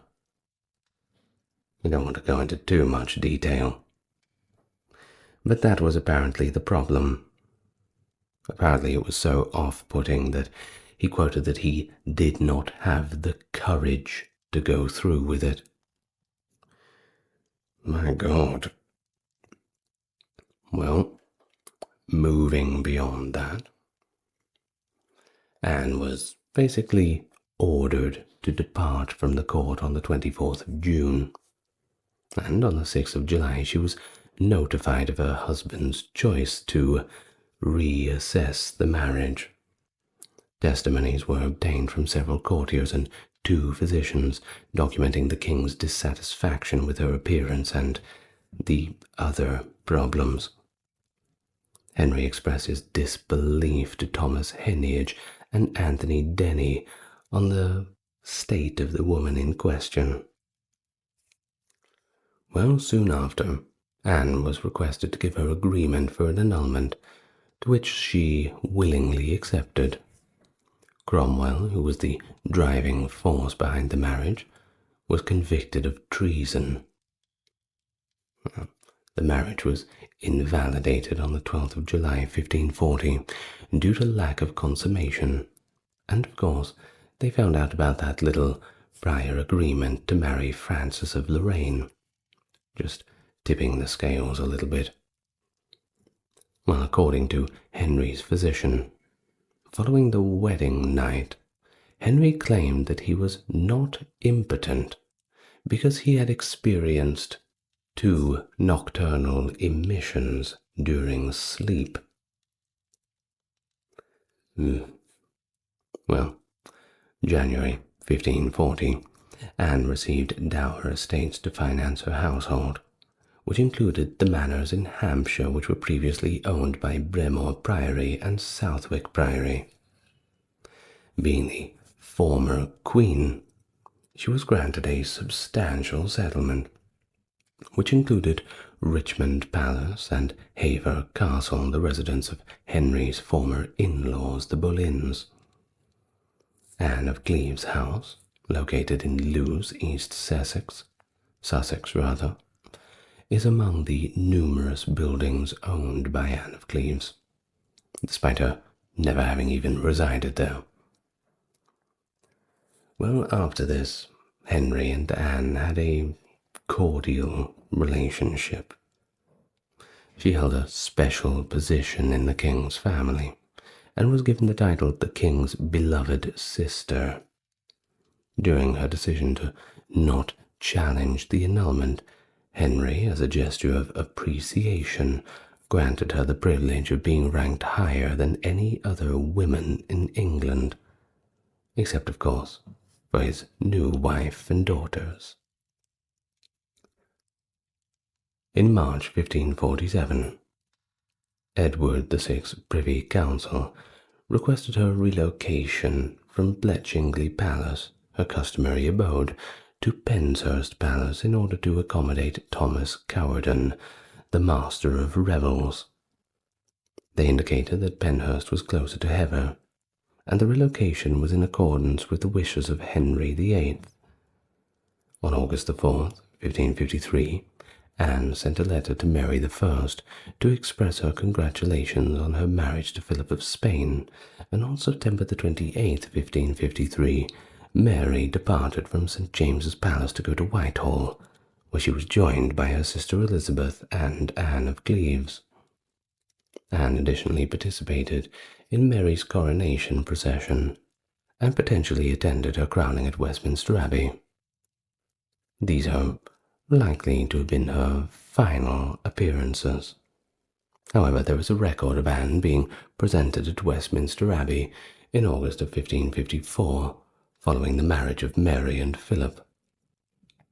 Due to the new Queen's strong adherence to Catholicism, Anne once again converted to Roman Catholicism.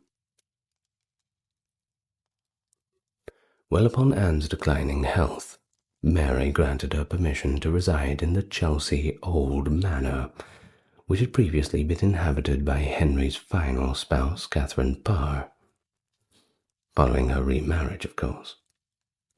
Well, in July of 1557, Anne dictated her final will.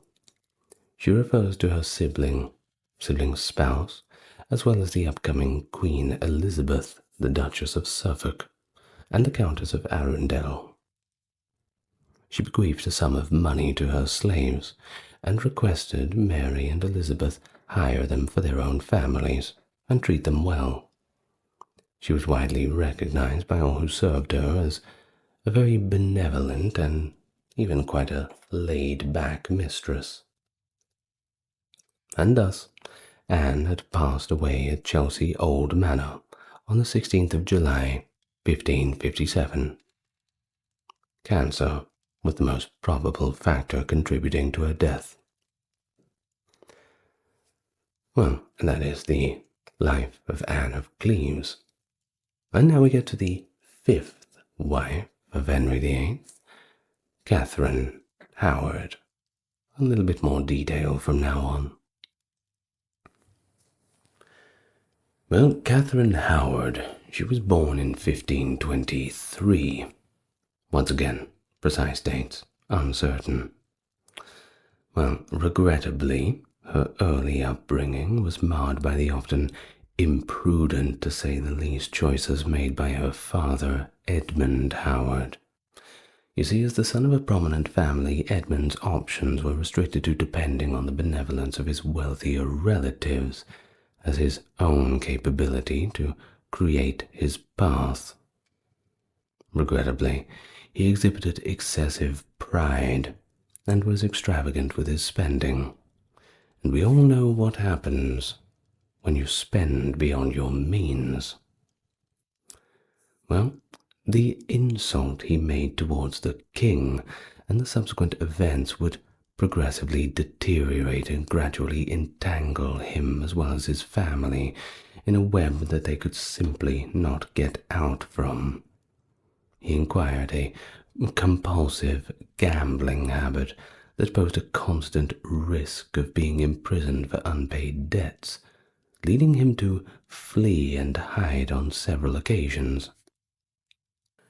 In fact, in 1527, he wrote a letter to Wolsey expressing his desperation and imploring Wolsey to be his benefactor, as he believes that without Wolsey's kind assistance he would face complete ruin.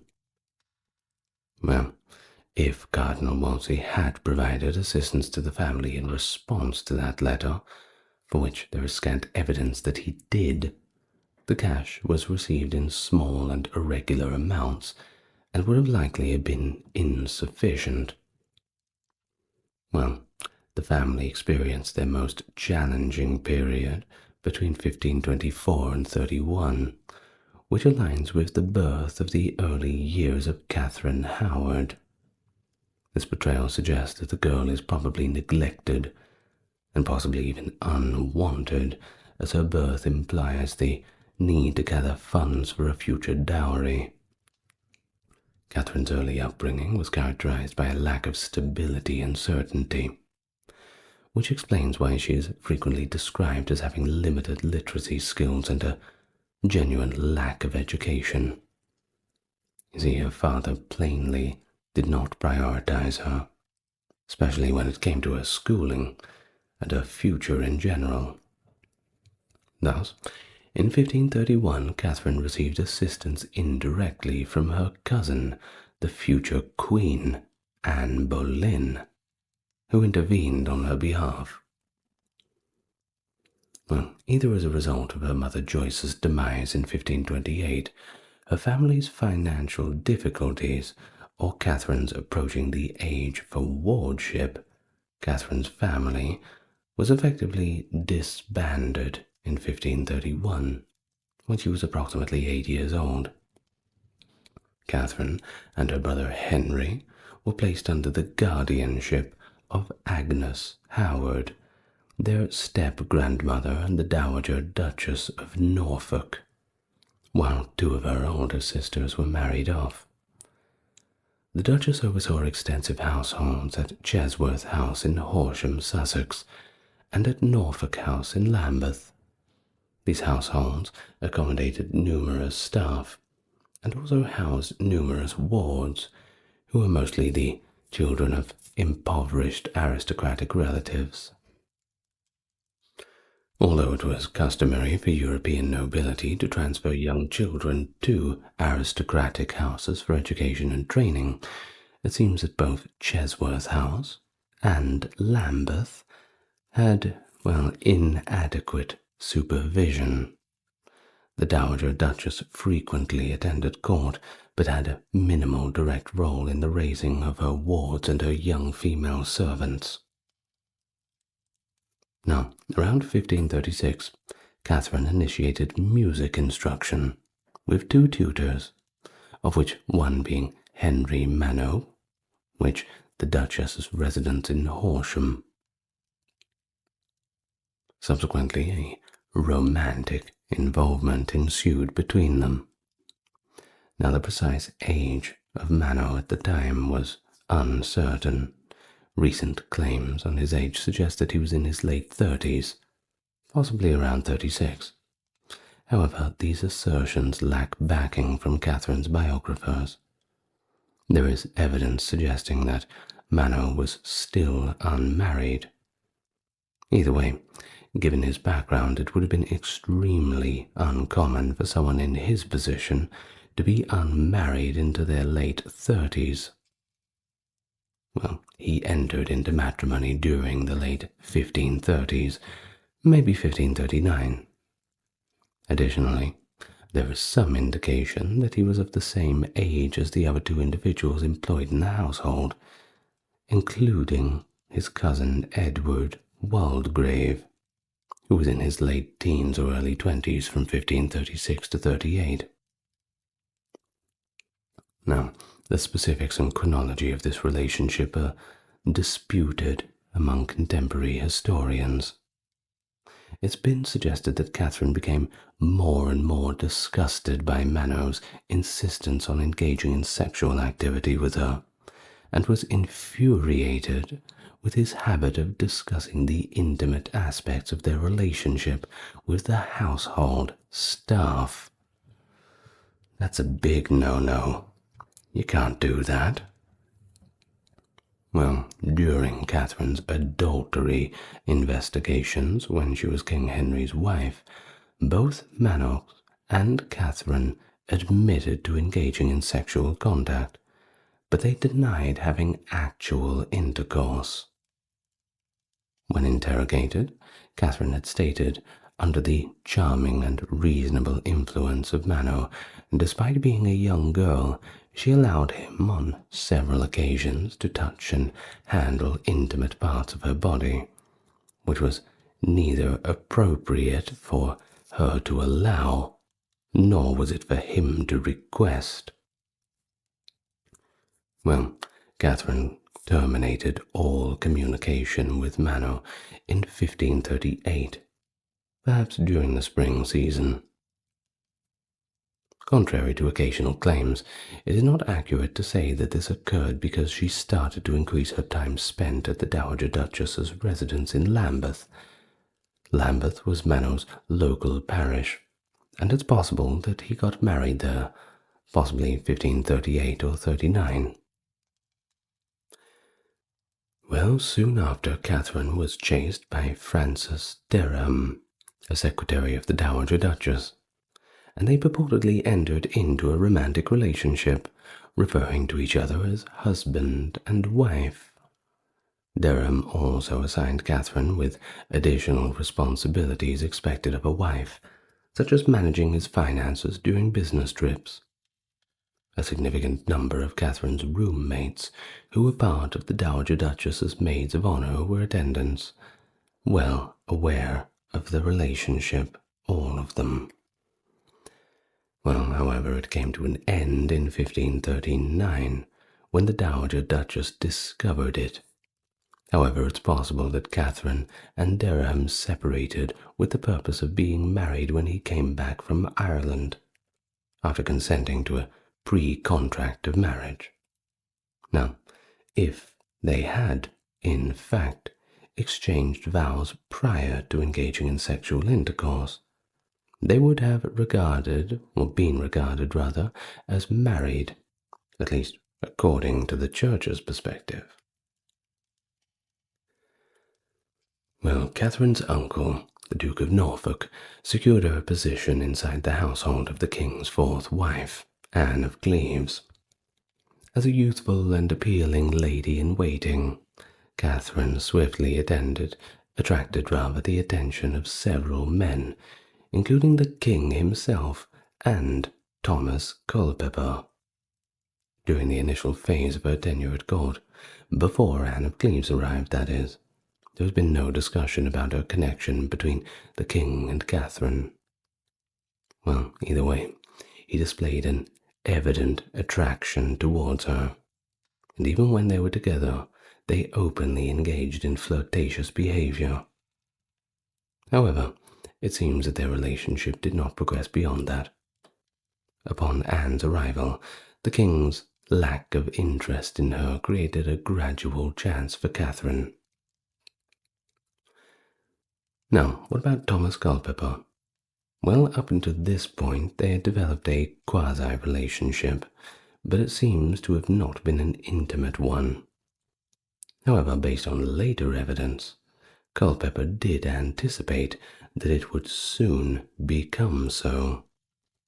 He expressed his love for Catherine, although it was likely driven more by lust than genuine affection. Catherine declined the offer. She was a good girl, prompting him to pursue another woman that was also part of the household. But you see, Catherine was profoundly disturbed by all of this, as it seems that she did have some degree of affection for him at that time, and on one occasion she even cried in front of her other maids of honor over all the stress of it. You see, before this occurrence, she had the power to determine the duration of her relationships and decide whether or if at all they would come to an end. As the king's fascination with Catherine intensified, the House of Norfolk's sway also increased.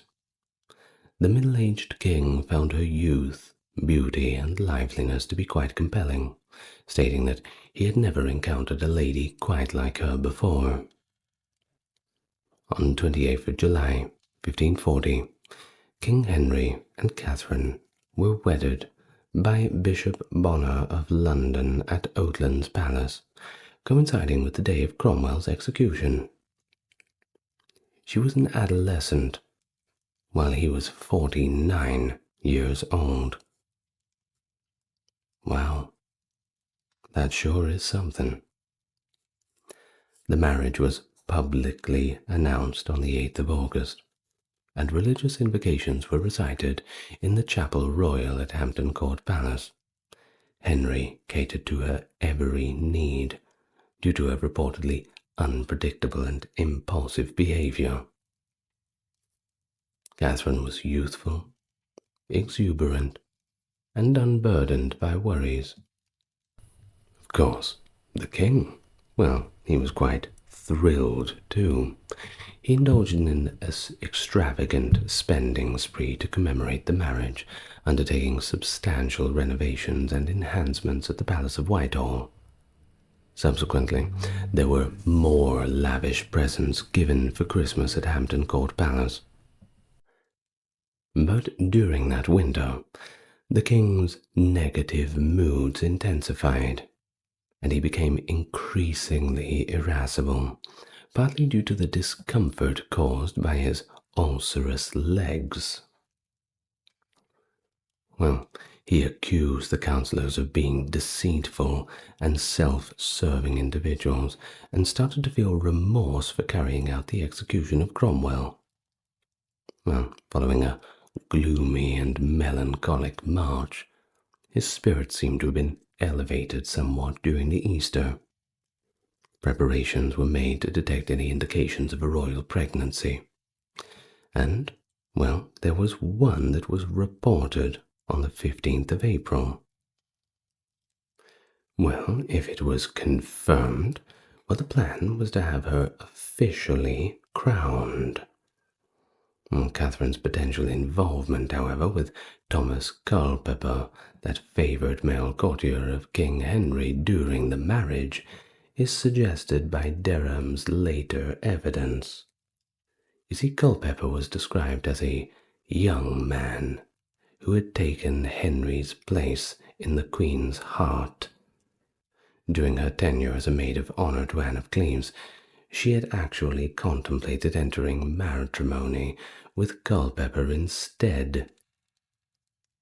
Now, individuals who asserted to have observed her previous sexual conduct during her residence in Lambeth allegedly reached out to her, seeking favours in exchange for their silence. Blackmail, effectively. It is possible that some of these extortionists were subsequently appointed to her royal household. John Lascelles, a supporter of Cromwell, informed the Archbishop of Canterbury, Thomas Cranmer, that his sister Mary declined to join Queen Catherine's household. Mary claimed to have observed the Queen Catherine's promiscuous behaviour while they were residing together at Lambeth. Cranmer proceeded to question Mary Lascelles, who claimed that Catherine had indeed been intimate while under the guardianship of the Duchess of Norfolk with another prior to her involvement to the king. Well, Cranmer promptly undertook the case to overthrow his adversaries, the Roman Catholic Norfolk family. Lady Rochford had an interrogation too, and, apprehensive of potential torture, acquiesced to divulging information. She recounted on how she had kept a lookout for Catherine using the back stairs, while Culpeper managed to flee from the Queen's room. Well, during the investigation, a romantic letter penned in the Queen's unique handwriting was also discovered in Culpeper's quarters. This is the last remaining letters of hers, apart from her subsequent confession. Well, November 1st, 1541, the king deliberately positioned himself in the Chapel Royal, engaged in prayer and observance of All Saints' Day. He was presented with a letter detailing the accusations against Catherine.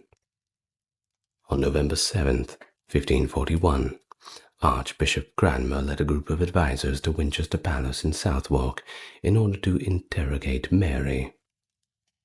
Even the unwavering Cranmer felt the teenage Catherine's distressed and confused situation to be deserving of pity, expressing that he discovered her in such a sorrow and sadness that he had never witnessed in any person, to the extent in that it would have evoked sympathy in anyone who beheld her. He commanded the guards to confiscate any items that she could potentially employ to carry out self-harm. proving the existence of pre-contact between Catherine and Derham would have resulted in the termination of Catherine's marriage to Henry. However, it would have also given Henry the opportunity to annul their marriage and exile Catherine from the court, condemning her to a life of poverty and disgrace, instead of executing her. It is worth noting that there is no evidence suggesting Henry would have opted for this alternative, but the alternative was there. Well, at first, when confronted, Catherine openly admitted her relationship with Derham, but later she consistently denied any prior agreement, asserting that Derham had actually sexually assaulted her. Catherine was deposed from her position as queen on the 23rd of November 1541, and confined in the newly established Sion Abbey, located in Middlesex. Culpeper and Derham were charged with high treason, and brought before the Guildhall on the 1st of December 1541. Culpeper was killed by beheading, and Derham was executed by hanging, drawing, and quartering at Tyburn on the 10th of December 1541.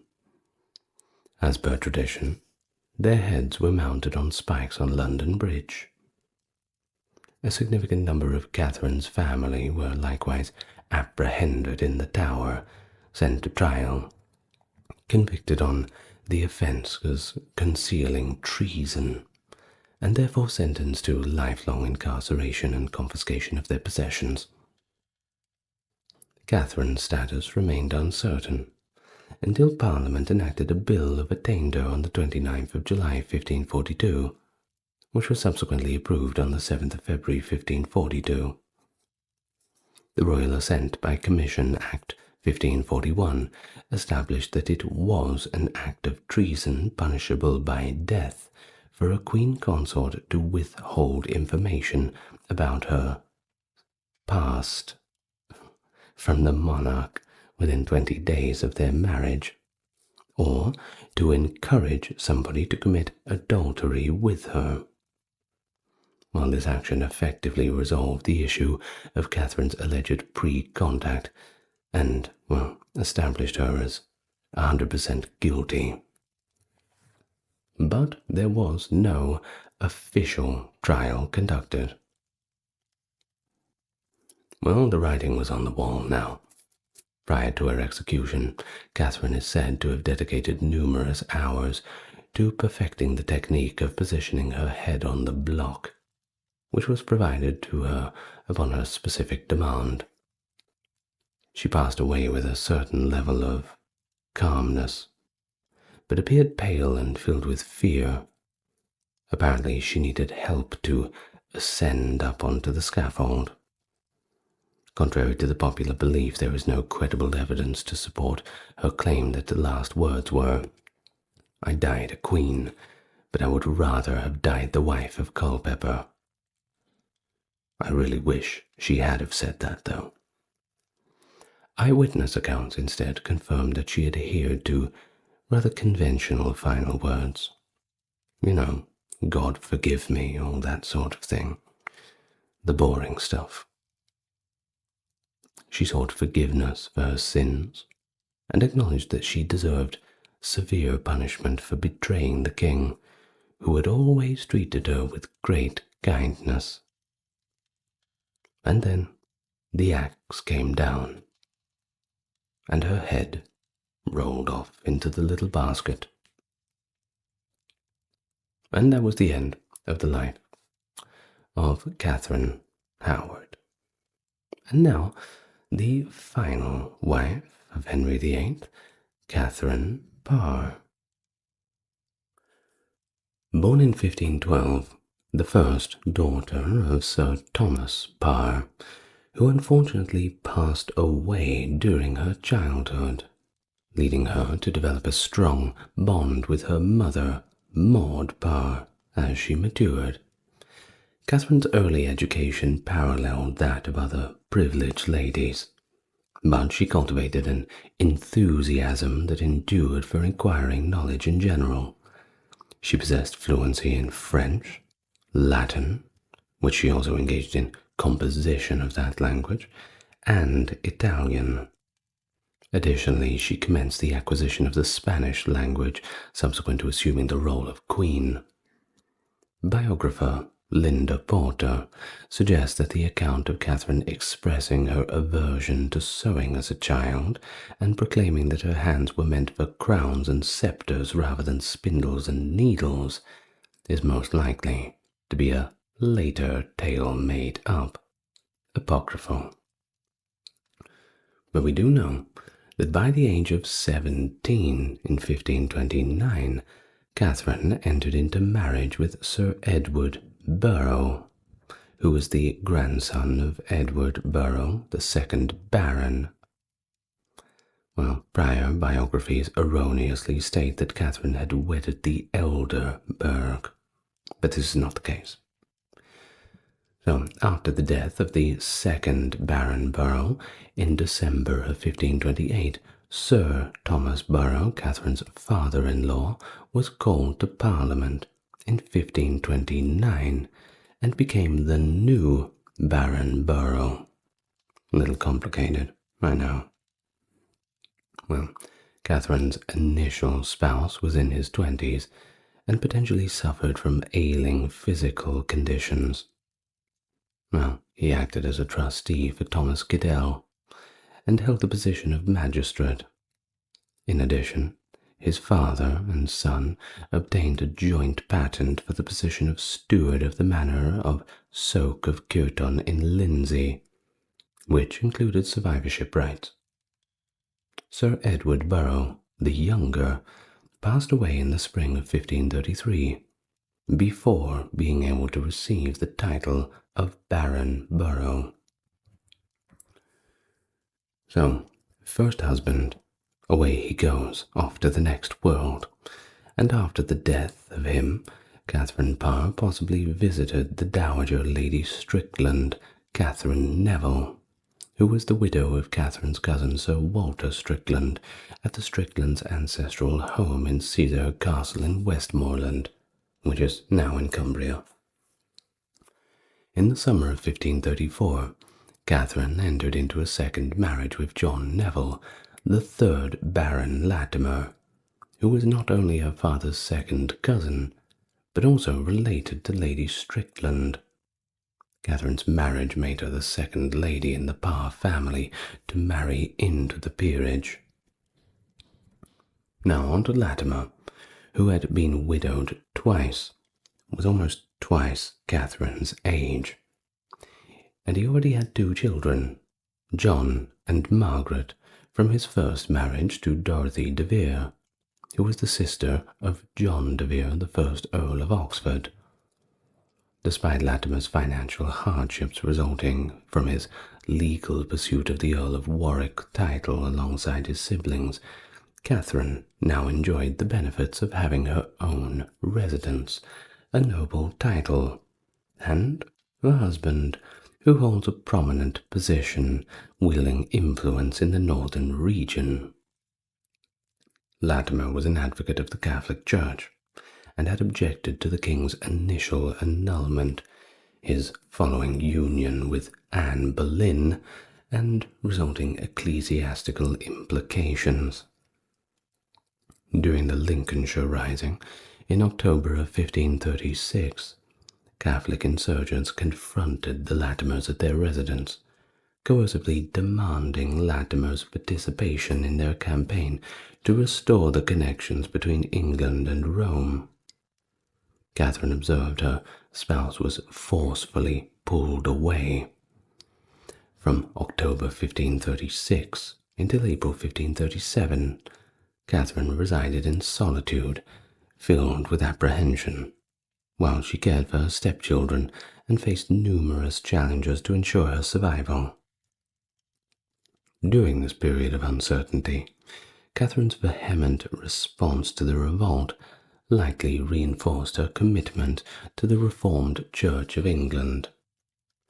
In January of 1537, Catherine and her stepchildren were taken captive at Snape Castle in North Yorkshire as part of the rebellion known as the Pilgrimage of Grace.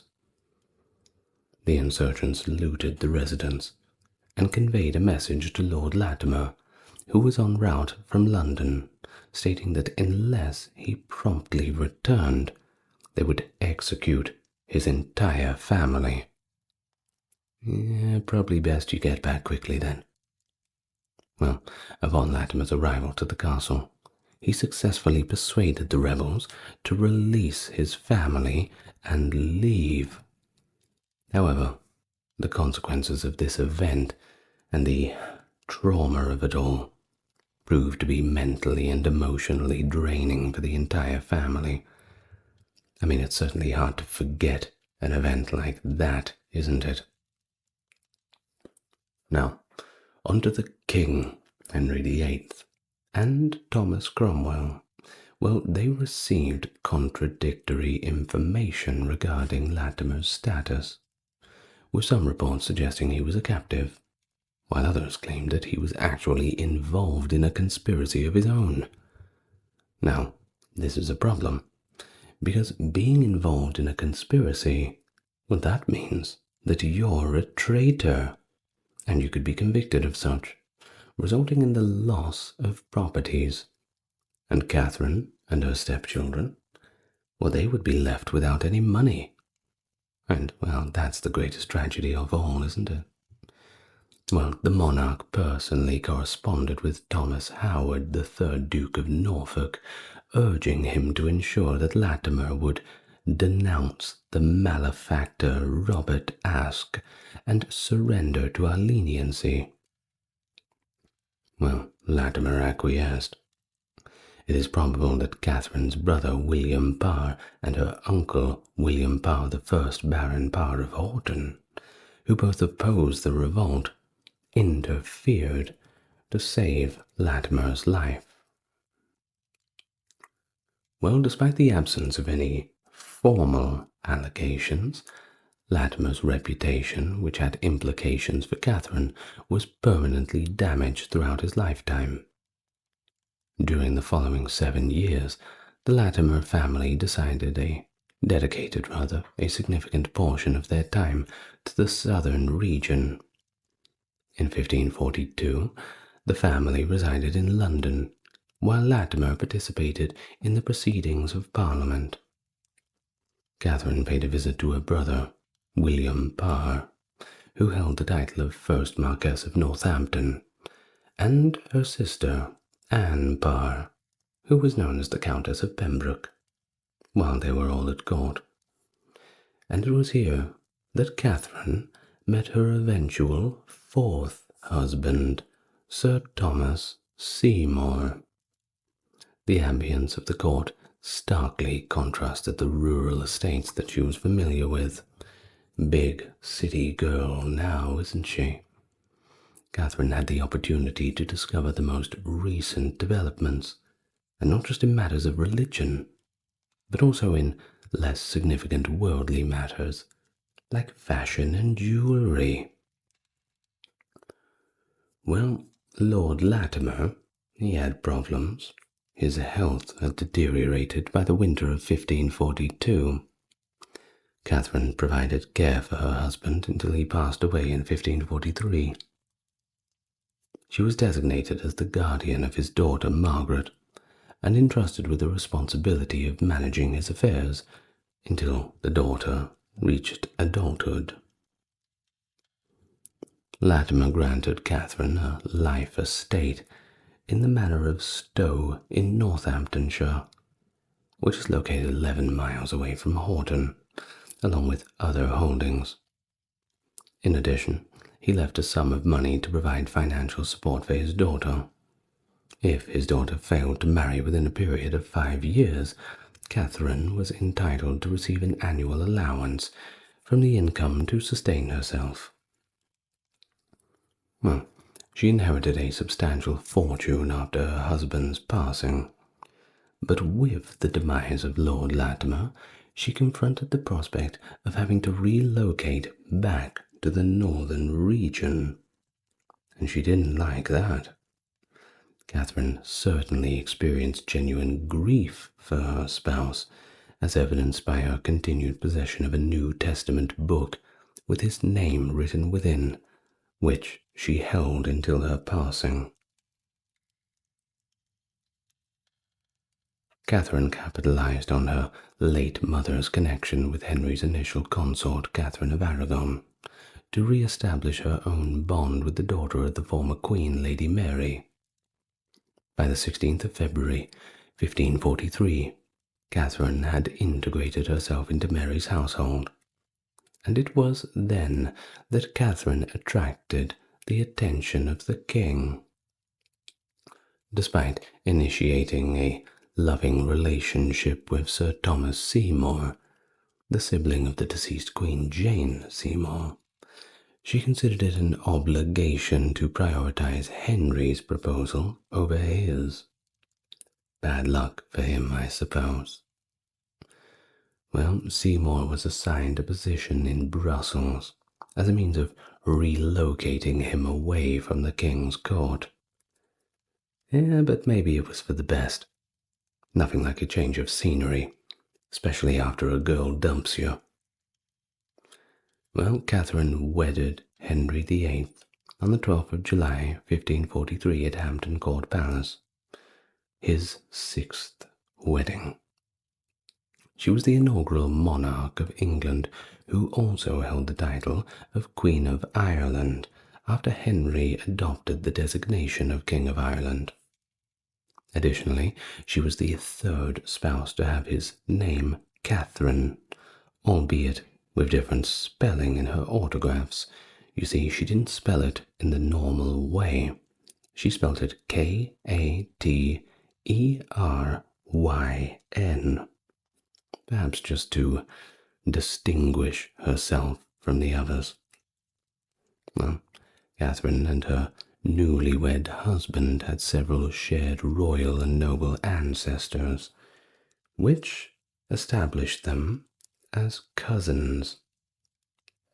Henry's mother and Catherine's father were 3rd cousins once removed, as they shared a common ancestor, Ralph Neville, 1st Earl of Westmoreland, and Lady Joan Beaufort, who was the granddaughter of Edward III.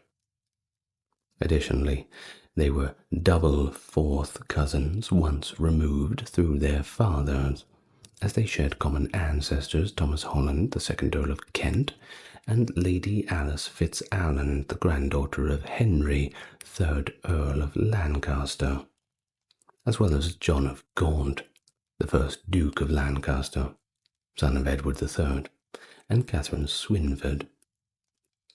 Now, I don't know about you. I haven't got a huge family, and I always struggle to work out this 1st cousin twice removed on the mother's side. It's not for me. It's not for me. Well, anyway, I digress.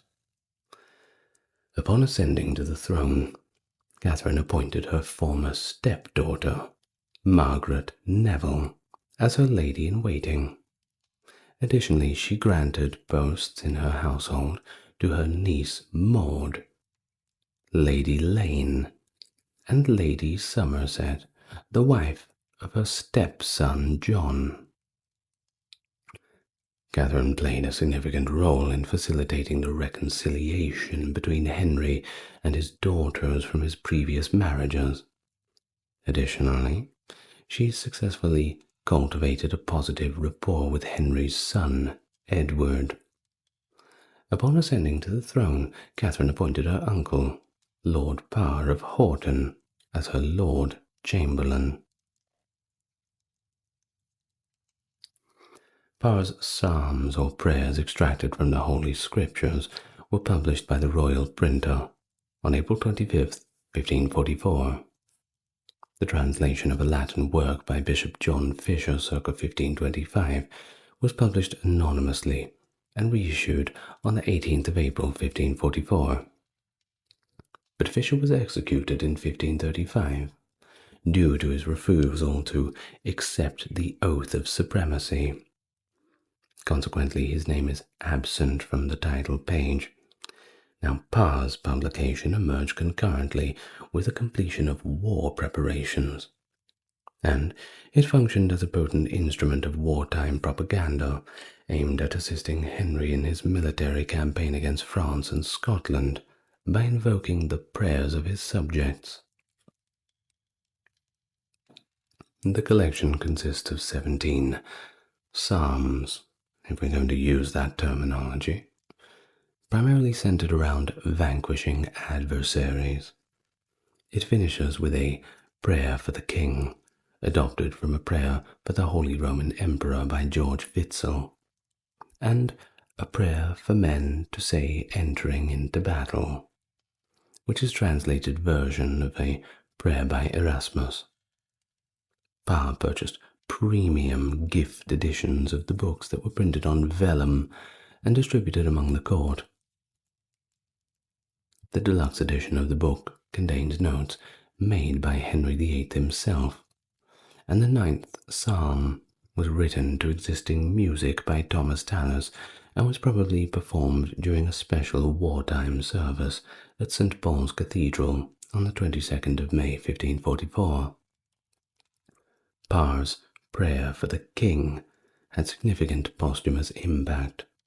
You see, in 1599, the text was revised and incorporated into the Book of Common Prayer, most likely by Elizabeth, who held the position of supreme governor of the Church of England at the time. This prayer is still included in the Book of Common Prayer and continues to be utilized by Anglican churches worldwide to offer prayers for the British monarch. Now, on to Henry. What's he up to? Well, he embarked on his final military expedition to France, lasting from July to September of 1544, while appointing Catherine as his regent. Due to the presence of friendly members on her regency council, such as Thomas Cranmer, the Archbishop of Canterbury, Lord Hertford, and her uncle William Parr, Lord Parr of Horton, who was added at her specific request, Catherine gained effective power and was able to govern according to her own discretion. Well, she managed the supply of resources, handled financial matters, and organized military gatherings for Henry's military expedition in France. And additionally, she authorized 5 official decrees on behalf of the monarchy and maintained regular communication with her subordinate Lord Shrewsbury, who was responsible for overseeing the volatile situation with Scotland in the northern borderlands.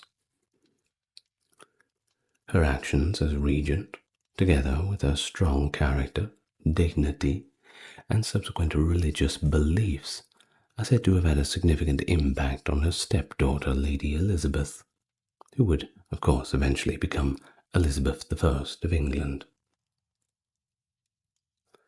Now, Parr's second publication, titled Prayers or Meditations, was released in June of 1545. Similar to her initial book, it achieved significant commercial success. And in this instance, Parr employed an intricate compositional technique by revising the 3rd book of Thomas A. Kempis' Imitatio Christi to create a monologue delivered by a non-specific Christian orator. The volume was also disseminated in handwritten manuscripts and high-quality printed copies. Princess Elizabeth rendered the book into Latin, Italian, and French as a New Year's offering for Henry VIII in December of 1545, and bestowed the manuscript in an exquisite hand-embroidered cover. The British Library now has a digitized version of the volume. You should be able to find it if you look it up. Now, onto the Queen's religious beliefs, which were regarded with mistrust by officials who opposed Protestantism, such as the Bishop of Winchester, Stephen Gardiner, and Lord Wriothesley, the Lord Chancellor. Despite her Catholic upbringing, she subsequently developed an affinity for and curiosity for the new faith. By the mid-1540s, she became the subject of suspicion over her true religious affiliation, which was believed to be Protestant. This perspective is bolstered by the robust, reformed concepts that she expressed following Henry's demise, when her third publication, Lamentation of a Sinner, was released in the latter part of 1547. In 1546, the Bishop of Winchester and Lord Wriothesley attempted to alienate the monarch from her. An arrest warrant was issued, and widespread rumours circulated around England of the king's infatuation with her intimate companion, the Duchess of Suffolk. Well, of course, it doesn't take too much to believe that with Henry VIII. I don't think people would have been too surprised, if it were true. Well, nevertheless, upon seeing the warrant, she successfully restored her relationship with the king by stating that her discussions about religion were solely intended to divert his attention from the distress caused by his manky leg. Of course, he had a lot of gout and all of these problems at this time. He couldn't stop eating either. Well, you've seen the pictures, as I've said. Now, on the next day, Chancellor Wriothesley, accompanied by a detachment of his guards, attempted to apprehend her as she was having a little walk with Henry, who was, well, they were completely unaware of their reconciliation. Of course, the king was not impressed by this, and he terminated the Chancellor immediately. The time of Henry, of course, had to come to an end too. Prior to his death, however, he arranged for an annual stipend of £7,000 to be allocated to Catherine to sustain her financially.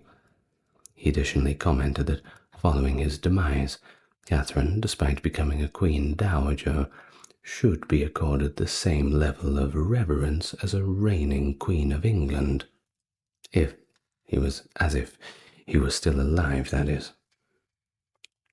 Well, following the crowning of her stepson, Edward VI, on 31st of January 1547, Catherine withdrew from the royal court and settled in her residence at Old Manor, Chelsea.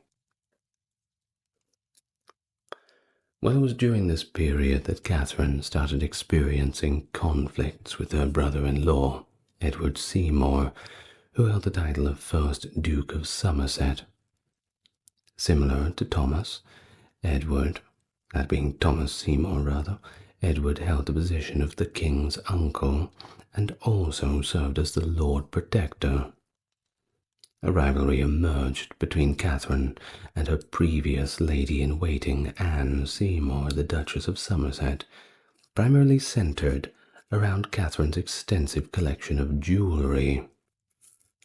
The Duchess contended that Catherine, in her role as Queen Dowager, no longer had the right to adorn herself with the precious gemstones that rightfully belonged to the king's wife. Now that's fighting words, that's for sure. On the contrary, she, as the wife of the guardian, should be designated individual rights to don the garments. Well, the entire incident caused a lasting and irreparable rift in their relationship.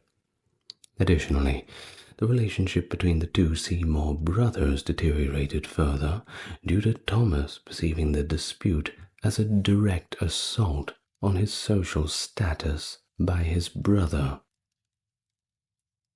Well, Catherine also released her third literary work in November of 1547.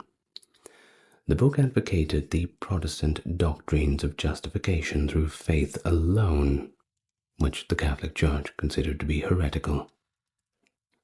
The sponsorship for this event was provided by Catherine Brandon, the Duchess of Suffolk, as well as by William Parr, Catherine's brother. The preamble for the event was written by William Cecil, who would later become Elizabeth I's chief minister. Parr commenced the organization of an English translation of Erasmus's paraphrases upon the New Testament in either 1544 or 1545. Now, the huge volume of work was ultimately published in 1548. Parr recruited Nicholas Udall, Thomas Keyes, and Mary Tudor to translate various portions, and it's possible that she herself created sections within Matthew. Well, either way, over the years, many educated members of the parish would have come across extensive expressions of admiration for Parr's knowledge, her dedication to the Bible in the common language, and her contribution to the English Reformation. In fact, she possessed a multitude of books and actively engaged in cultural traditions of annotating her own books and autographing books that were held by others. Imagine what it would be worth if you had an autographed copy of one of her books. Well, of course, there was life after Henry, and she actually conceived a child when she reached the age of 35. Now, this came as a little unexpected, as she had not been pregnant in her previous 3 marriages. At this juncture, Thomas Seymour, her new husband, had developed a fascination for Lady Elizabeth. Well, I say new husband, but they weren't quite married yet. It is said that Seymour had allegedly planned to marry her before marrying Catherine, and it was later said that Catherine found the two of them in an intimate embrace. Now that is scandalous. According to Cat Ashley's deposition, there were a few instances where the situation was on the verge of getting quite out of control. During these times, Catherine not only agreed to participate in playful activities, but also actively helped her husband. I'm not going to go too far into that. Unfortunately, there's a few tragedies of Elizabeth's early life that I'd rather not talk about. I'm sure you can piece it together through imagination.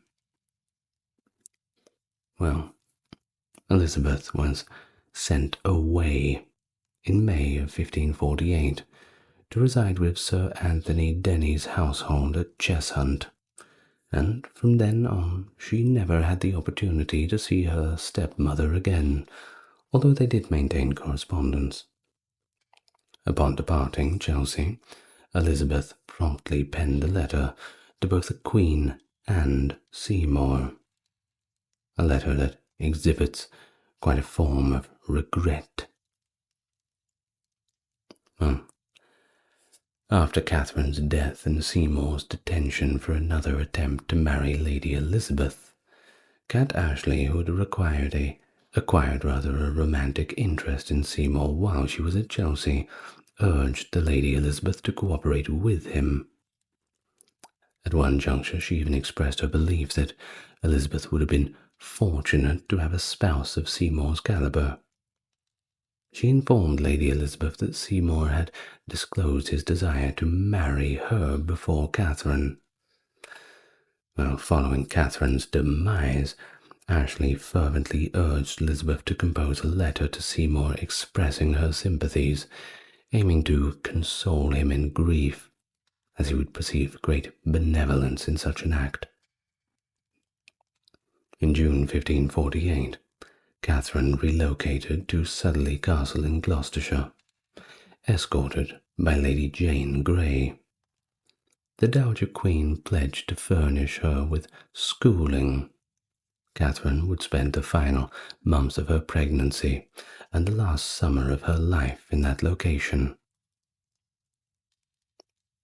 She delivered her sole child, a female named Mary Seymour, in honor of Catherine's stepdaughter Mary, on the 30th of August 1548, and on the 5th of September 1548, Catherine passed away at Sudley Castle, likely due to childbed fever, a sickness that was prevalent as the result of inadequate cleanliness during childbirth procedures of the time.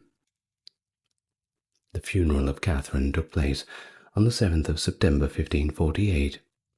This event was the inaugural Protestant funeral conducted in the English language, and Lady Jane Grey served as the primary mourner for her. The burial took place in St. Mary's Chapel, located on the premises of Sudley Castle in Gloucestershire, England. Charles I of England, who reigned from 1625 to 1649, a rule that led to a significant national conflict and ultimately civil war. It was a reign that was marked by intense struggle with the Parliament over issues of taxation and religious policy, reflecting Charles's belief in the divine right of kings, clashing with the emerging parliamentary and Puritan demands for a greater say in governance. His attempts to enforce Anglican worship and his financial policies, including the controversial collection of ship money without parliamentary consent, deepened the divide between the monarchy and the people.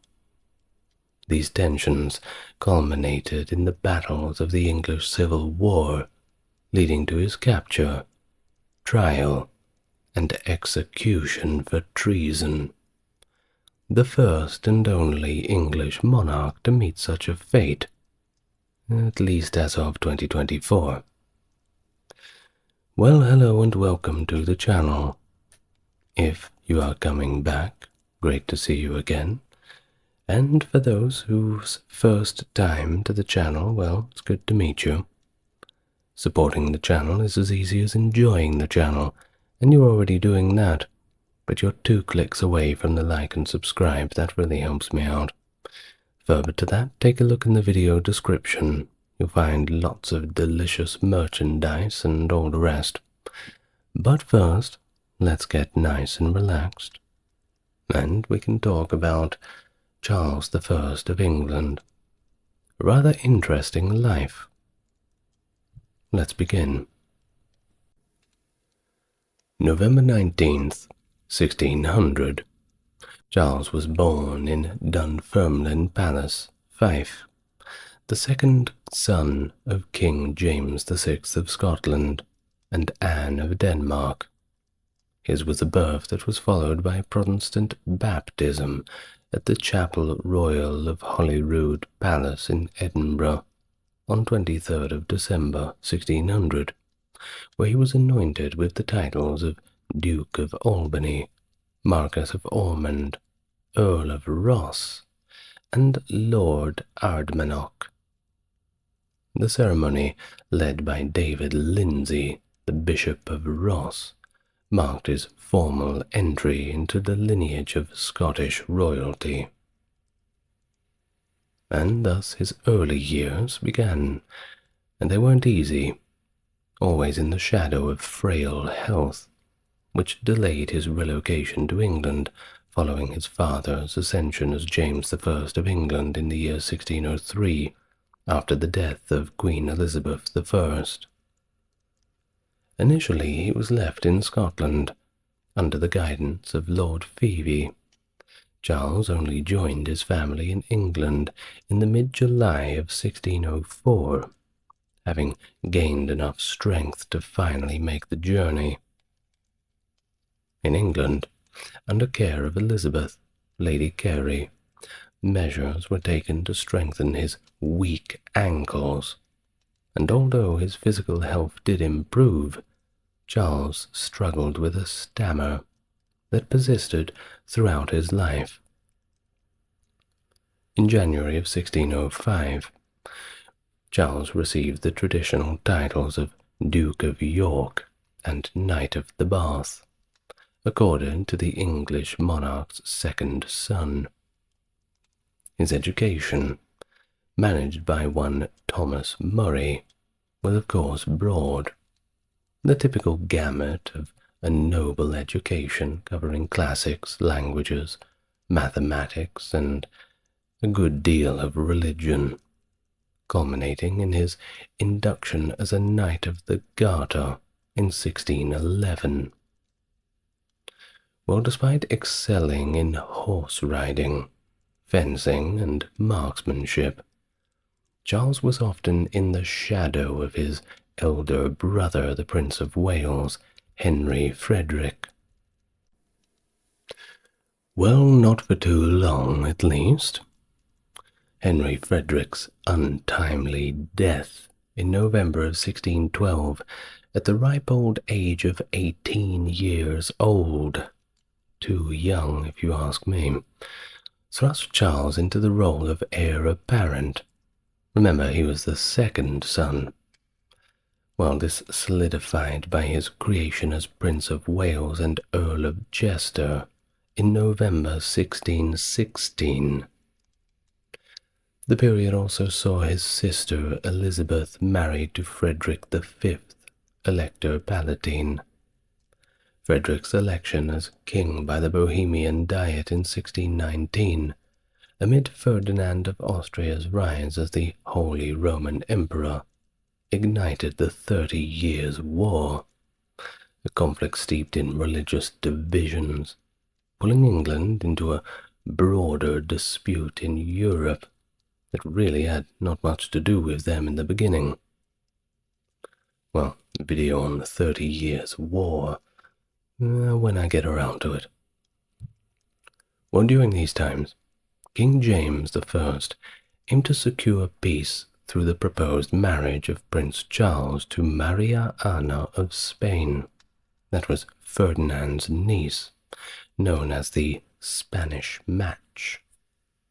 This alliance faced fierce opposition from the English public and the court, leading to a hostile parliament in 1621, advocating for a Protestant spouse for Charles and tougher actions against Catholics. Of course, you must remember, the Catholics and the Protestants in those times were, well, they were at each other's throats. Especially in France. Ooh, it got very bad there. Watch my video on the French Wars of Religion. Very sticky situation. Well, the political tension escalated with the impeachment of James's Lord Chancellor, Francis Bacon, for corruption in 1621, which marked a historic legal shift. You see, the rising discord peaked with parliamentary debates over Charles's marriage and foreign policy, leading to the dissolution of Parliament by an exasperated James in January of 1622. Well, in a desperate bid to salvage the Spanish marriage, Charles and the Duke of Buckingham embarked on a covert trip to Spain, leaving in secret in the February of 1623. Facing skepticism at the Spanish court about Charles' sincerity towards Catholicism and demands for some unacceptable concessions, the negotiations faltered amid personal tensions with the Spanish chief minister, the Count of Olivares. And thus Charles returned, rather disenchanted one can imagine, to England in October, without securing any sort of agreement, let alone marriage. Yet he was warmly welcomed, and the public were somewhat relieved at the negotiations' failure, although I'm sure this was cold comfort for him. This diplomatic failure disillusioned King James and motivated Charles and Buckingham to persuade him to declare war on Spain. In 1624, needing funds for this new military endeavor, James convened Parliament again. During these sessions, Charles and Buckingham sought the impeachment of Lord Treasurer Lionel Cranfield for opposing the war, mirroring the earlier tactic used against Bacon. James, increasingly wary of Buckingham's influence, cautioned Charles about the risks of politicizing impeachment. As King James's health declined and his ability to govern was, questionable, Charles and Buckingham effectively consolidated their own power, assuming control by the time of James's death in the March of 1625. Following the unsuccessful Spanish marriage negotiations, Charles shifted his matrimonial focus back to France, securing a union with Henrietta Maria by marrying her by proxy at Notre Dame de Paris on May 1st, 1625. Their first in-person meeting took place on June 13th in Canterbury. Anticipating parliamentary resistance due to Henrietta Maria's Catholic faith, Charles delayed convening his first parliament until after the marriage. I'm sure at that point, there was very little they could do about it. You can't put the toothpaste back in the tube, can't you? And the move was necessary, too, as skepticism within the Commons grew over potential concessions to Catholic that could, ultimately weaken the Anglican Church of England, and we can't have that. Well, despite promising to maintain the religious restrictions on the Catholics, Charles had secretly agreed to relax these measures in his marriage treaty with Louis XIII. Of course, further controversy came up when he lent 7 English naval ships to France, which were then used against the Protestant Huguenots at La Rochelle in September 1625. Charles's coronation proceeded in February 1626 without Henrietta Maria, who abstained due to its Protestant nature. Well, things just kept getting worse for Charles, with his support of Richard Montague, an anti-Calvinist clergyman whose writings alienated the Puritans and reflected Charles's earlier preference for a Spanish alliance. So, upon becoming king, Charles appointed Montague as a royal chaplain, protecting him from parliamentary censure. Parliament, preferring less costly naval actions against Spanish colonies to seize treasure fleets, limited its financial support to Charles to £140,000. Well, it sounds like a lot, but it was insufficient for his broader military ambitions, and it curtailed his customary rights to tonnage and poundage to just 1 year. Despite lacking any formal approval, Charles continued to levy these duties anyway. A failed naval expedition led by Buckingham resulted in impeachment proceedings against him, prompting Charles to quickly appoint him Chancellor of Cambridge University in May 1626 as a defiant gesture, a slap in the face, and jobs for friends. The arrest of Buckingham's critics, Dudley Digges and Sir John Eliot, triggered significant parliamentary outrage and their brief imprisonment. Of course, you can see how the Parliament, little by little, just keeps getting a beating from Charles. It's no wonder they turned on him. Well, the majority of the country turned on him. Well, on June 12th, 1626, the Commons strongly protested Buckingham's continued influence, expressing concerns about financial misuse. Despite this, Charles staunchly supported him, and ultimately he dissolved Parliament to address the growing dissent. In 1627, Charles enforced a forced loan without Parliament's consent, heightening tensions.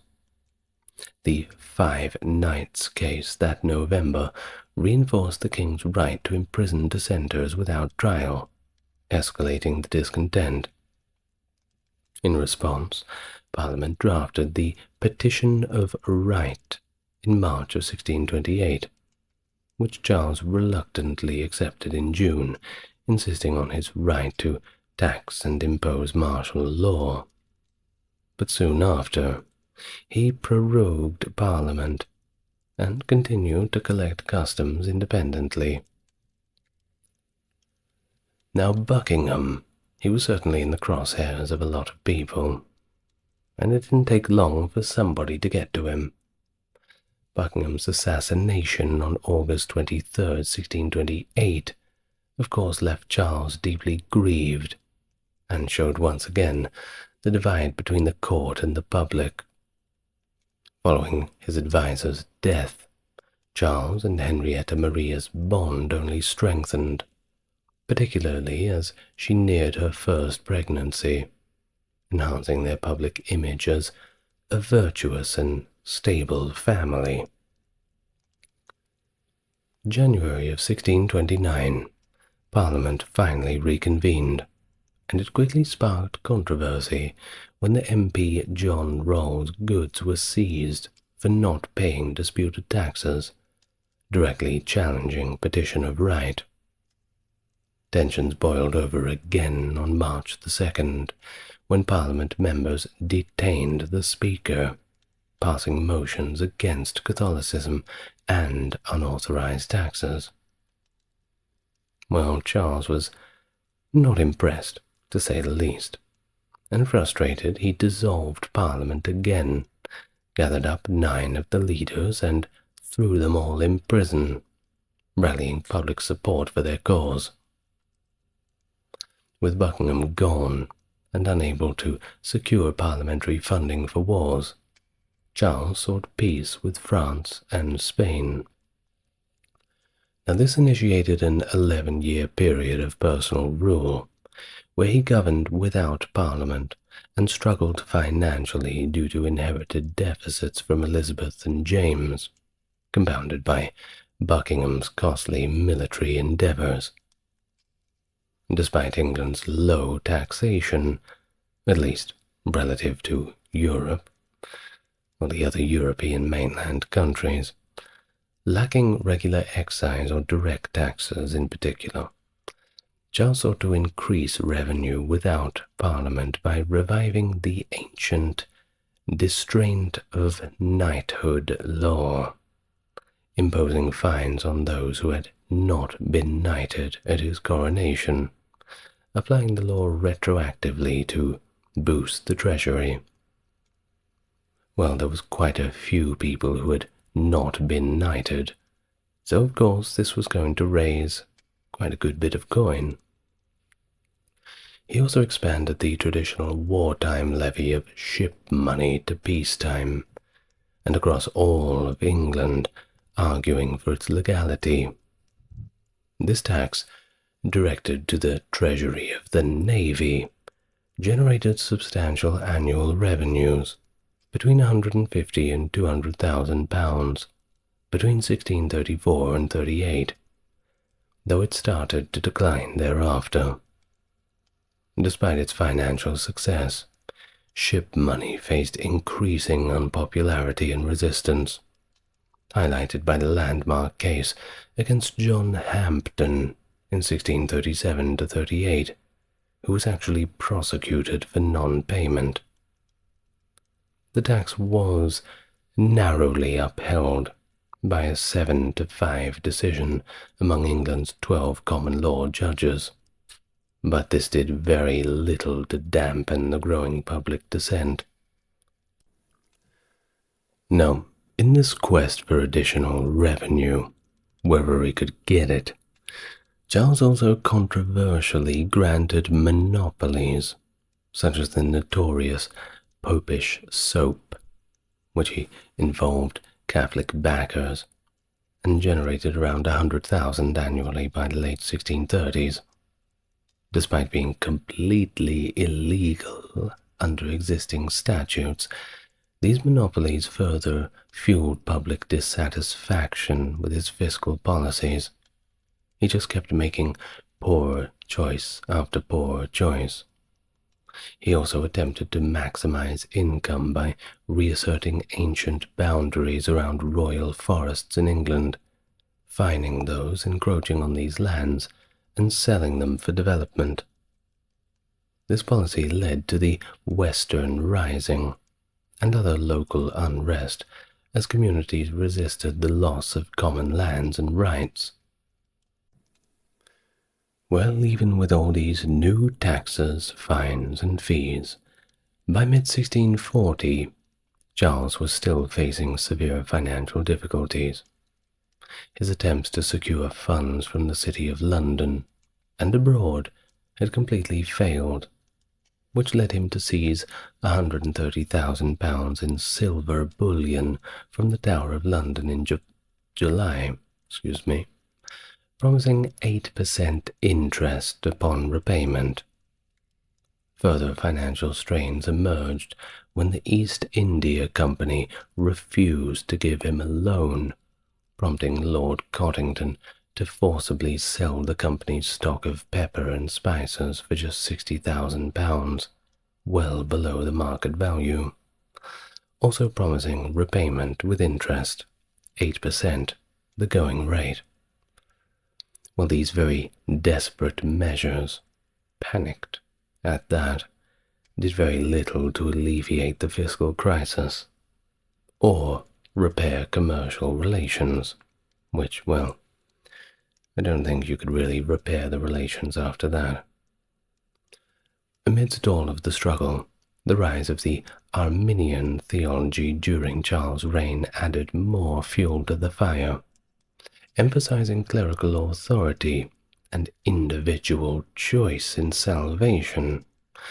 Arminianism was seen by many as a step back towards Catholicism, alarming the Puritans, who preferred a simpler, less ceremonial Anglican worship, and, of course, feared Charles's lean towards a more sacramental tradition.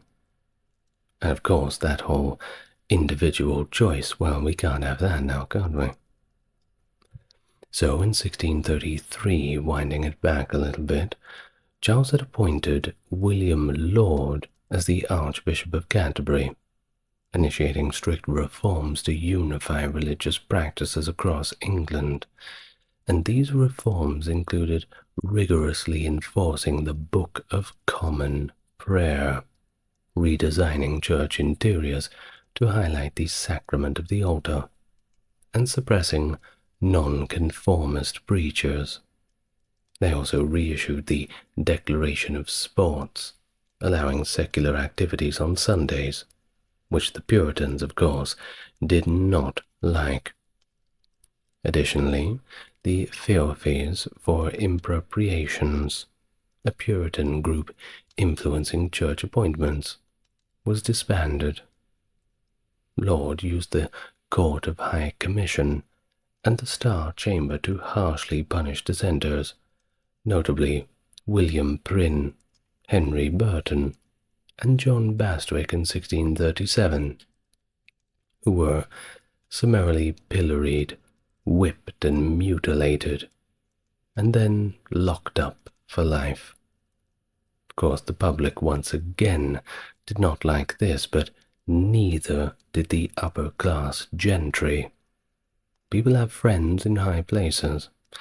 They don't appreciate it when their friends are treated in that way. Charles' religious policies also faced fierce resistance in the north in Scotland. Despite his Scottish origins, Charles' reintroduction during his 1633 Scottish coronation using the Anglican rite was widely unpopular. Tensions escalated further in 1637 with his imposition of a new prayer book, quite similar to England's, without even consulting the Scottish Parliament at all.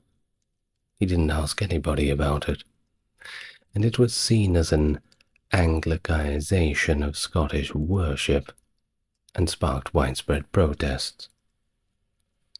The controversy over the prayer book triggered riots starting in Edinburgh on July 23, 1637, and they quickly spread nationwide.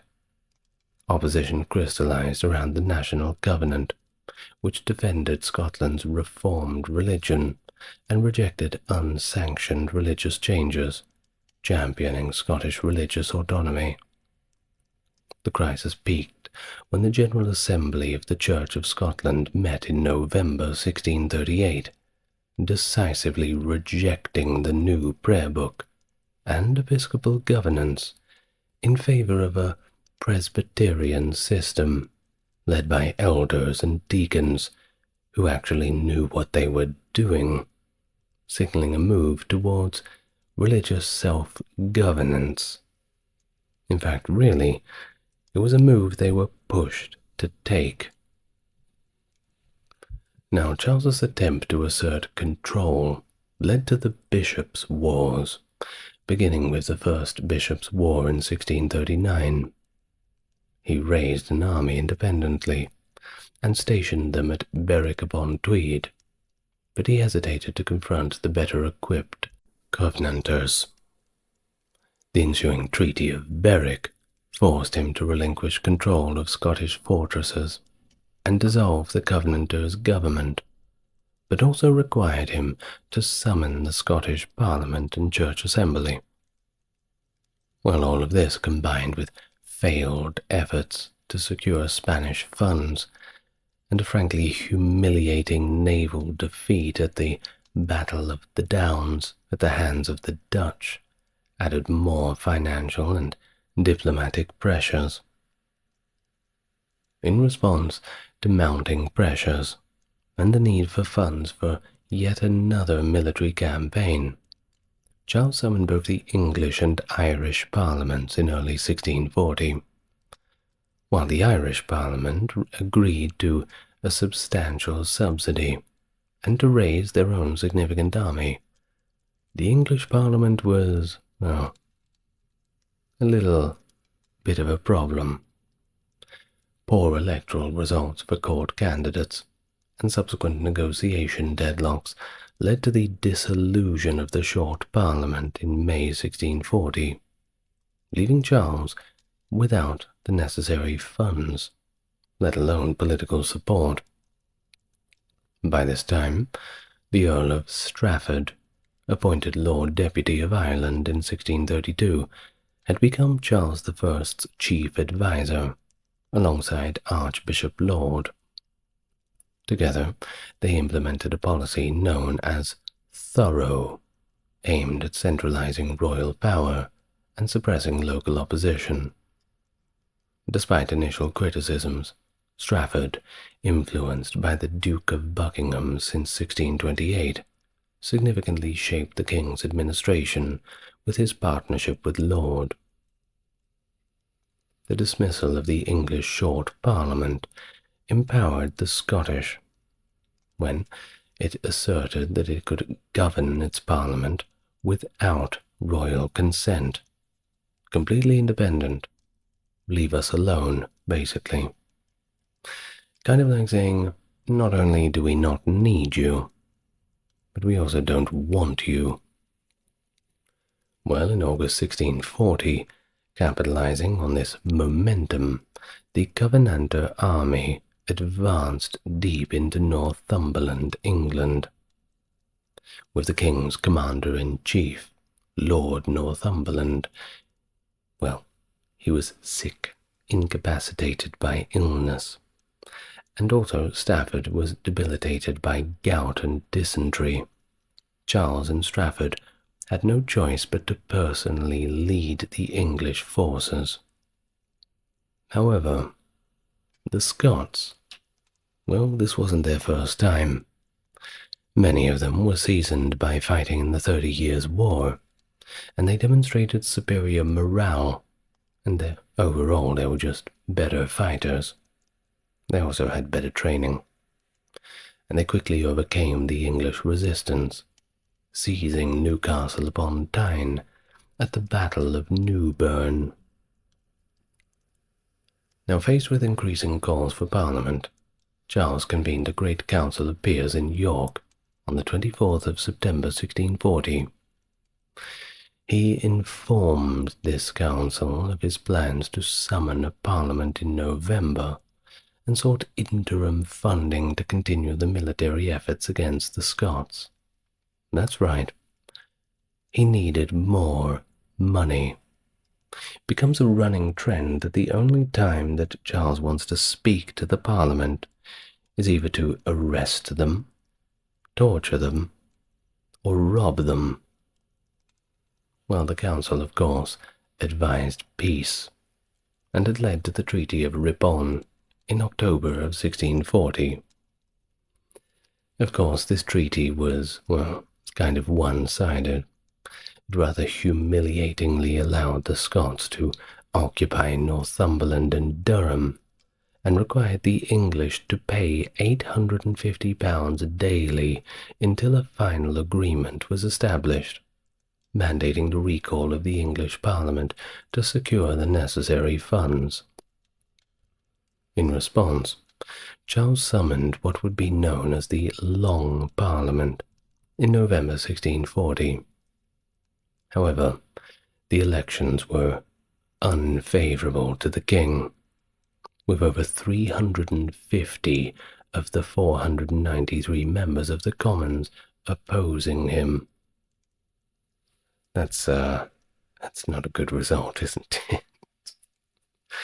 That is a beatdown, my goodness.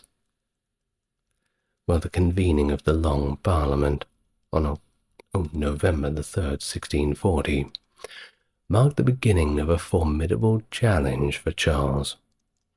Rapidly asserting its power, the Parliament moved to impeach several of Charles' top advisers, symbolizing a severe challenge to the monarchy's authority. Within a week, Thomas Wentworth, the Earl of Strafford, and a key confidant of Charles, was arrested. And by mid-December, Archbishop William Laud was also impeached, with John Finch, the Lord Keeper of the Great Seal, fleeing to The Hague soon after.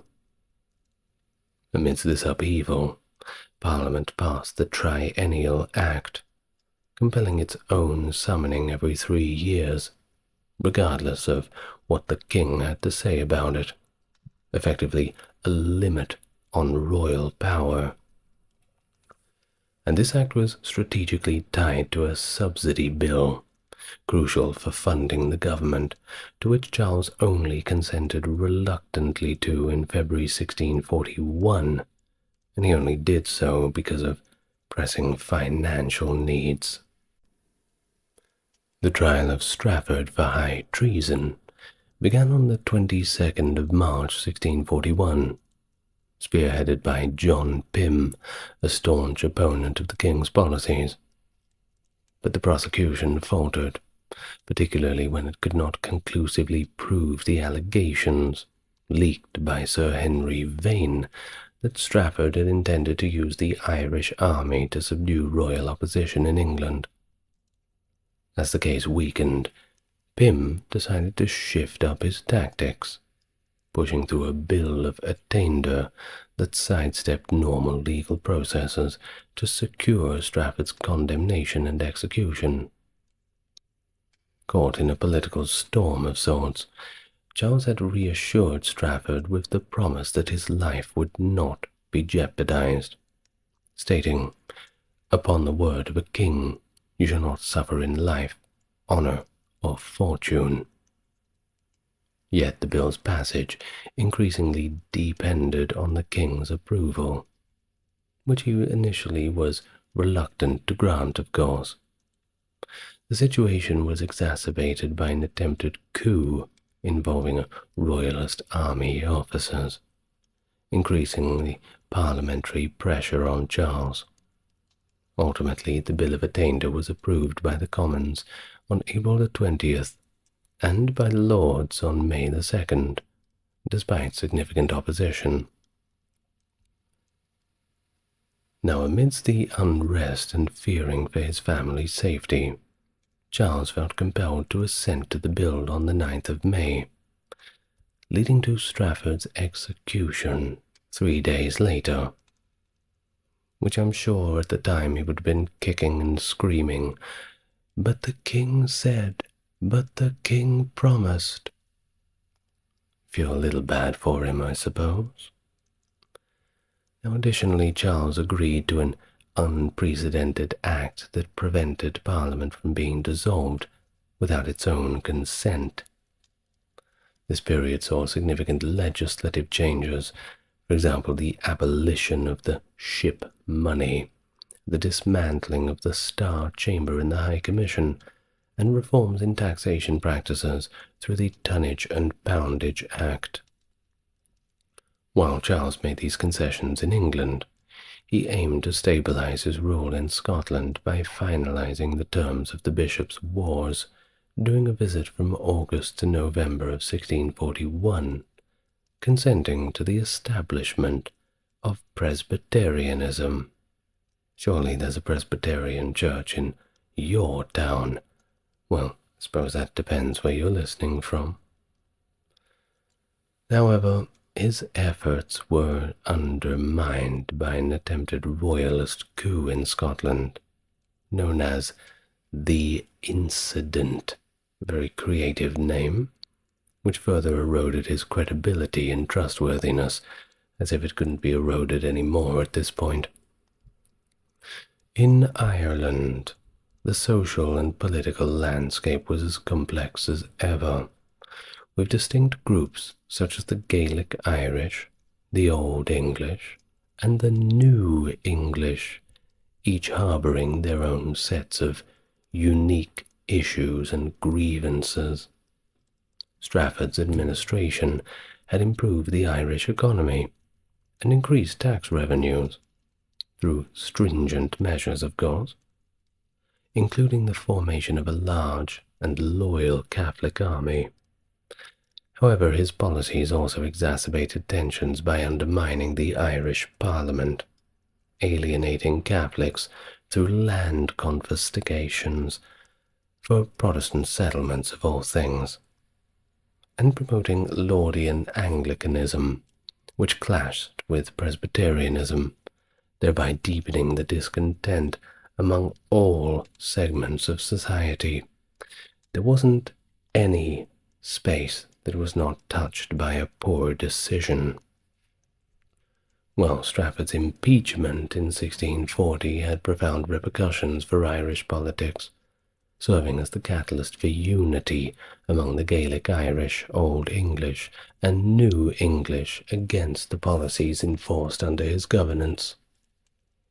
During the impeachment proceedings, representatives from the Old English faction in the Irish Parliament voiced a staunch loyalty to King Charles, while simultaneously criticizing the despotic powers wielded by viceroys like Strafford. They contended that such governance detracted from the king's direct authority and frankly maligned his rule by misadvising him, effectively having Strafford be put up on a cross for all the king's poor decisions. Well, with Strafford's removal, and, well, probably the removal of his head as well, Charles' control over Ireland was notably weakened. During Strafford's incarceration, the English Commons repeatedly called for the disbandment of the Irish army, a move finally enacted post-trial due to financial exigencies.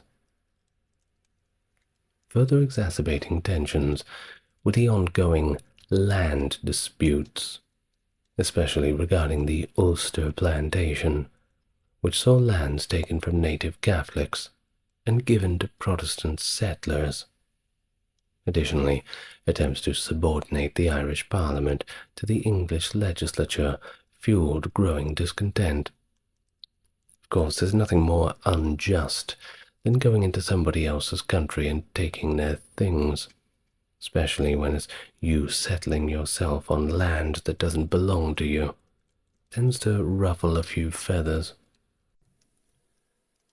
The burgeoning turmoil precipitated an uprising in late October of 1641, as the Gaelic Irish and the Old English, despite professing loyalty to Charles, took up arms against the new English settlers. The political atmosphere in England also intensified in November of 1641, when the House of Commons passed the Grand Remonstrance by a narrow margin. Now, what was this?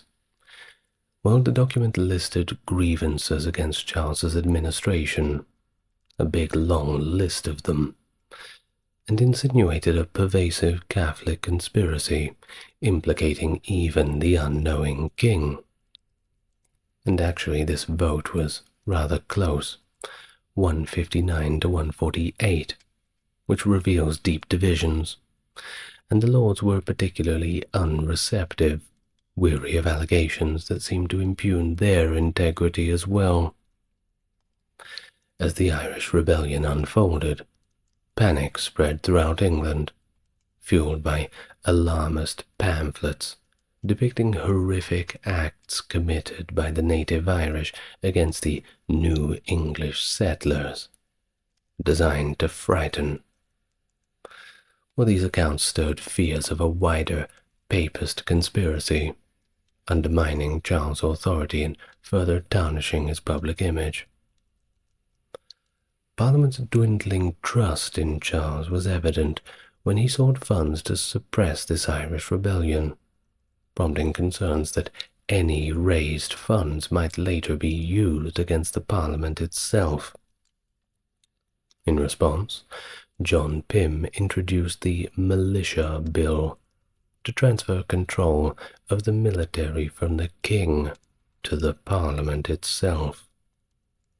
This bill, unsupported by the Lords and certainly not by Charles, was ultimately adopted by the Commons as an ordinance, asserting that it did not require royal assent. Basically, they were just going to do it anyway. But it did have a action that inadvertently prompted more of the Lords to actually side with the King. So there was that. Anyway, the appointment of Colonel Thomas Lunsford as Governor of the Tower of London only added more gasoline to the already burning fire. Known for his ruthless reputation, Lunsford's selection did very little to calm an already tense and lawless London. The political crisis escalated further when, spurred by rumours of the Parliament's plans to impeach his wife, of all people, Henrietta Maria, for alleged collusion with the Irish rebels. Well, that was the last straw for Charles. You don't go after a bloke's wife. That's not on. He resolved to take decisive action. Acting on the suspicions of parliamentary collusion with the Scots, Charles demanded on January 3, 1642, that Parliament surrender 5 of its members and 1 peer, accusing them of high treason. Well, everybody knows what happens to people who are accused of high treason. So when the Parliament refused to hand them over, Charles, reportedly persuaded by his wife, attempted to arrest the accused personally in the House of Commons. However, his plan was thwarted as the targeted members had been forewarned and had already ran off. Confronted by Speaker William Lenthor's humble refusal to cooperate, Charles left the Commons in dismay, realizing that his direct intervention had failed, and he remarked in quite a bit of a hushed tone that, I quote, "all my birds have flown." Now just think about this for a minute. You have a king in the 17th century that's making these demands, and people are just simply saying no. He'd lost all power. This is something that's so unheard of in so many other parts of the world. Now, I dare say that if King Charles today, our current King Charles, would walk into Parliament, that he'd definitely be treated with a lot better manners than they had treated old Charles I. It's so interesting. I can only imagine the helplessness that Charles I would have felt of that situation that he was in. Well, his attempt to arrest these Parliament members directly within the House of Commons represented this profound breach of constitutional norms and a severe violation of parliamentary privilege, an act that drastically eroded all of his political standing and was perceived as a stark violation of the principles of governance, casting him not only as a protector, but as a perpetrator of political upheaval. Effectively, the king was a traitor. It's getting interesting, isn't it? Well, in the wake of this debacle, Parliament swiftly took control of the city of London.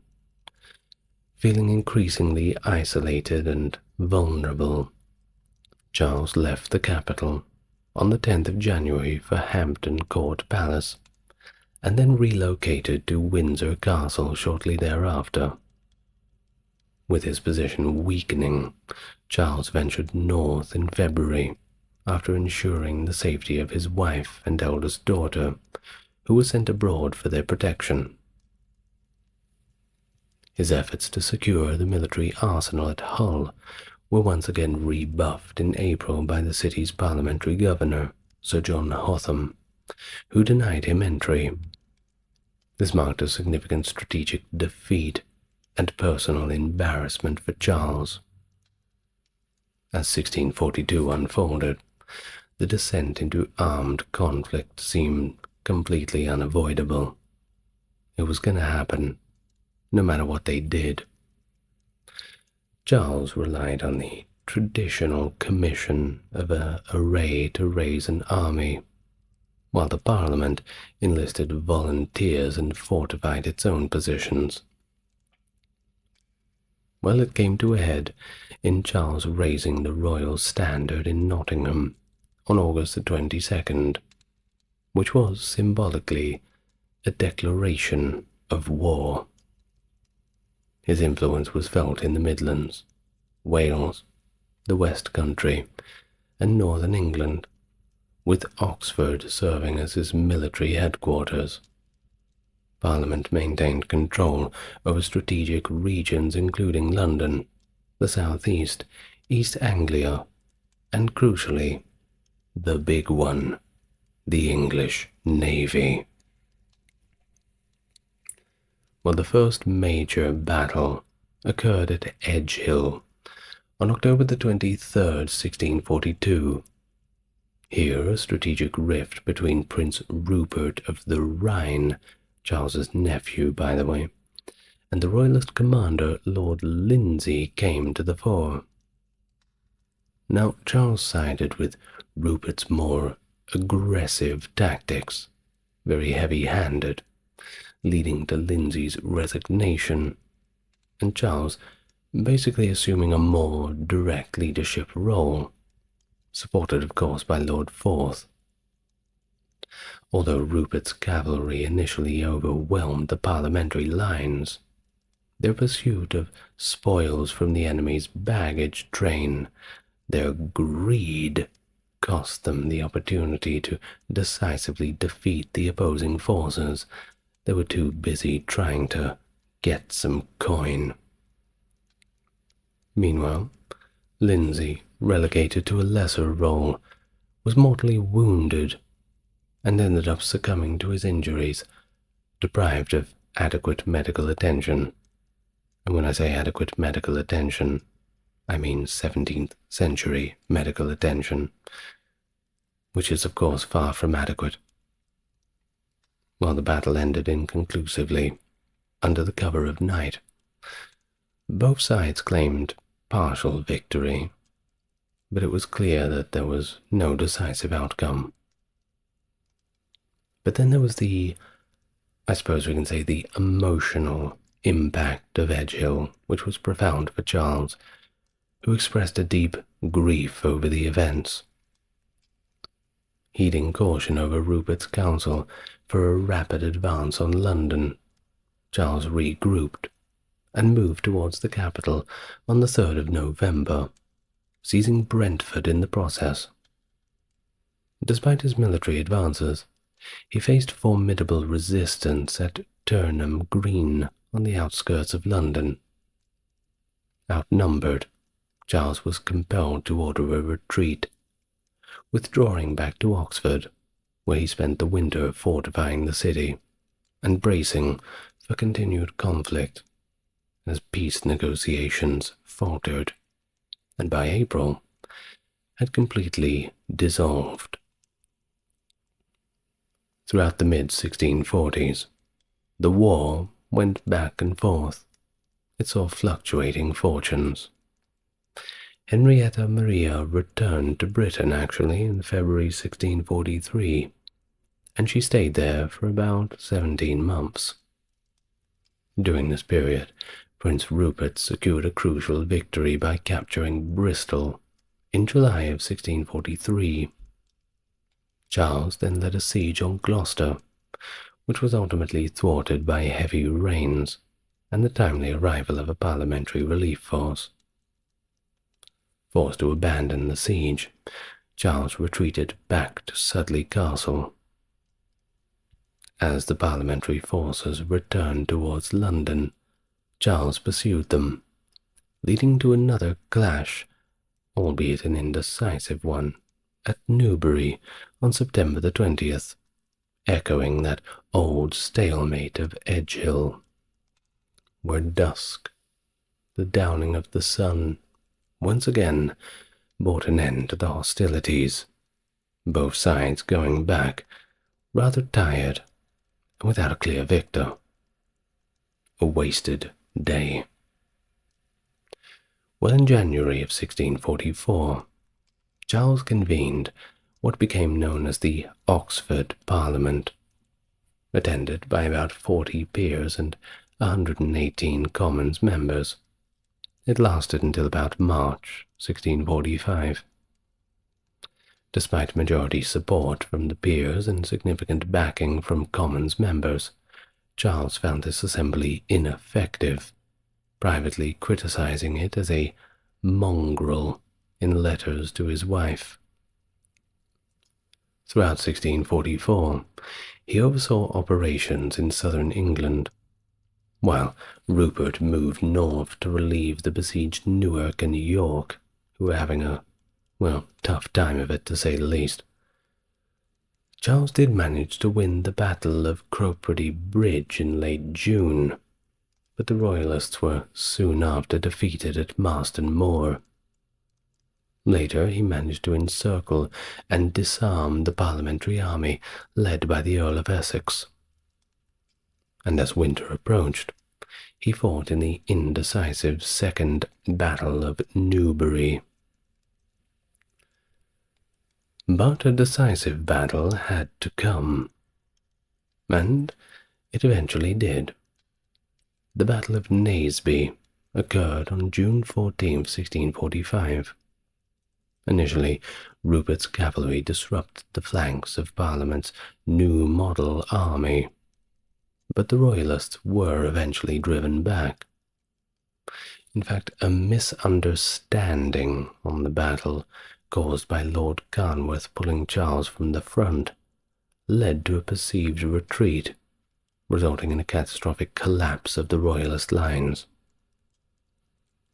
Following additional defeats, Charles escaped from the besieged Oxford in April of 1646, disguised as a servant, and surrendered to the Scottish Presbyterian army in Newark, eventually being transferred to Newcastle upon Tyne. After negotiations, the Scots handed him over to the English Parliament in January 1647 for £100,000 and promises of further payments. You can only imagine the fear that Charles would have been feeling at this time, trying to humanize it a little bit. You know what I mean. Well, he was then placed under house arrest at Holdenby House in Northamptonshire. Then came June the 3rd. Cornet George Joyce, representing the New Model Army, seized him, exploiting divisions between the army and a parliament that favoured disbandment and Presbyterianism. Charles actually saw this as potentially advantageous and moved to Newmarket, Oatlands, and then Hampton Court for what became fruitless negotiations. By November, realizing that he had to escape, he considered destinations like France, southern England, or Berwick-upon-Tweed. On November the 11th, he fled to the Isle of Wight, seeking asylum with Colonel Robert Hammond, who he believed was sympathetic to his cause. Spoiler alert, he was not. Hammond detained Charles at Carisbrooke Castle, and immediately notified the Parliament of his capture, effectively sending them a letter and saying, "He's over here, come and get him." Well, while imprisoned, he continued his political strategies.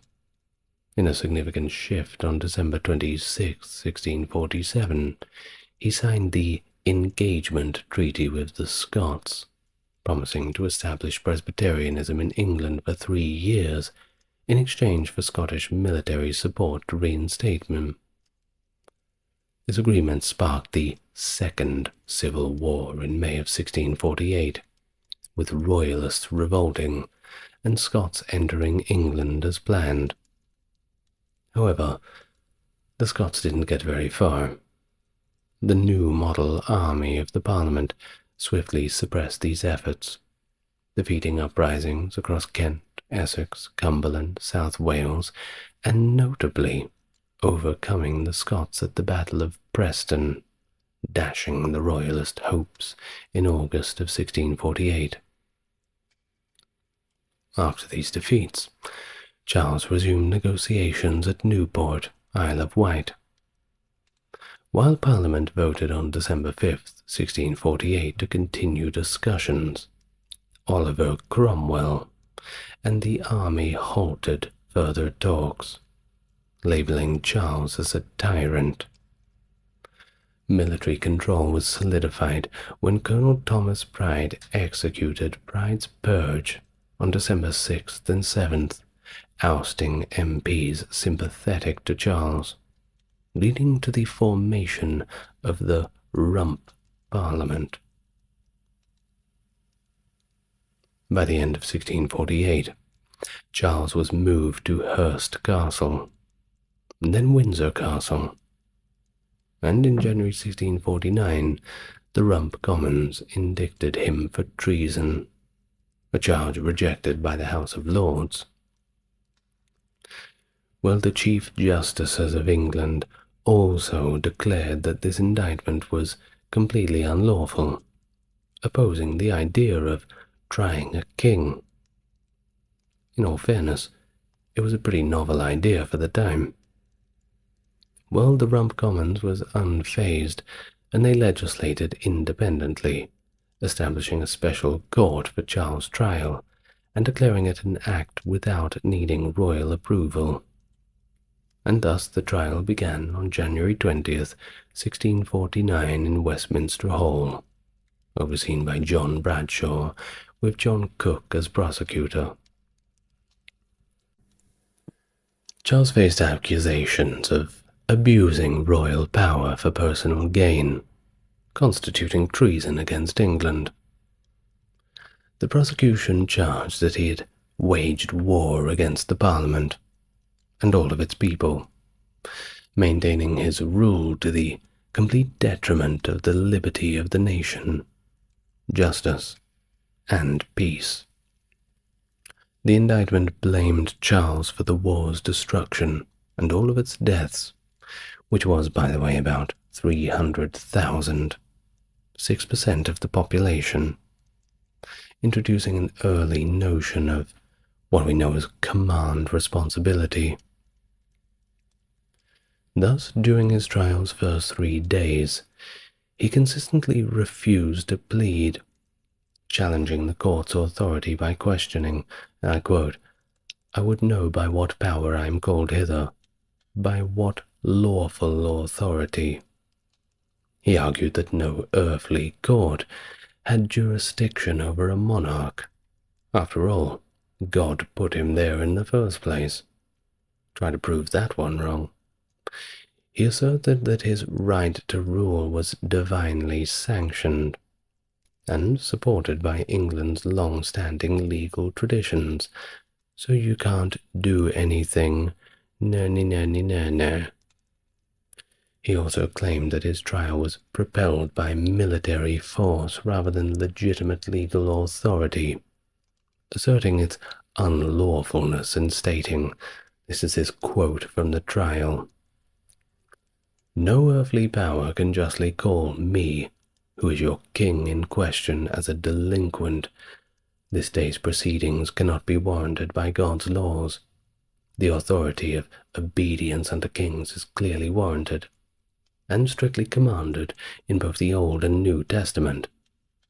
For the law of this land, I am confident that no learned lawyer will affirm that an impeachment can lie against the king.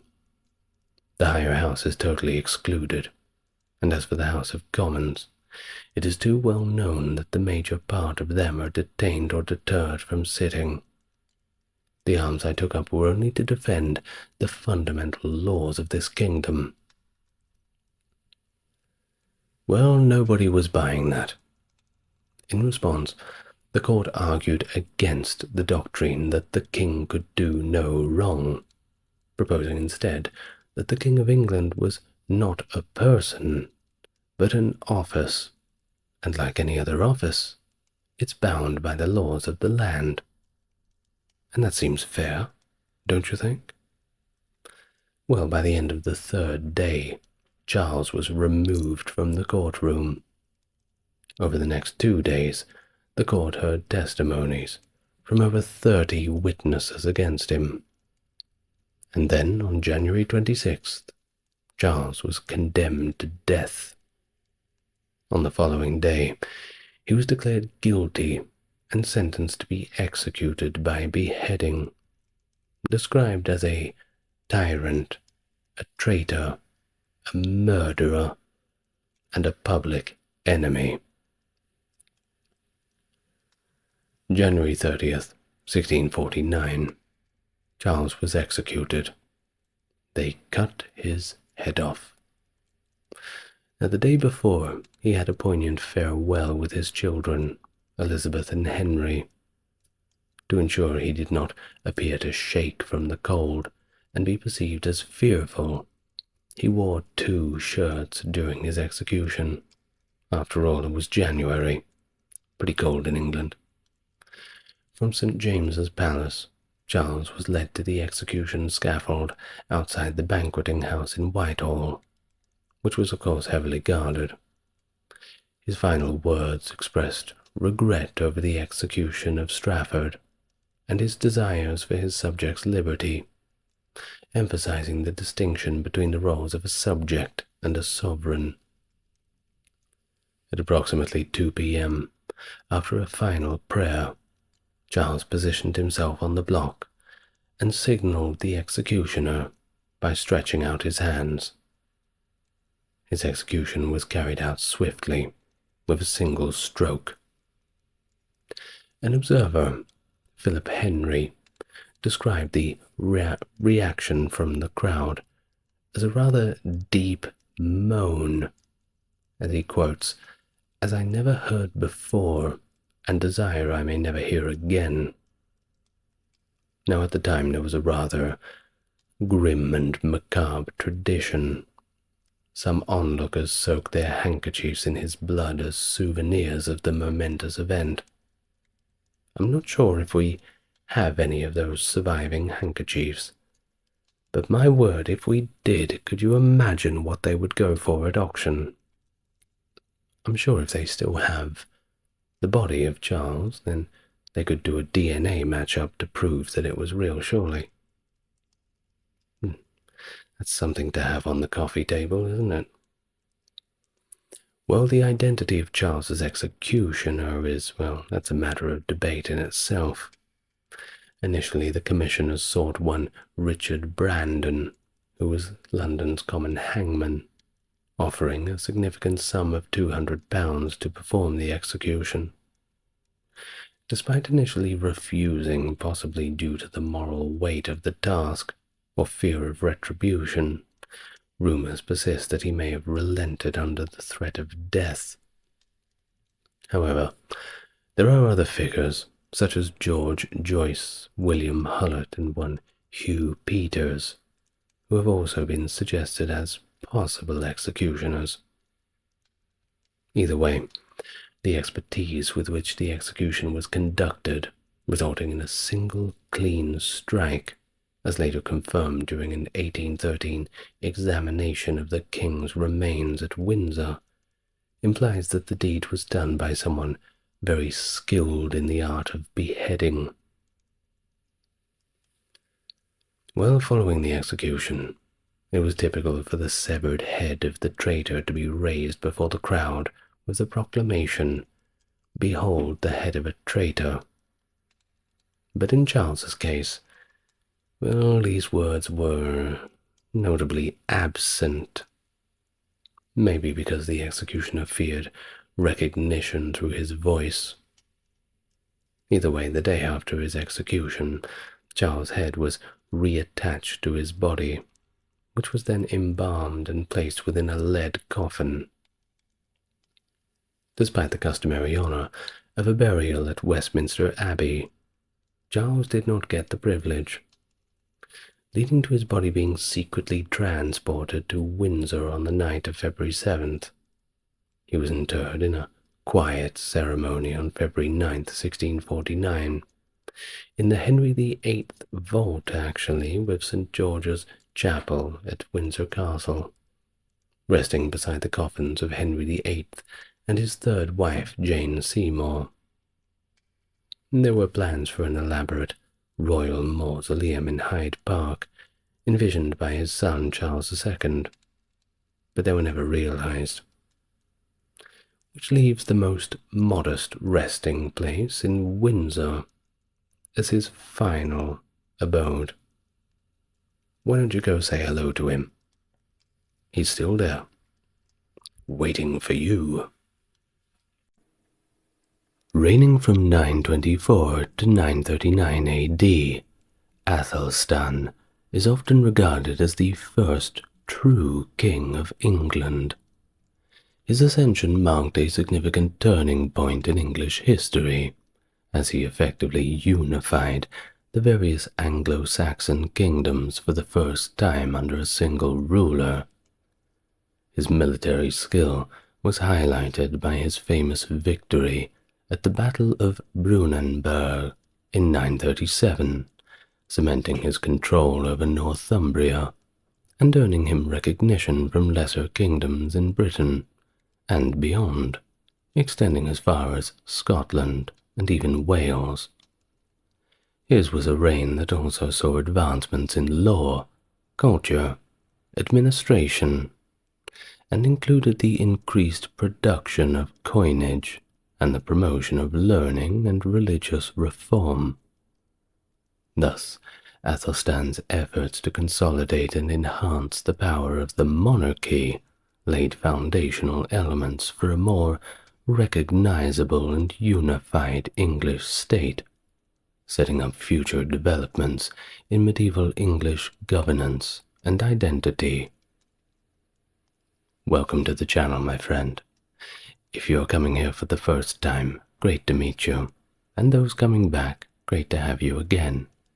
Supporting the channel is as easy as enjoying the channel, and you're already doing that, but the like and subscribe is only 2 clicks away, and that helps more people join in on the fun. If you want to go further than that, refer to the video description. But first, with that out of the way, let's all get nice and relaxed. Tonight, we go back to Anglo-Saxon England, those very interesting times, where we encounter a very interesting fellow, Athelstan. Let's set the scene. You see, by the 9th century, the early Anglo-Saxon period's numerous kingdoms had somewhat coalesced into 4 major ones. Now these 4 kingdoms were as followed: East Anglia, Mercia, Northumbria, and Wessex.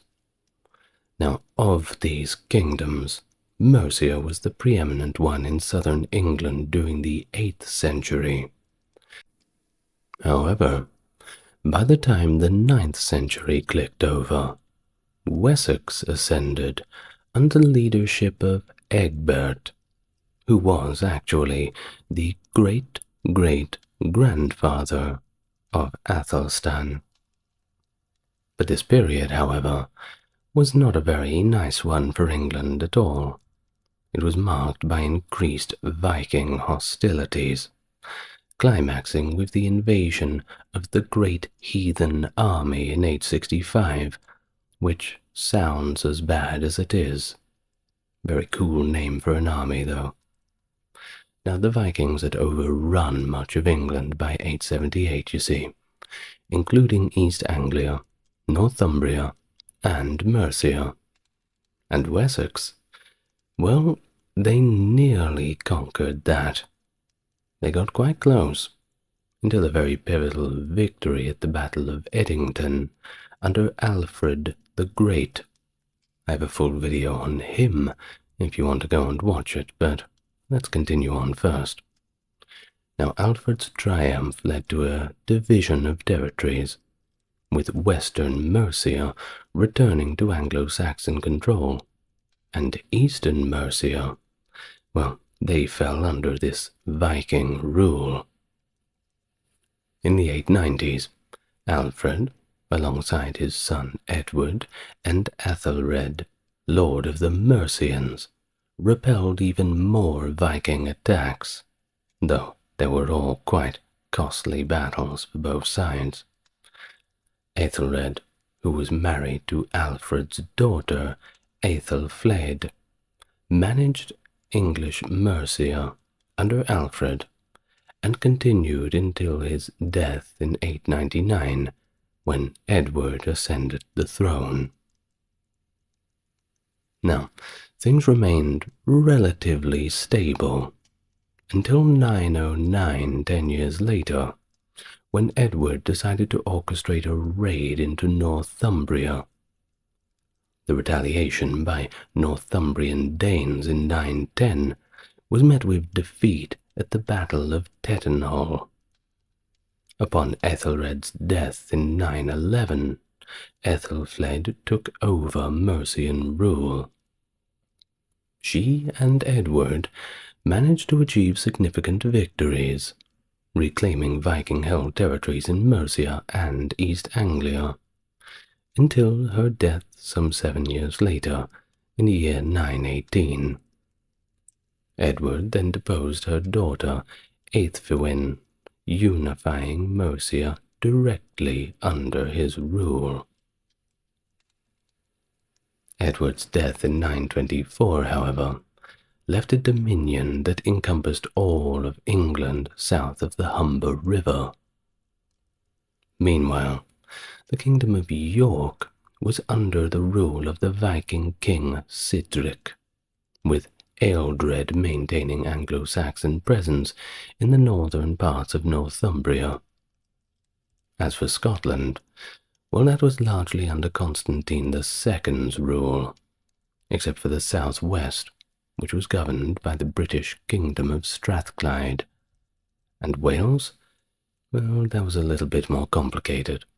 It remained divided among several smaller kingdoms. Now, speaking of our sources at the time, we have a good one, and that's William of Malmesbury, and he records that Athelstan was around 30 years old when he ascended the throne in 924, indicating a birth year of about 894. He was the eldest son of Edward the Elder, born to Edward's first consort, Aegwin, a woman shrouded in quite a bit of mystery due to the scant contemporary records about her. Now, medieval chroniclers varied in their portrayal of her status. Some suggested that she was simply of low birth, while others claimed that she actually was from noble lineage. Well, today it's still a little bit divisive. Some propose that Athelstan's initial unpopularity may have stemmed from perceptions of his mother as a concubine, whereas others argue there is significant evidence to doubt her legitimacy as Edward's wife, speculating she might have been related to St. Dunstan. Complicated stuff, isn't it? Well, William of Malmesbury also recounts an episode where Alfred the Great honored a young Athelstan with a scarlet cloak, a jeweled belt, and a sword in a gilded scabbard. Beautiful gifts, and certainly very expensive. Not given lightly, that's for sure. Now, this is interpreted by some scholars as signaling Athelstan's potential for succession. This was especially significant given the threat posed by Aethelwald to Alfred's direct descendants. However, it's also suggested by one Janet Nelson that this might have been an attempt by Alfred to balance power between his son and grandson, while others even speculating that Alfred may have preferred Athelstan as his successor. Well, an acrostic poem that we have from the time praising one Athelstan, spelled Adal, and his promising future has been associated with Athelstan, of course, seen as a commemoration of Alfred's gift, and possibly written by Alfred's scholar John the Old Saxon. Now, there are some who support the view, of course, suggesting John as Athelstan's tutor, but it may also be that the poem likely dates from the start of Athelstan's reign. Either way. Now, Edward the Elder, after the death of his father, married his second wife, Aelfled, around the time he became king, following the death or possible sidelining of Aegwin. And this marriage certainly complicated matters for Athelstan, as Aelfled may have favored her own sons, Aelfweard and Edwin. Edward later married a third time to Eadgifu, who bore him future kings Edmund and Eadred, among other children. Now, how was the growing up for Athelstan? Well, he was raised largely at the Mercian court, under his aunt Aethelflaed and her husband Aethelred, where he likely developed those military skills that come quite a bit in handy when you have to fight the Vikings, of course. His close ties to Mercia were also evident in 925, when he granted privileges to St. Odwald's Priory in Gloucester, fulfilling a promise to Aethelred. Following Aethelflaed's death in 918, Athelstan possibly represented his father's interests in Mercia, further strengthening those regional connections. Now, Edward the Elder's death in July of 924 in Farndon near Mercia made things quite complex in terms of succession. Although Edward's eldest son by his second wife Aelfled, Aelfweard was prominently featured in royal charters, suggesting preparation for kingship, It's unclear whether Edward intended for Aelfweard to rule just Wessex or the entire kingdom. And of course, that's where the debate began.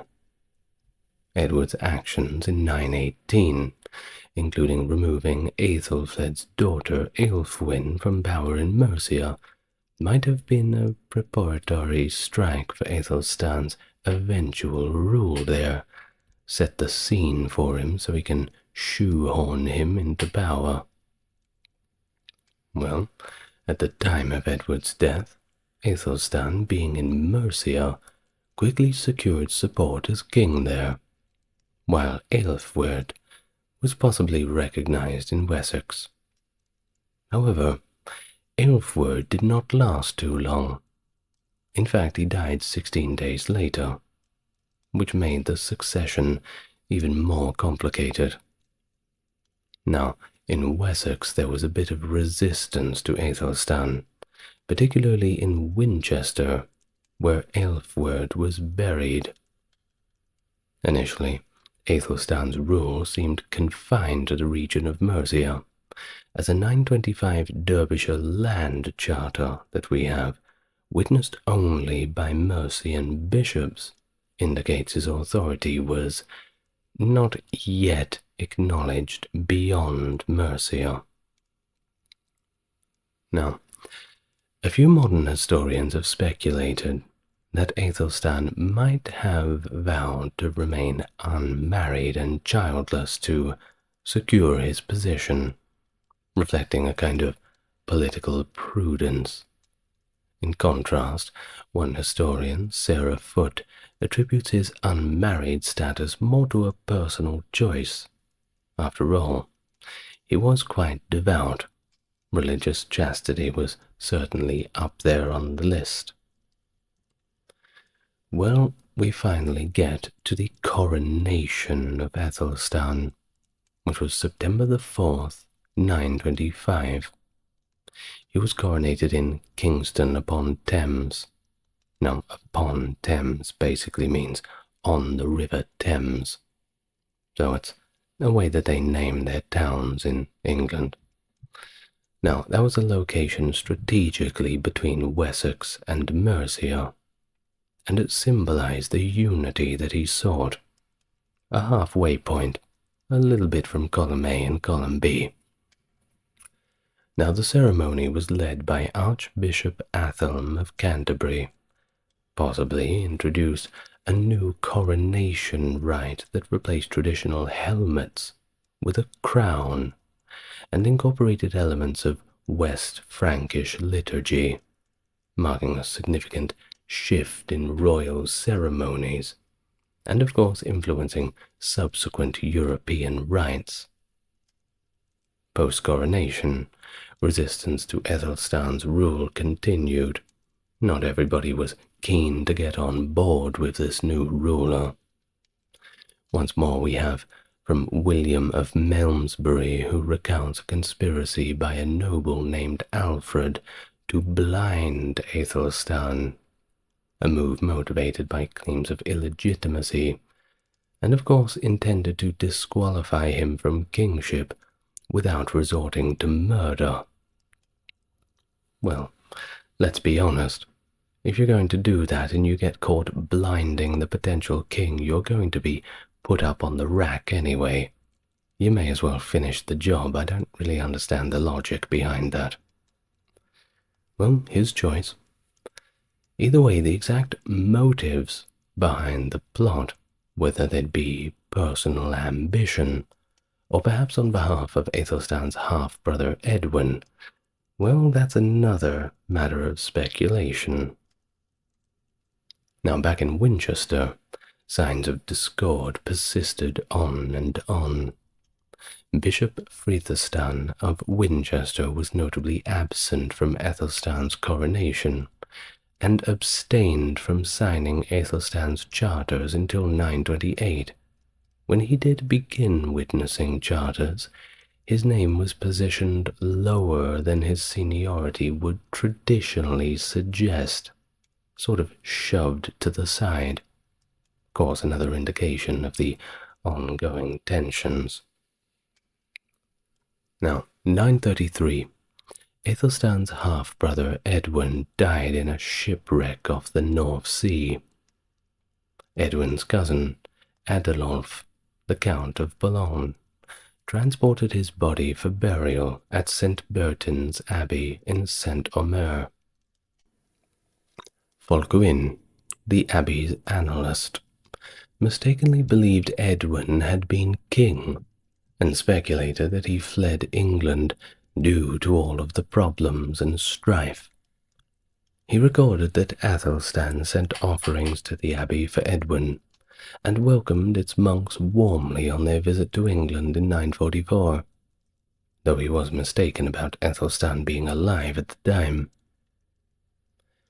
Well, despite later sources like Simeon of Durham suggesting that Athelstan ordered Edwin's execution by throwing him in the lake and drowning him, most historians reject this and believe that Edwin may have attempted a rebellion, and when it failed, he simply fled, his death marking an end to all of the major opposition from the region of Winchester.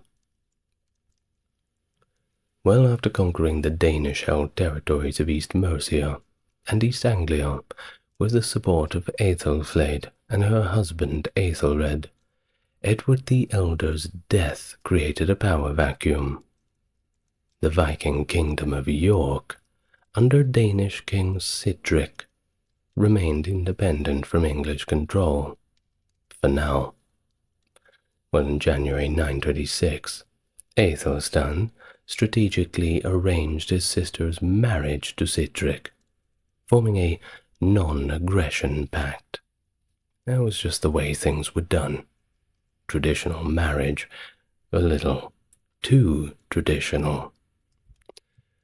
Well, however, Sihtric's death in 927, only a year later, opened an opportunity for Athelstan, who then defeated Sihtric's cousin Guthfrith and captured York, securing the submission of its Danish population whether they liked it or not. And thus his expansion into the north marked the first time that a southern king had controlled the region, initially facing resistance from the Northumbrians.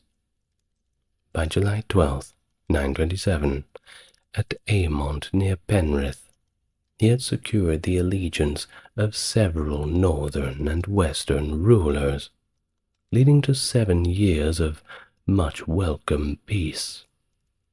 He also affirmed his authority over the Welsh kingdoms of Gwent, Gwynedd, and Deheubarth, continuing his lordship established by Aethelflaed and Edward. At a significant meeting in Hereford after Aymont, he imposed a substantial tribute on the Welsh kings and set the River Wye as the boundary between England and Wales. Notably, Hywel Dda of Deheubarth and other Welsh kings regularly were visitors to Aethelstan's court, and they enjoyed a high status and welcomed the sustained peace between England and Wales during the reign, despite a little bit of lingering resentment over subjugation. But I suppose it's far better to be subjugated than dead, depending on who you ask.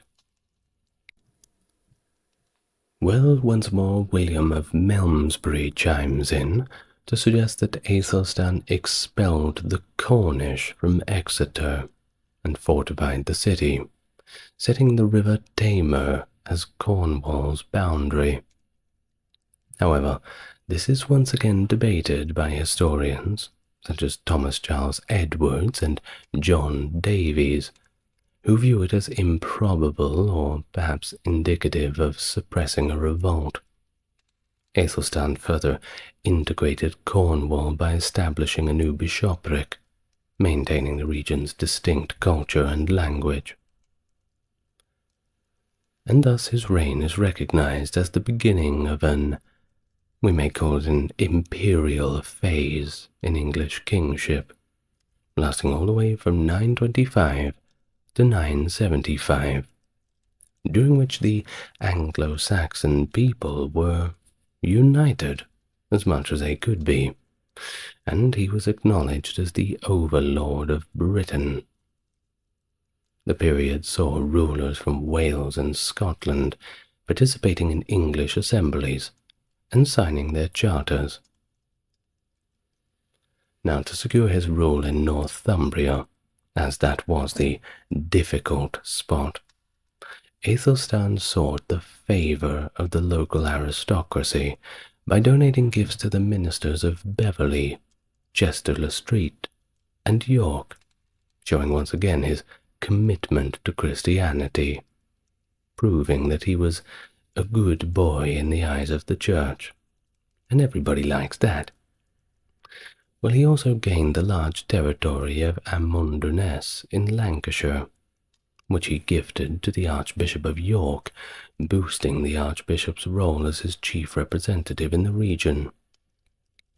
But despite all of this, Athelstan was still viewed as an outsider in the north. No matter what he did, he was always the southerner. It was a place where the local British kingdoms often preferred alliances with Norse pagans from Dublin over southern control. That ought to tell you something. Of course, Dublin, Ireland was indeed at a time a very famous stronghold of the Norsemen. But his authority was solid in southern Britain. Now in 934, Athelstan led a military campaign further north into Scotland, sparked by multiple factors, including the death of his half-brother Edwin in 933, and the regional instability following the death of Guthfrith, the Norse king of Dublin. Another potential catalyst was the death of Ealdred of Bamberg, hinting at territorial disputes with Constantine. This campaign, which the Anglo-Saxon Chronicle, do recommend reading that, records without specifying causes, was mentioned by John of Worcester as being provoked entirely by Constantine's treaty violation. And that's a casus belli to attack, if there ever was one. While setting out in May 934 with 4 Welsh kings and a retinue including 18 bishoprics and 13 earls, Athelstan advanced to Chester-le-Street by late June or perhaps early July. There, he donated several items and gave gifts to St. Cuthbert's tomb that were initially meant for Bishop Frithstan of Winchester. The campaign involved land forces reaching as far north as Dunatar in northeast Scotland, and they were accompanied by naval forces who were mainly targeting Caithness. Although the chronicles don't detail battles or specific outcomes, we do know that by September of 934, Athelstan had returned to southern England, as evidenced by a charter witnessed in Buckingham by Constantine as a subordinate king. In 935, Constantine and Owain of Strathclyde's acknowledgement of Athelstan's supremacy was reaffirmed in a charter. That Christmas, Owain and the Welsh kings attended Athelstan's court, although notably, Constantine was nowhere to be found. 934. Olaf Guthfrithson became the Norse king of Dublin following the death of Guthfrith, and strengthened ties with the Scots through marriage to Constantine's daughter. By August of 937, after securing his position in Ireland, Olaf aimed to reclaim the former Norse kingdom of York. The alliance of Olaf, Constantine, and the Strathclyde Britons under Owain posed a significant challenge and a threat to Athelstan. Thus, a late-year campaign was prompted, which was quite unusual for military operations. Usually you rest in the winter. But of course, desperate times, desperate measures. You do what you have to do. Now, initially he had a slow response, and he was widely criticized for it. But Athelstan's strategic patience was later seen as quite prudent. A great contrast with King Harold's rushed approach in 1066, but that's another story, the Battle of Hastings. Now he carefully prepared his forces, composed of West Saxons and Mercians, for conflict. Notably, the Welsh remained neutral during this unfolding conflict. And thus we arrive at the Battle of Brunanburh, which was a decisive clash that culminated in a significant triumph for Athelstan, one that's still talked about today. Well, Athelstan was of course joined by his youthful half-brother, who was the future King Edmund, and he did his part too. Let's not write him off. But despite achieving victory, the English forces endured considerable losses, including 2 cousins of Athelstan, both sons of Edward the Elder's younger brother, Aethelwerd. Olaf managed to retreat to Dublin with the remnants of his forces, while Constantine suffered the personal loss of a son. The battle's magnitude are quite vividly captured in an account from the Annals of Ulster, and I'll read it now. A great lamentable and horrible battle was cruelly fought between the Saxons and Northmen, in which several thousands of Northmen, who are uncounted, fell, but their king, Olaf, escaped with a few followers. A large number of Saxons fell on the other side, but Athelstan, king of the Saxons, enjoyed a great victory. While reflecting on this event years later, the chronicler Aethelwerd referred to it as the Great Battle, a confrontation that solidified Athelstan's legacy as, and I quote, victorious because of God, a phrase coined by the homilist Aelfric of Eynsham. Now the Anglo-Saxon chronicle seemed to deviate from its customary concise narrative to include a heroic poem that extolled his significant victory, and it cast Athelstan in the most glorious and imperial terms as this ruler of all of Britannia. The precise location, however, of the Battle of Brunanburh, well, that we don't quite know, at least for now. In fact, there's over 30 proposed sites. The one that's most supported by historians, however, is Bromborough on the Wirral. At least for now. It may change later. We'll see. Don't yell at me if you're watching this in 2030 when we've found 10,000 dead Vikings under the ground somewhere. Now, of course, it's not just the location that's debatable. It's the significance. Some have actually critiqued it as a Pyrrhic victory for Athelstan, which effectively means that you lose so much, it's the victory so costly, that it's hardly a victory at all. You know, when you see a boxing match and both of them look equally hurt, well, it's kinda like that. Either way, they suggest that despite the immediate success, his influence waned and his control over Northumbria was briefly contested upon his death. Now there is one other historian, Alfred Smith, who lauds the event as, I quote, the greatest battle in Anglo-Saxon history. And I'm quite inclined to agree with him. But maybe the impact has been somewhat exaggerated in the broader scope of history. but I do think it's up there. Contrarily, Sarah Foote, we've mentioned her earlier in the essay, she argues for its critical importance as well, suggesting that if Athelstan was defeated, they would have likely shattered Anglo-Saxon dominance over Britain, and the whole show would have come to an end. Then who knows what things would have been like.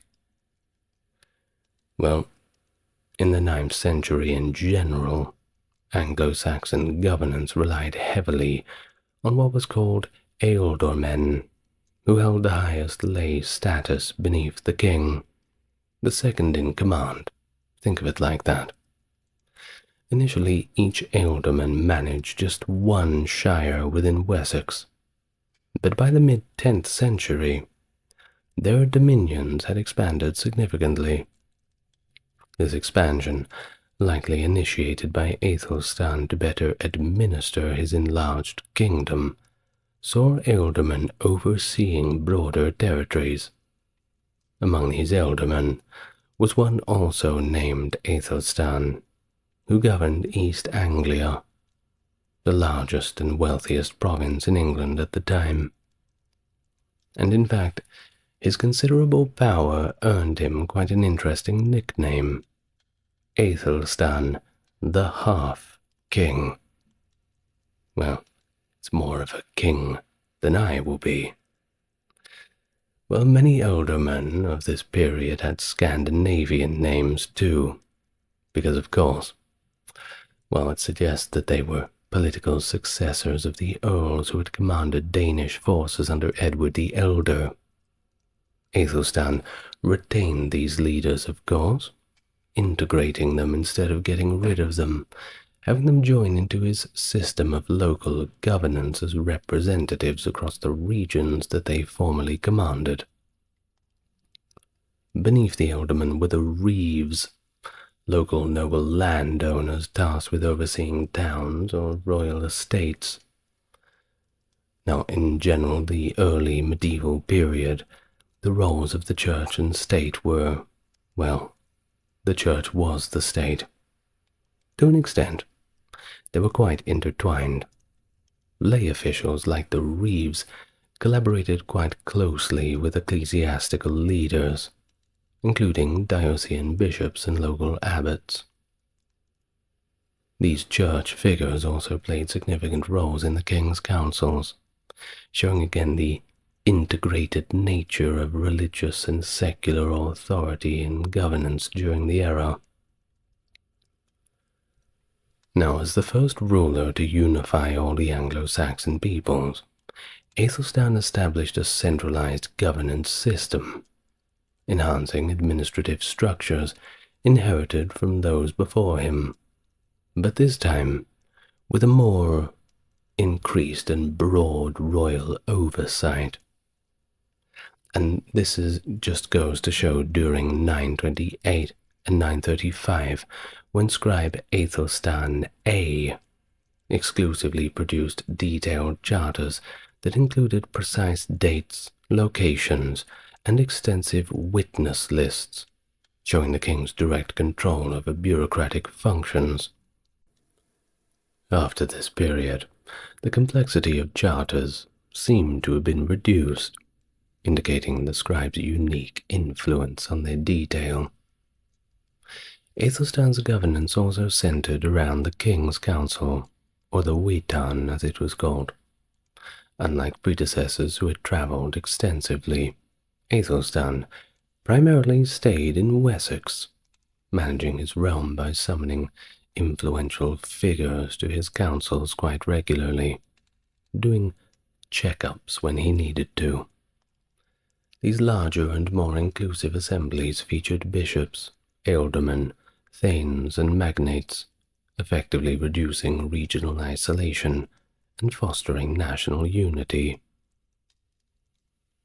The Anglo-Saxons were also early adopters of using the vernacular for administrative documents in Northern Europe, a practice dating back to Ethelbert of Kent in the early 7th century. By the end of the 9th century, Alfred the Great had fully codified the laws into Old English, influenced by Carolingian models of earlier times. These laws covered governance areas like treason and judicial ordeals, serving as a foundation for later legal developments under kings like Athelstan. Athelstan's reign produced a significant volume of its own legal texts. In fact, more than any other 10th century English monarch.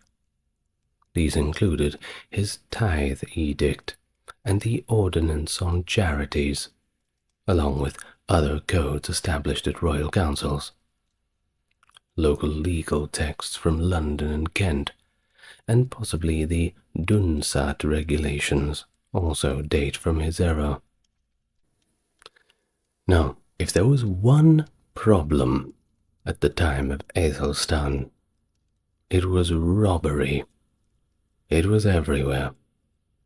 Athelstan had to do something about this, of course, so he initiated stern legal reforms. Basically, if you got caught stealing, they were going to kill you. Such as the Great Lees Code's death penalty for thieves stealing items over 8 pence, which isn't really that much. While recognizing the ineffectiveness of harsh penalties, he later introduced an amnesty in the Exeter Code for thieves who compensated their victims, aiming to reduce the protection criminals received from influential relatives, and this seemed to be a bit of a better option. But the leniency was unfortunately short-lived, well, for the criminals at least, and by the Thunderfield Council, Athelstan reverted to stricter penalties. Albeit he did make adjustments, such as raising the minimum age for capital punishment to 15, reflecting his reluctance to impose the death penalty on the young for minor offences. Still, imagine a 15-year-old being executed for, I don't know, stealing somebody's pie cooling off on the windowsill. I don't think they had that in Anglo-Saxon England, but think of the equivalent.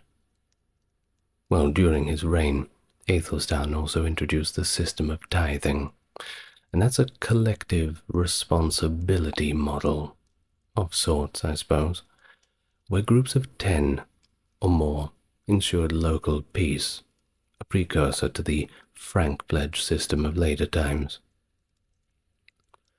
Now, historian Sarah Foote points out that Athelstan's unique approach linked theft directly to disloyalty towards his rule, a perspective not mirrored in the legislation of other monarchs.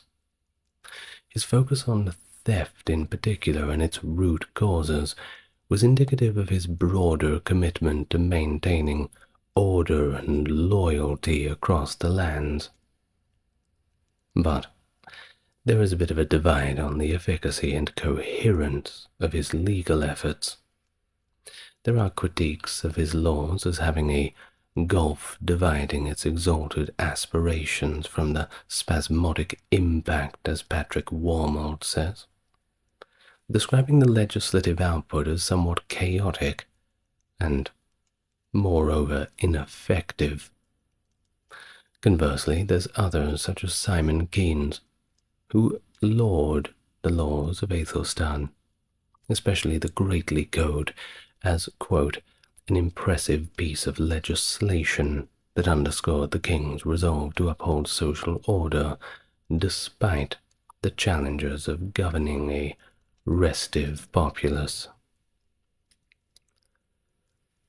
Well, we find ourselves now in the 970s, with King Edgar, Athelstan's nephew, who implemented significant reforms in the monetary system of Anglo-Saxon England, establishing a sophisticated and high-quality silver currency that was both uniform as it was plentiful, making it the most advanced in Europe at the time, a system that was a stark contrast to the less developed monetary conditions under Athelstan, where coinage was still largely organized on a regional basis, despite the unification of the country.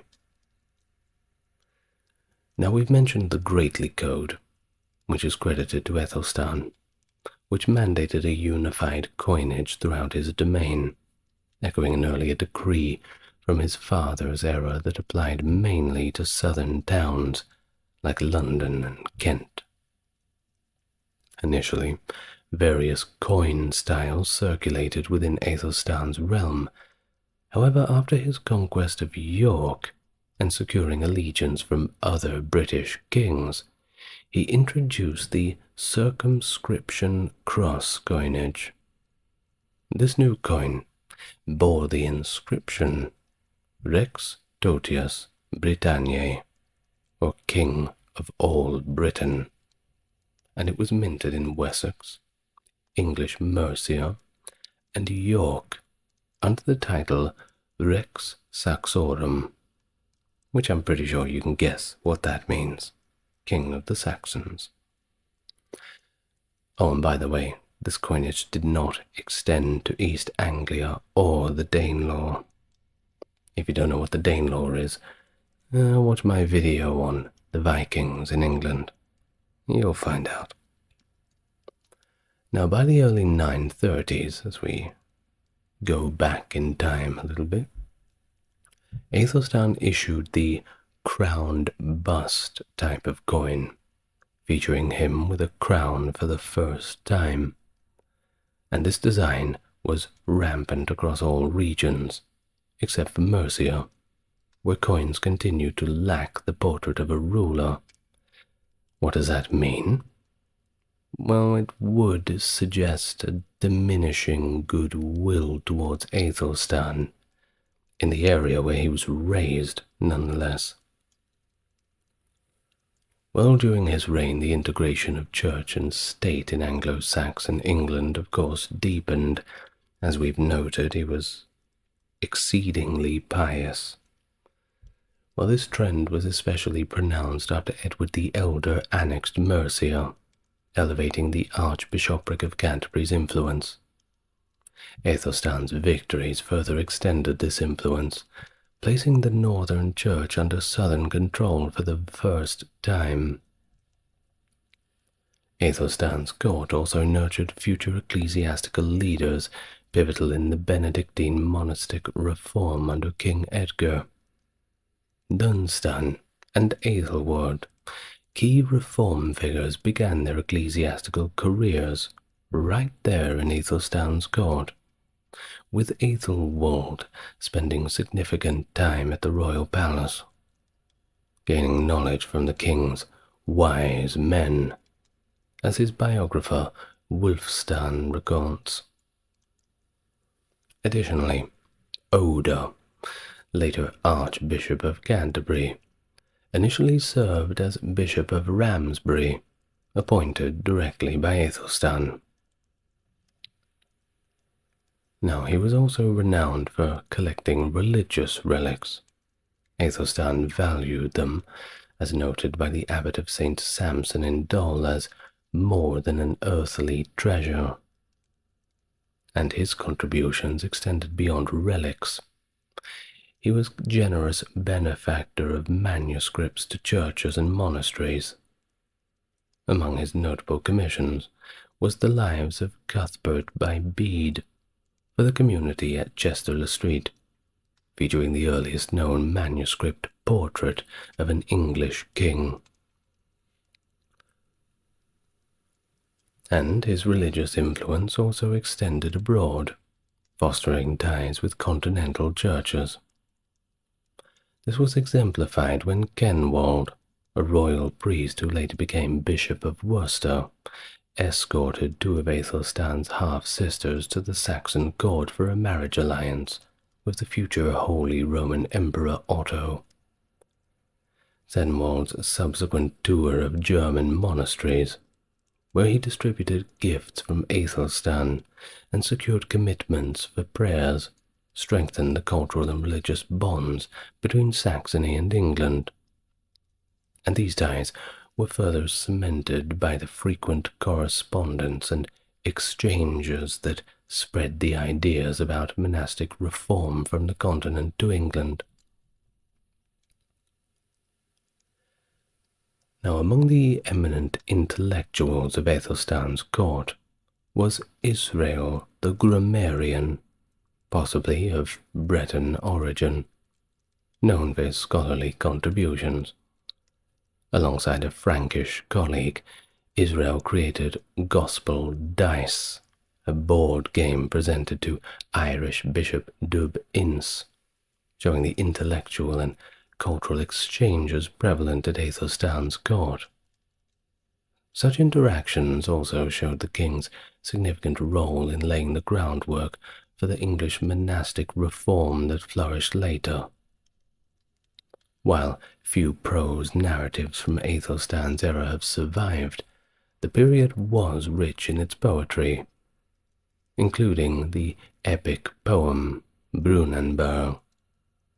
In fact, it's been suggested that the iconic Old English epic Beowulf may have indeed originated from within Athelstan's scholarly circle, indicating the king's profound impact on both ecclesiastical and cultural circles.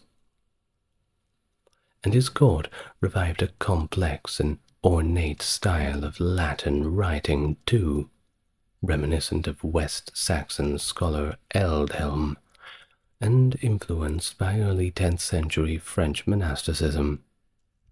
Key figures like the aforementioned Israel the grammarian led this revival, using lengthy, intricate sentences, obscure words, and new coined terms.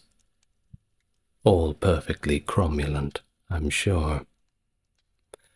This period also introduced the Athelstan A charters that we mentioned, noted for their elaborate Latin, which Simon Keynes linked to Athelstan's unification of England, signifying both intellectual achievement and the monarchy's embodiment of a new political power.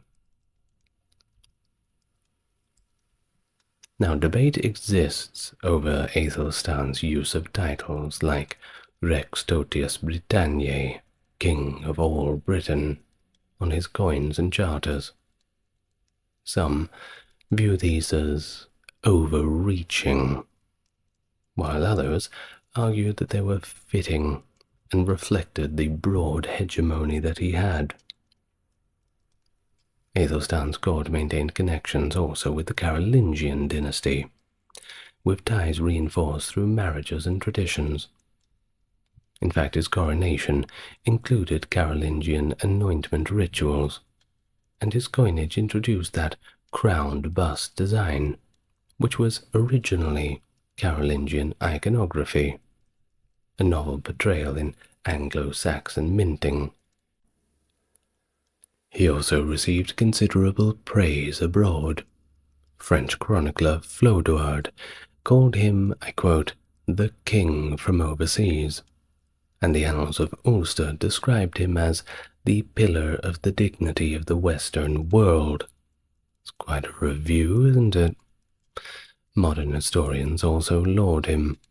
Michael Wood, in the work The Making of King Athelstan's Empire, an English Charlemagne, views him as Britain's most formidable ruler since the Roman times. There is also another, Veronica Ortenberg, who considers him the most powerful ruler in Europe, akin to a Carolingian emperor, putting him up there with Charlemagne. Well, she noted that while most continental dynasties faced military strife and internal conflict in the 920s, Athelstan's military successes allowed him to surpass the reputation of a great heroic dynasty of warrior kings and develop a Carolingian ideology of kingship. Well, it couldn't last forever, of course. We reached the end of Athelstan's life on October 27th, 939, in Gloucester. Unlike his forebears who were buried in Winchester, Athelstan chose Malmesbury Abbey in Wiltshire, interring his cousins there who had died at the Battle of Brunanburh. Following Athelstan's death, power dynamics in northern England once again shifted. York's inhabitants chose Olaf Guthfrithson, the King of Dublin, as their ruler, challenging Anglo-Saxon dominance in the region and initiating a period of struggle for Athelstan's half-brothers, Edmund and Eadred, who focused their reigns from 939 to 955 on reclaiming and trying to stabilize the Anglo-Saxon authority. Olaf Guthrisson's takeover extended all the way to the East Midlands, prompting the establishment of a new frontier along Watling Street. His death in 941 provided another opportunity for Edmund, who regained the East Midlands in 942, and after 2 years, rather hard fought, he successfully recaptured York. But he didn't get to enjoy it for very long. York fell under Viking control once again after Edmund's death in 946 a few years later, and thus the region remained contested until 954, when the Northumbrians expelled their last Norwegian Viking ruler, Eric Bloodaxe. This event led to the Northumbrians shrugging their shoulders and simply submitting to King Eadred, restoring complete Anglo-Saxon control over all of England. And the wheels keep turning, don't they? The Anglo Spanish War of 1585 to 1604, initiated by English support for Dutch rebels in the Spanish-held Netherlands, a war that escalated due to religious and commercial tensions, notably marked by English privateers such as Sir Francis Drake, raiding Spanish merchant ships and colonies. A significant turning point in the war was the 1588 launch of the Spanish Armada, which sought to invade England, but was disastrously defeated by the smaller but more maneuverable English ships, with a little help from unexpected weather. The war continued with various military and naval engagements, including English expeditions against Spanish colonies and the Spanish Armada of 1596, which failed in a similar manner. The conflict eventually concluded with the Treaty of London in 1604, restoring peace, but leaving many of the commercial and religious issues unresolved. It was a prolonged war that strained Spanish resources and marked the beginning of the decline of the Spanish maritime supremacy, and in turn, the rise of England as a global naval power. Hello and welcome to the channel. If it's your first time here, it's really good to meet you, and if you're coming back, great to have you back here with me again. If you want to go above and beyond to support the channel, then check the video description. Otherwise, enjoying the content and a like and subscribe is just as good. Now, without further ado, let's get into another niche topic for today. During the 1560s, Philip II of Spain faced significant challenges as Protestantism gained ground in the Low Countries, part of his European domains. Committed to defending the Catholic Church, Philip sought to quell the growing Protestant influence, efforts that culminated in open rebellion in 1566. At the same time, his diplomatic relations with England deteriorated, under the reign of Elizabeth I, particularly after her 1559 Act of Supremacy, which re-established royal control over the Church of England, a move that was seen by Catholics as a direct challenge to papal authority. This act not only revived policies first implemented by her father Henry VIII, but it also reversed the Catholic orientation of her sister Mary I, who was also Philip's wife. This was a situation further aggravated by calls from prominent English Protestants for support of the Dutch rebels against Spanish rule, amidst a backdrop of religious strife in France, where Catholics and Protestants supported opposing factions and were generally at each other's throats for most of the time.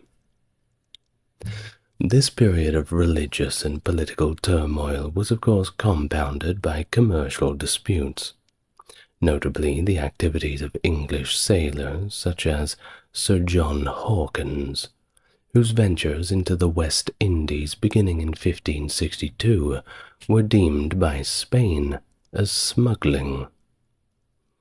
These tensions escalated when a Spanish fleet attacked Hawkins and Sir Francis Drake during their slaving expedition in 1568 at the Battle of San Juan de Ulloa near Vera Cruz, New Spain, resulting in significant losses for the English.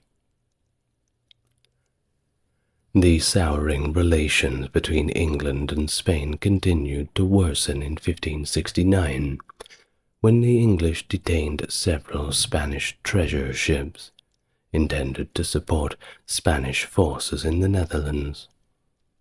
In response, Drake and Hawkins intensified their privateering efforts, challenging the Spanish monopoly on Atlantic trade. Between 1577 and 1580, Drake embarked on a privateering voyage that included the circumnavigation of the globe, pretty impressive, during which he also had the free time to plunder Spanish colonial ports and capture numerous ships, including the treasure-laden galleon Nuestra Señora de la Concepción. News of these exploits, once they reached Europe, further strained the diplomatic ties between Elizabeth and Philip II. Following the Portuguese succession crisis of 1580, England had sided with Antonio, Prior of Creto, offering him support in his claim to the Portuguese throne against Philip II of Spain. In retaliation, Philip began backing the Catholic rebellion in Ireland, aiming to undermine Elizabeth's Protestant reforms.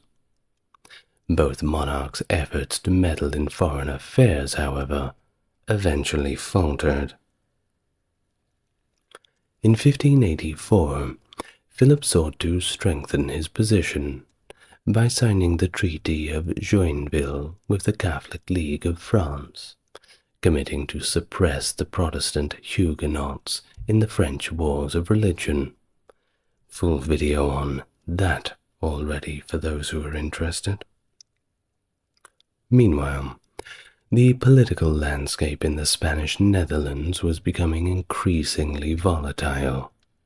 England, albeit covertly, had been supporting the Dutch Protestant United Provinces in their struggle for independence from Spanish rule. The assassination of the Prince of Orange in 1584 only deepened this crisis, leaving a significant leadership void and heightening the sense of vulnerability among the Dutch. The situation escalated in 1585 when Spanish forces under the command of Alexander Farnese succeeded in capturing Antwerp. This major loss alarmed the Dutch rebels and pushed them to seek more overt support from England. Fearing the implications of Spanish dominance in the Netherlands for England's own security, Elizabeth agreed to assist the Dutch. The Treaty of Nonsuch was signed in response to this appeal for aid. It was through this treaty Elizabeth committed to providing the Dutch with military support and financial subsidies, but she conveniently stopped short of claiming sovereignty over their territory. In exchange, the Dutch offered England control over 3 strategic cautionary towns, which were to be garrisoned by English troops. Not a good deal, but you get what you're given, I suppose. Philip II interpreted this English intervention as a direct challenge to his authority in the Netherlands, viewing the Treaty of Nonsuch as an outright declaration of war by England against the Spanish rule there. Such the Anglo Spanish War erupted in 1585, sparked by the seizure of English merchant ships in Spanish harbors. In retaliation, the English Privy Council swiftly authorized a campaign targeting the Spanish fishing industry in Newfoundland and off the Grand Banks. This campaign not only proved to be a significant success, but also marked England's first sustained engagement in the Americas. In that same year of 1585, England formally entered the 80 Years' War on the side of the Dutch Protestant United Provinces, which were seeking independence from Spanish rule. Additionally, the English attempted to establish a foothold in the New World, with the founding of the Roanoke colony by Ralph Lane, although, well, let's just say that colony was short-lived. Amidst all of this, Queen Elizabeth, through her advisor Francis Walsingham, directed Sir Francis Drake to lead an expedition against Spanish holdings in the New World. This move was intended as a kind of preemptive strike to weaken Spanish resources before they could launch an attack on England. Thus, Drake set sail in October, and by January 1586 he had captured and sacked Santo Domingo. His campaign continued with the sacking of Cartagena de Indias in February and a raid on St. Augustine in Florida in May. Upon Drake's return to England, he was basically Queen Elizabeth's golden boy and celebrated as a national hero.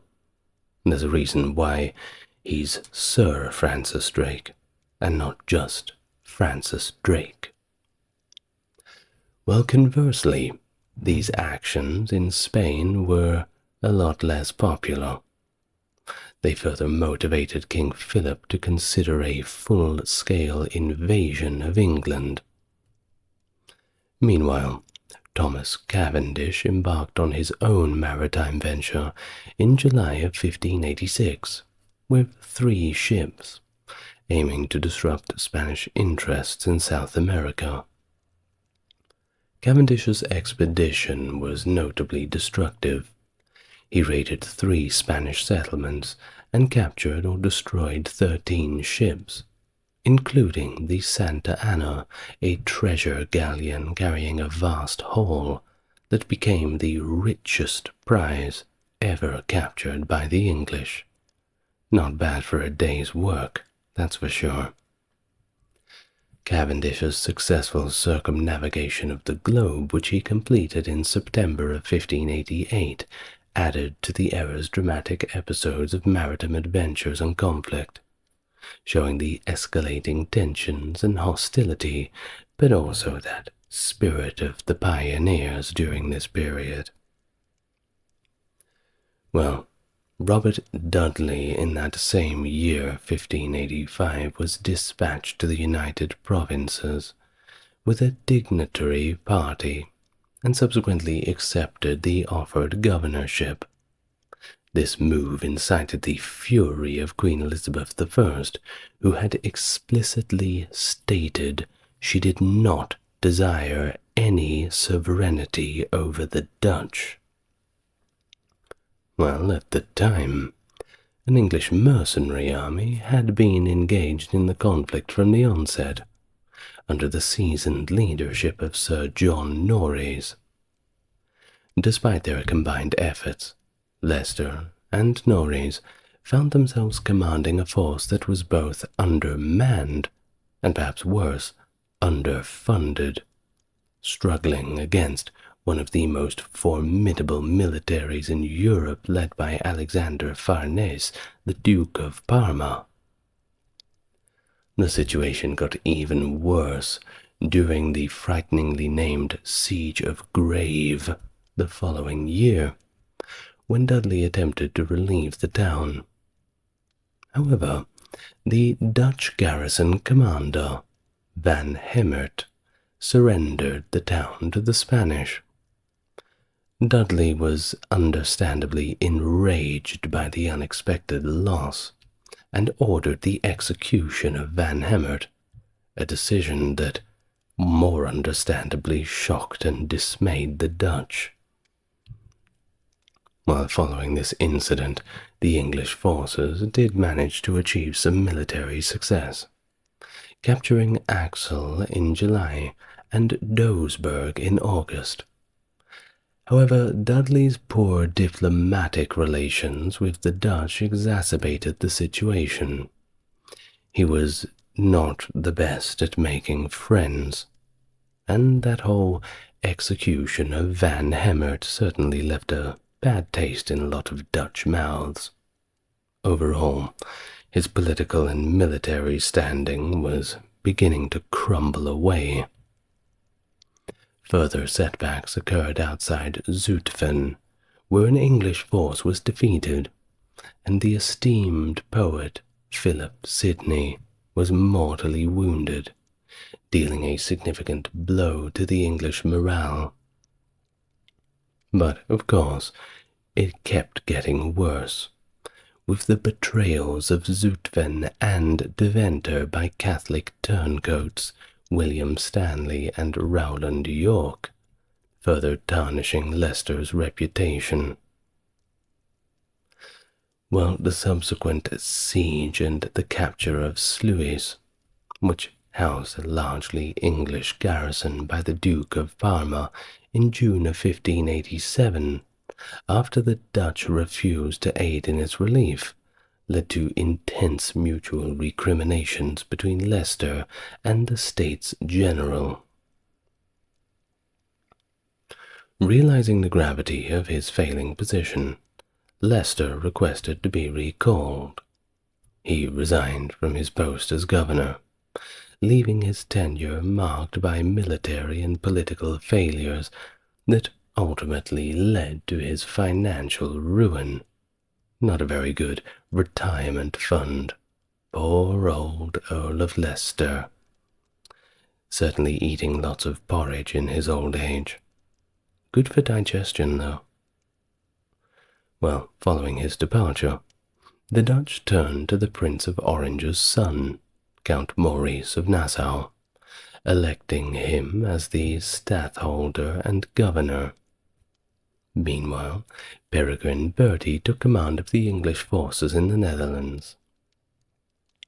But of course, there was another event that influenced things. The execution of Mary, Queen of Scots, on the 8th of February 1587 ignited a furor among Catholics across Europe. In response, Philip II of Spain vowed to invade and replace its Protestant monarch with a Catholic ruler. Them's fighting words for sure. However, his plans were initially thwarted in April 1587 when Francis Drake launched his daring raid and destroyed 37 Spanish ships in the harbor of Cadiz. This, of course, delayed the invasion for over a year.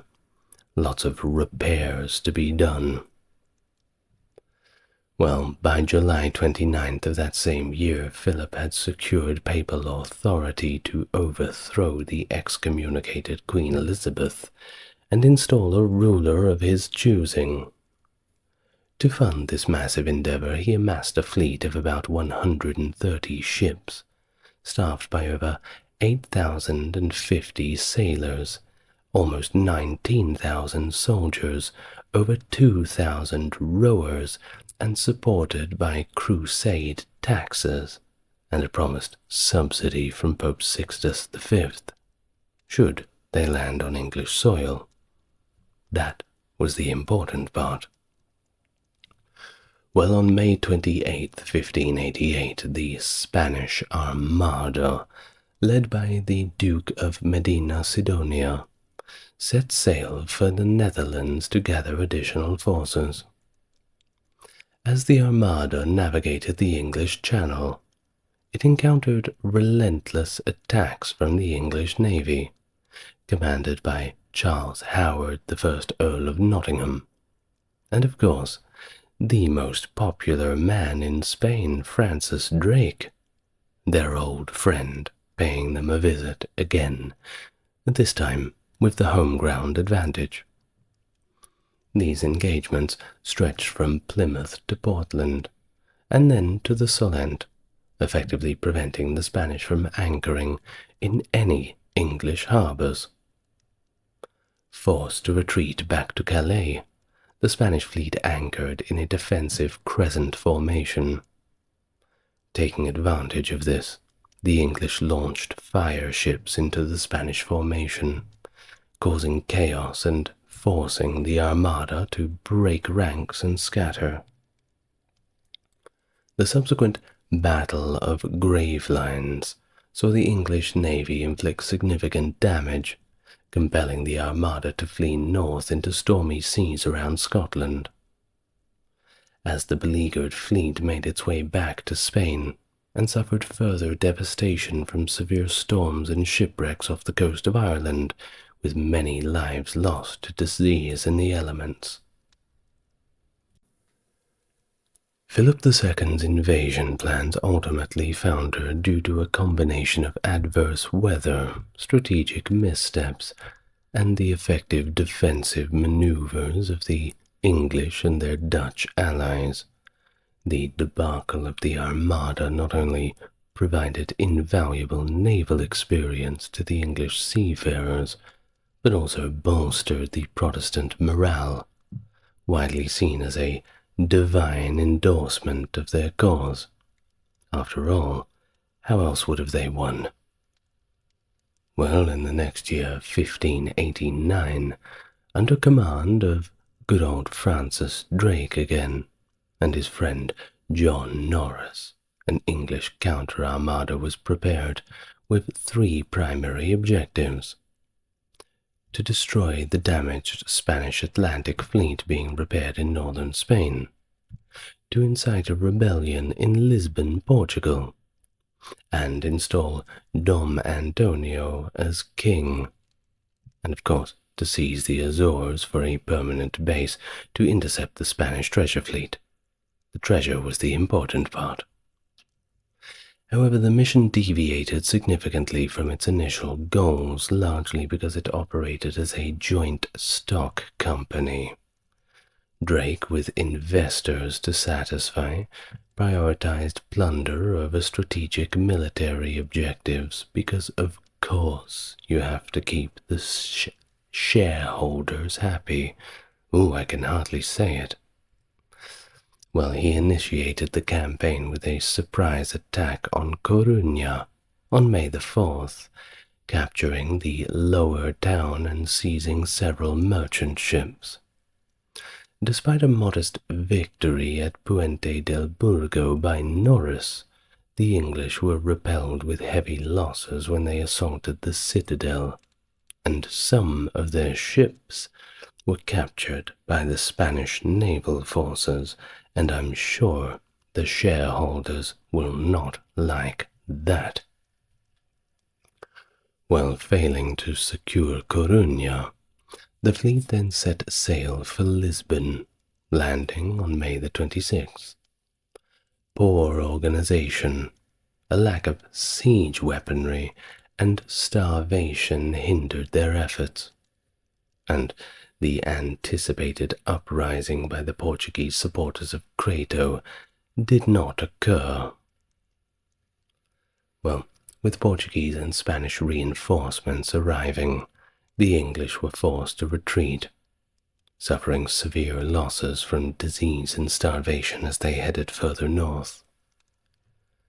During their retreat, Drake sacked Vigo, and another contingent led by William Fenner, who had been separated during a storm, temporarily took Porto Santo in the Madeira archipelago to resupply.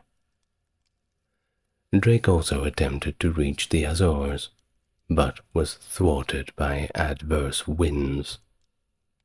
Facing escalating illness and mortality among his crew, he ultimately abandoned the mission, returning to Plymouth under constant harassment from Captain Diego de Aramburu's squadron. The expedition thus failed to achieve any of its intended objectives, and missed a critical chance to deliver a decisive blow to the weakened Spanish navy. A failure that not only resulted in substantial financial losses for England, but also represented a significant embarrassment, seldom acknowledged even in contemporary accounts. The next year, Philip II capitalized on this missed opportunity by revitalizing his navy, dispatching 37 ships with around 6,500 men to Brittany to establish a strategic base on the Blavet River. Despite significant mobilization by the English and the Dutch in subsequent years, they were unable to disrupt the Spanish control over their lucrative overseas routes, allowing Spain to maintain its dominance in Europe for several more decades. But following the defeat of the Spanish Armada, the Duke of Parma's invasion force was stood down. In the autumn, Parma moved his troops north towards Bergen op Zoom and laid siege to the English-held town with a substantial force. Employing a cunning ruse, the English managed to repel the Spanish, forcing Parma to retreat with heavy losses, a victory that significantly boosted both Dutch and English morale. In 1590, an Anglo-Dutch force under Maurice of Nassau and Sir Francis Vere, respectively, launched a campaign to capture Breda.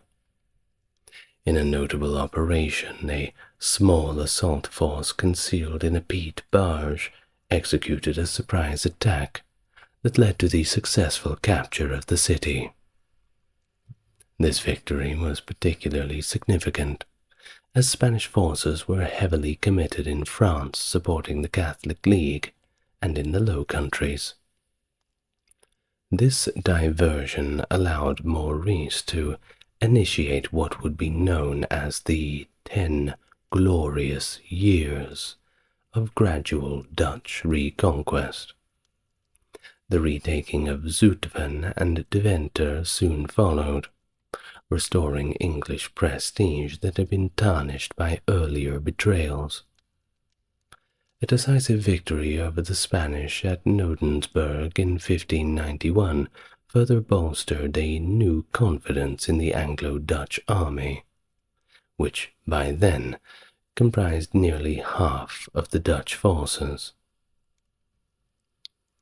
The momentum continued, with the recapture of several key towns, including Hulst, Nijmegen, Steenbroek, and Coevorden over the next 2 years.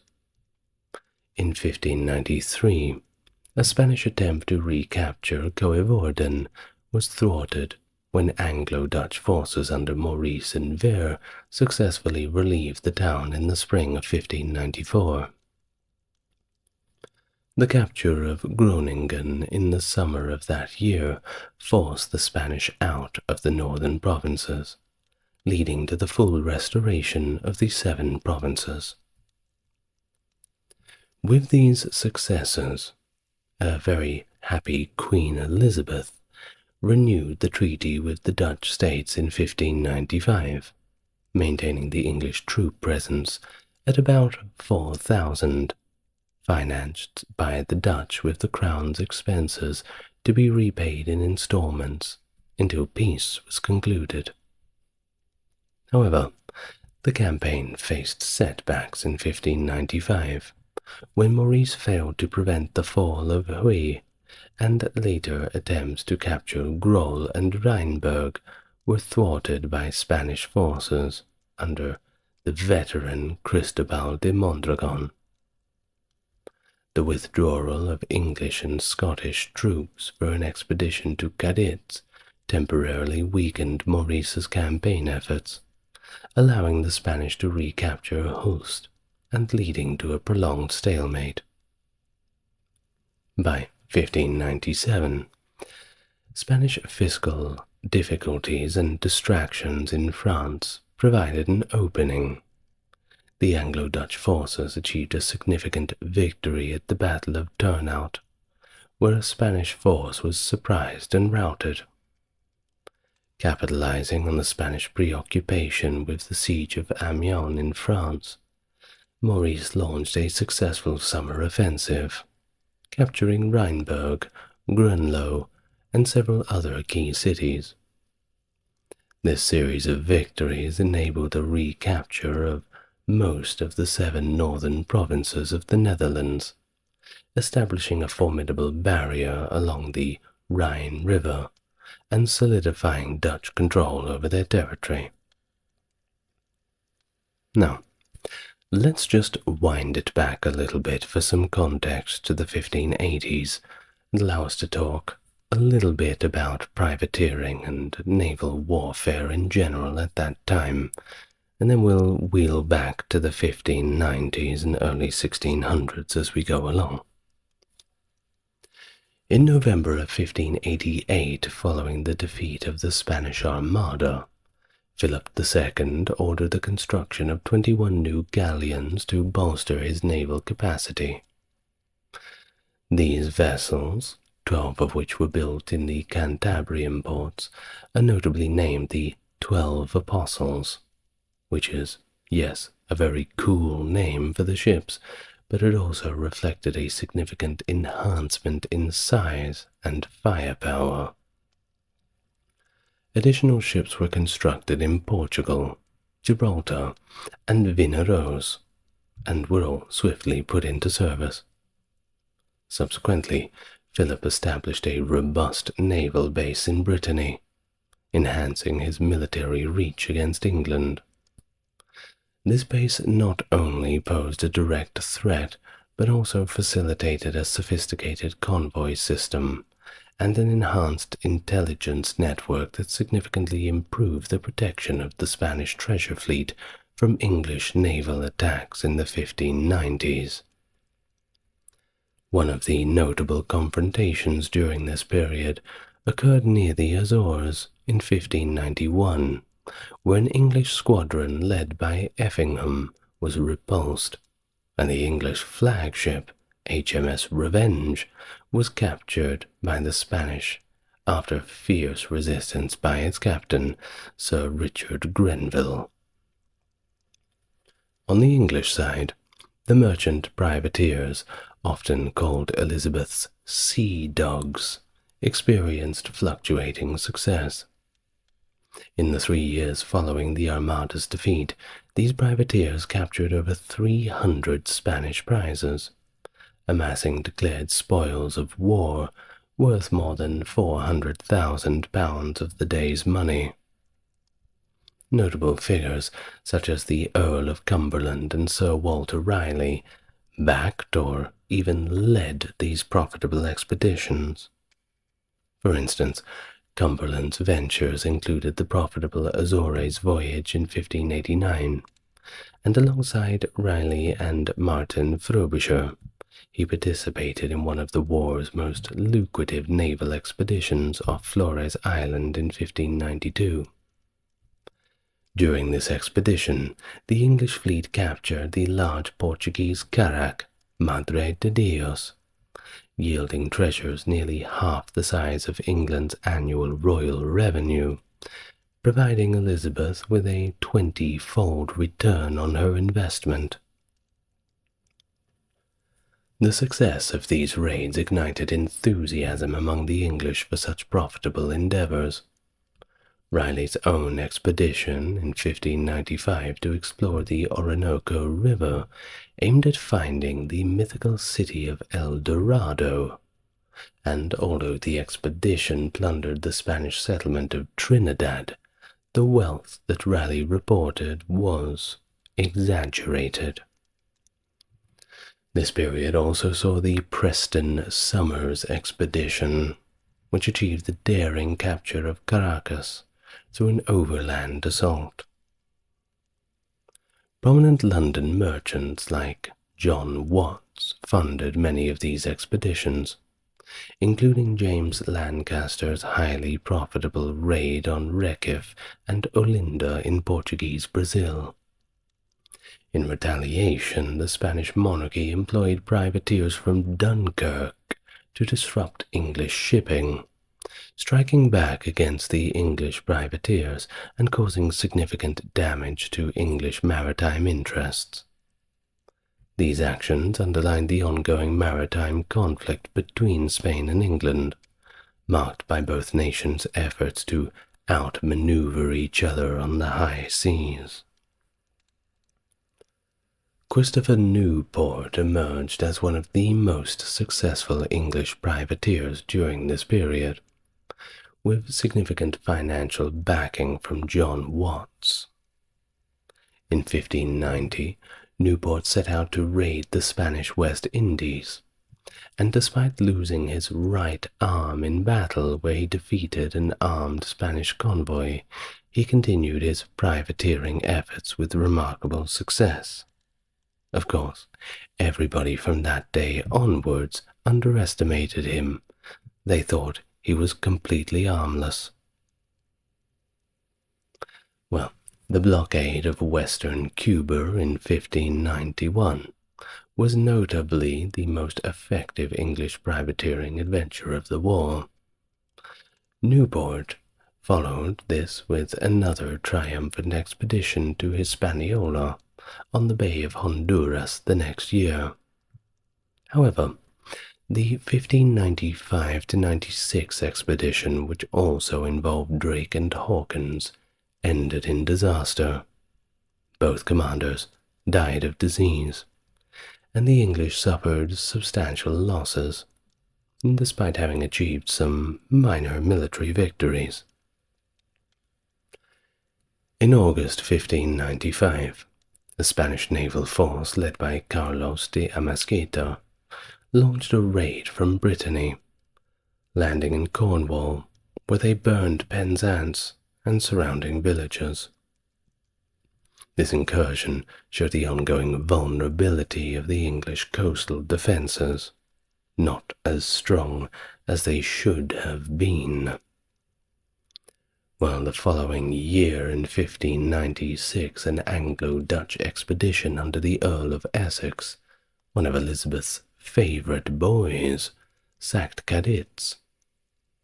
This operation inflicted significant damage on the Spanish fleet and disrupted their plans for an invasion of England. Although the treasure ships were destroyed by the Spanish to prevent capture, the sack of Cadiz was hailed as a major English victory, enhancing Essex's reputation to rival even that of Queen Elizabeth herself. Despite these notable actions, the English crown struggled with the profitability of such naval expeditions. The 1597 Islands voyage, led by Essex, aimed to destroy the Spanish fleet and intercept a treasure fleet at the Azores, but ended in a costly failure. Essex, of course, faced severe criticism from Queen Elizabeth upon his return for not protecting the English coast. Talk about being called into the principal's office.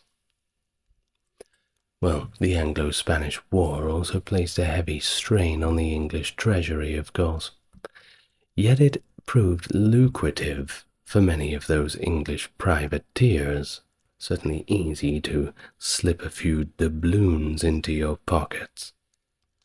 Notable expeditions continued, however, including Cumberland's successful capture of San Juan in 1598, and attacks on Spanish settlements and ships by privateers like Newport, William Parker, and Christopher Cleves through the end of the war. Just days before the peace treaty of 1604, the Spanish admiral Antonio de Oquendo captured an English privateer in the Gulf of Cadiz, marking one of the last naval engagements of the conflict.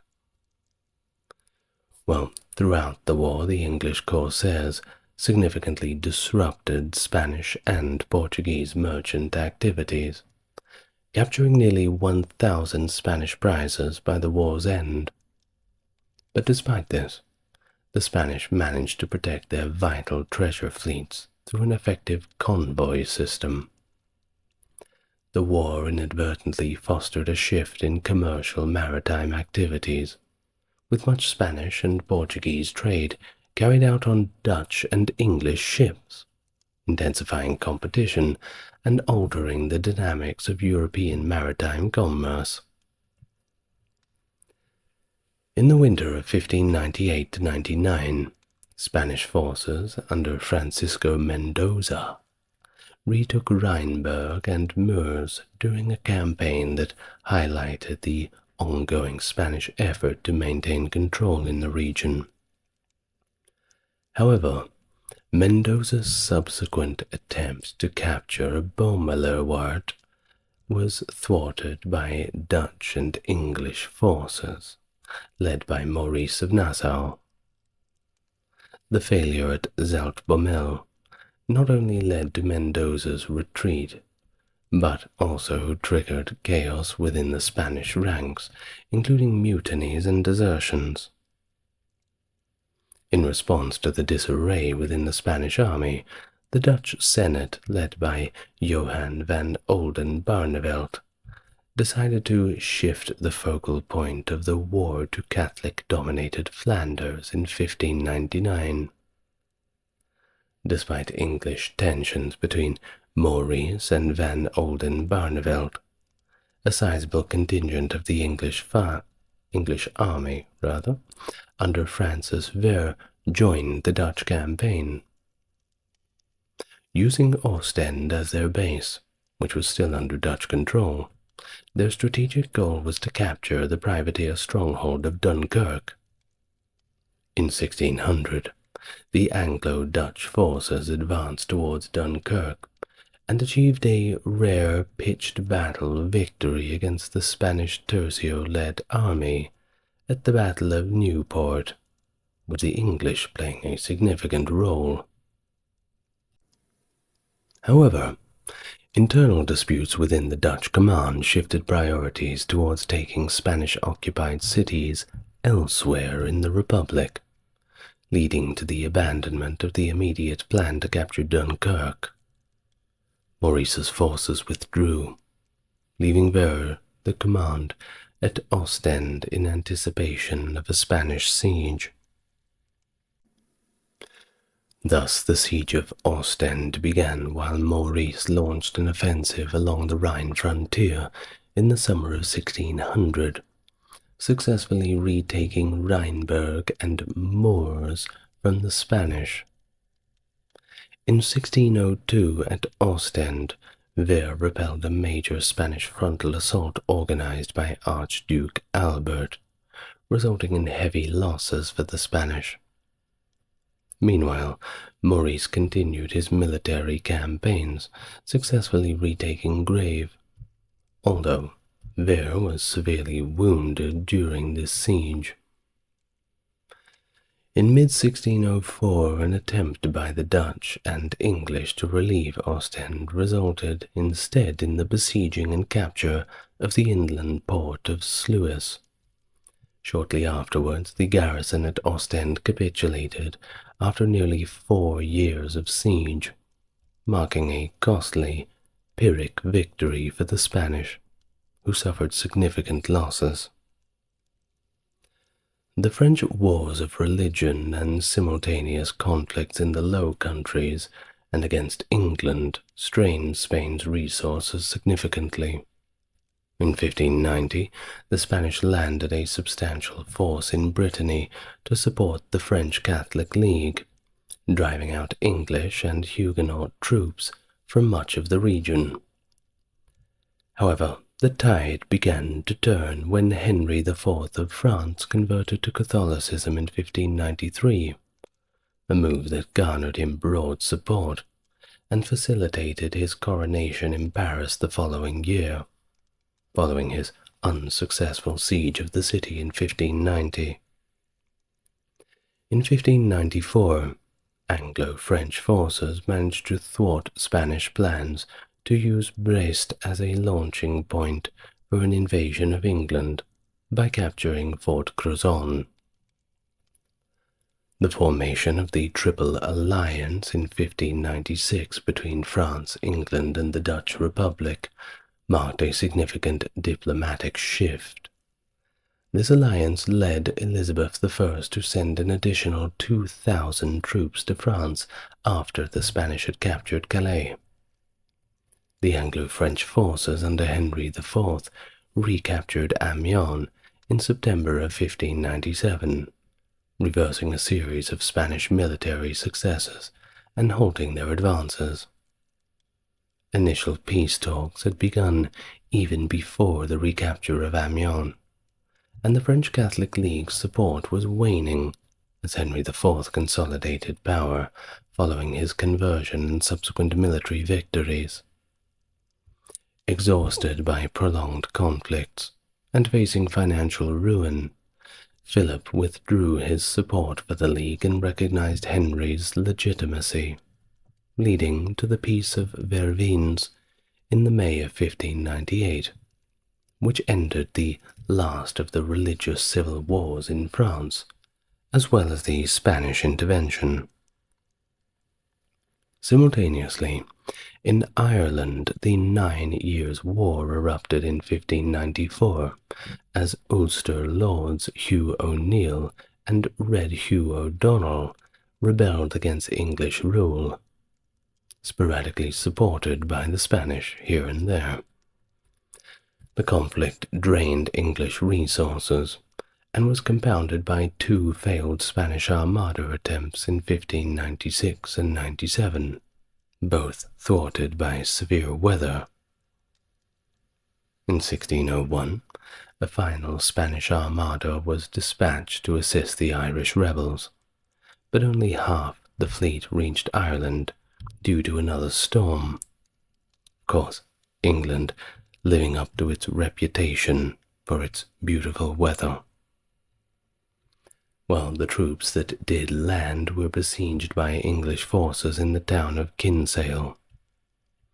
Although Irish forces eventually joined to aid the Spanish, communication failures led to an English victory. The Spanish capitulated, and they were allowed to return home, while the Irish rebellion continued until it finally concluded in 1603, shortly after the death of Elizabeth. In 1598, the long and costly war had already taken its toll on Spain, and with the end of the war in France, Philip III sought peace with England as well. Both England and the Dutch Republic were also weary of the ongoing conflict, underscoring the mutual desire for peace. But despite this, the peace negotiations at Boulogne in 1600 saw the Spanish demands sternly rejected by the English and Dutch representatives. However, diplomatic channels did remain open, largely due to the more conciliatory stance of the Archduke of Austria and his wife, Infanta Isabella, Philip's sister, who advocated for peace and friendly relations, in contrast to Philip's desire to come out swinging punches at everybody and maintaining Spanish hegemony. In the following year, after the English victory in Ireland, an English naval blockade under Richard Leveson marked a significant naval strategy against Spain. Leveson's fleet sailed into Sesimbra Bay off Portugal, engaging a fleet of Spanish galleys under Federico Spinola and Alvaro de Bazan. Spinola, who had been bolstering his forces at Sluis with the intentions of a potential strike against England, faced defeat at the hands of Leveson in June of 1602, resulting in the sinking of 2 galleys and the capture of a rich Portuguese carrack. Later, despite gathering more galleys and sailing through the English Channel, Spinola was defeated again by an Anglo-Dutch naval squadron off the Dover Straits, forcing the remaining Spanish galleys back to Sluis.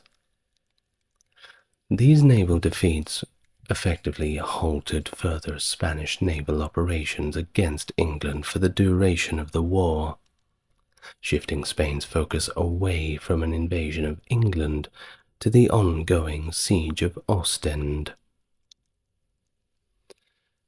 Now, after the death of Elizabeth, the accession of James I in 1603 brought a new dynamic to the peace process. James, the Protestant son of Catholic Mary, Queen of Scots, whose execution had partly precipitated the war, saw himself as a peacemaker. His foreign policy aimed at the ambiguous goal of reuniting Christendom, and keen to end the protracted conflict, he ordered the cessation of further privateering.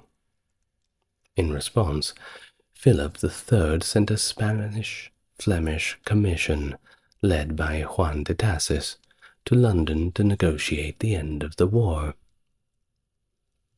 After nearly a year of deliberations, peace was finally concluded on the 28th of August 1604 at Somerset House in Westminster.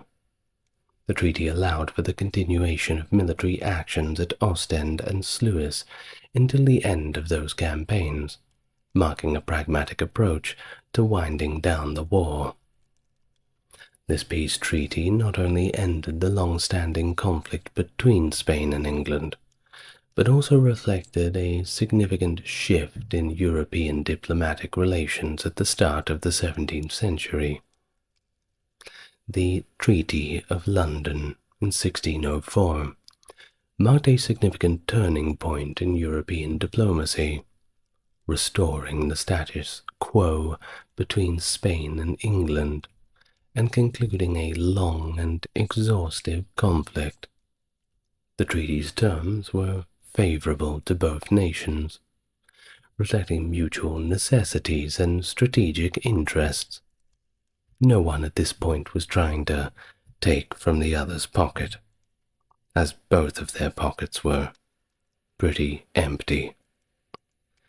Everybody just wanted to go home. I can understand that, can't you? Well, for Spain, the treaty solidified its position as a dominant world power, successfully protecting its new world colonies and its treasure fleets, and they needed to get back a little bit of treasure at this point. This was largely due to improvements Spain had made to its convoy system, which significantly enhanced its abilities to defend against privateer attacks. The treaty also allowed Spain to refocus its military efforts on the Dutch rebellion, although it did not require England to completely abandon their support for the Dutch. However, the ongoing sieges of Ostend and Sluis were permitted to continue, underlining the incomplete nature of the peace, at least with respect to the Low Countries. By 1607, the situation had evolved to an extent that the Spanish were somewhat unable to subdue the Dutch, leading to the 12 Years' Truce, which effectively recognized the independence of the Dutch Republic. Back in England, the treaty was seen as both a diplomatic victory and an economic necessity, given the financial strains caused by years of warfare. Nevertheless, it was actually unpopular among the general public, who felt that James had forsaken the Protestant cause in the Netherlands to appease Spain, which of course damaged his popularity. Yet the treaty did ensure that Protestantism was protected in England, and James firmly resisted Spanish demands for Catholic toleration. Furthermore, the Treaty of Mellifont in 1603 between James I and the Irish rebels, coupled with Spain's commitment not to support the rebels as stipulated in the London Treaty, underscored the broader pacifying agenda of James's foreign policy. The treaty's celebrations in Spain reflected public approval, with large festivities in Valladolid, despite some criticism from the Catholic clergy about Philip III's engagement with the Protestant nation. But despite the peace, the English remained strategically positioned for colonial expansion. The war had indeed diverted resources away from colonial ventures, but the profits from privateering enabled significant investment into new enterprises. The establishment of the London Company, which founded a settlement in Virginia in 1607, and of course the Great East India Company's successful penetration of the Spanish and Portuguese trade monopolies in Asia exemplified England's emerging colonial ambitions. However, contentious issues like English trading rights in the Spanish East and West Indies were sidestepped in the treaty negotiations, highlighting more than a few unresolved tensions. The peace was also marked by internal religious dynamics in England, where the Gunpowder Plot of 1605 reinforced anti-Catholic sentiments and ensured the continuation of stringent anti-Catholic laws.